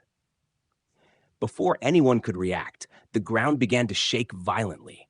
The group turned in unison, confusion spreading. Saki asked about the strange rumbling, but her voice was soon drowned out by a deep, echoing roar. A moment later, the source appeared. A massive horde of buffaloes, charging straight at them. The ground quaked under their hooves, the wind howled through the tunnel, and the beast's crimson eyes burned with fury. Panic shot through the group. The number of buffaloes was far beyond what they had anticipated. The usually docile creatures were now in a state of pure, uncontrollable rage. Giamma analyzed the situation quickly, the charging beasts, the confined space, and the knives he carried. His master's old words resurfaced in his mind. Every knife had a purpose, One could not use a knife meant for chicken to butcher a cow, nor a sashimi blade for meat. He recalled his master's demonstration, slicing a fish effortlessly in half, explaining precision and intent. Giamma had once joked about using a sashimi knife to cut beef, and his master, with a small approving smile, had said that while reckless, it was not impossible for one with true skill. Back in the present, a faint smirk curved across Giamma's face. The absurdity of using a sashimi knife against buffaloes amused him, but there was no time to dwell on it. He began issuing commands. He would draw the buffalo's attention. Khloe would flank them to break formation. Speed would provide cover and create openings, and Saki would handle any beasts that came too close. Each of them understood their role instantly. Saki glanced at Speed, uneasy about how calm Giamma seemed amid the chaos. Speed, despite his own nerves, kept his composure, understanding well the faith their leader placed in them. Giamma's eyes hardened with focus. He opened his bag and pulled out multiple knives, gripping 8 at once. Blue energy surged around his body as his blessing activated, the air vibrating with power. The buffaloes let out thunderous roars as they charged, shaking the entire cavern. Then Giamma moved.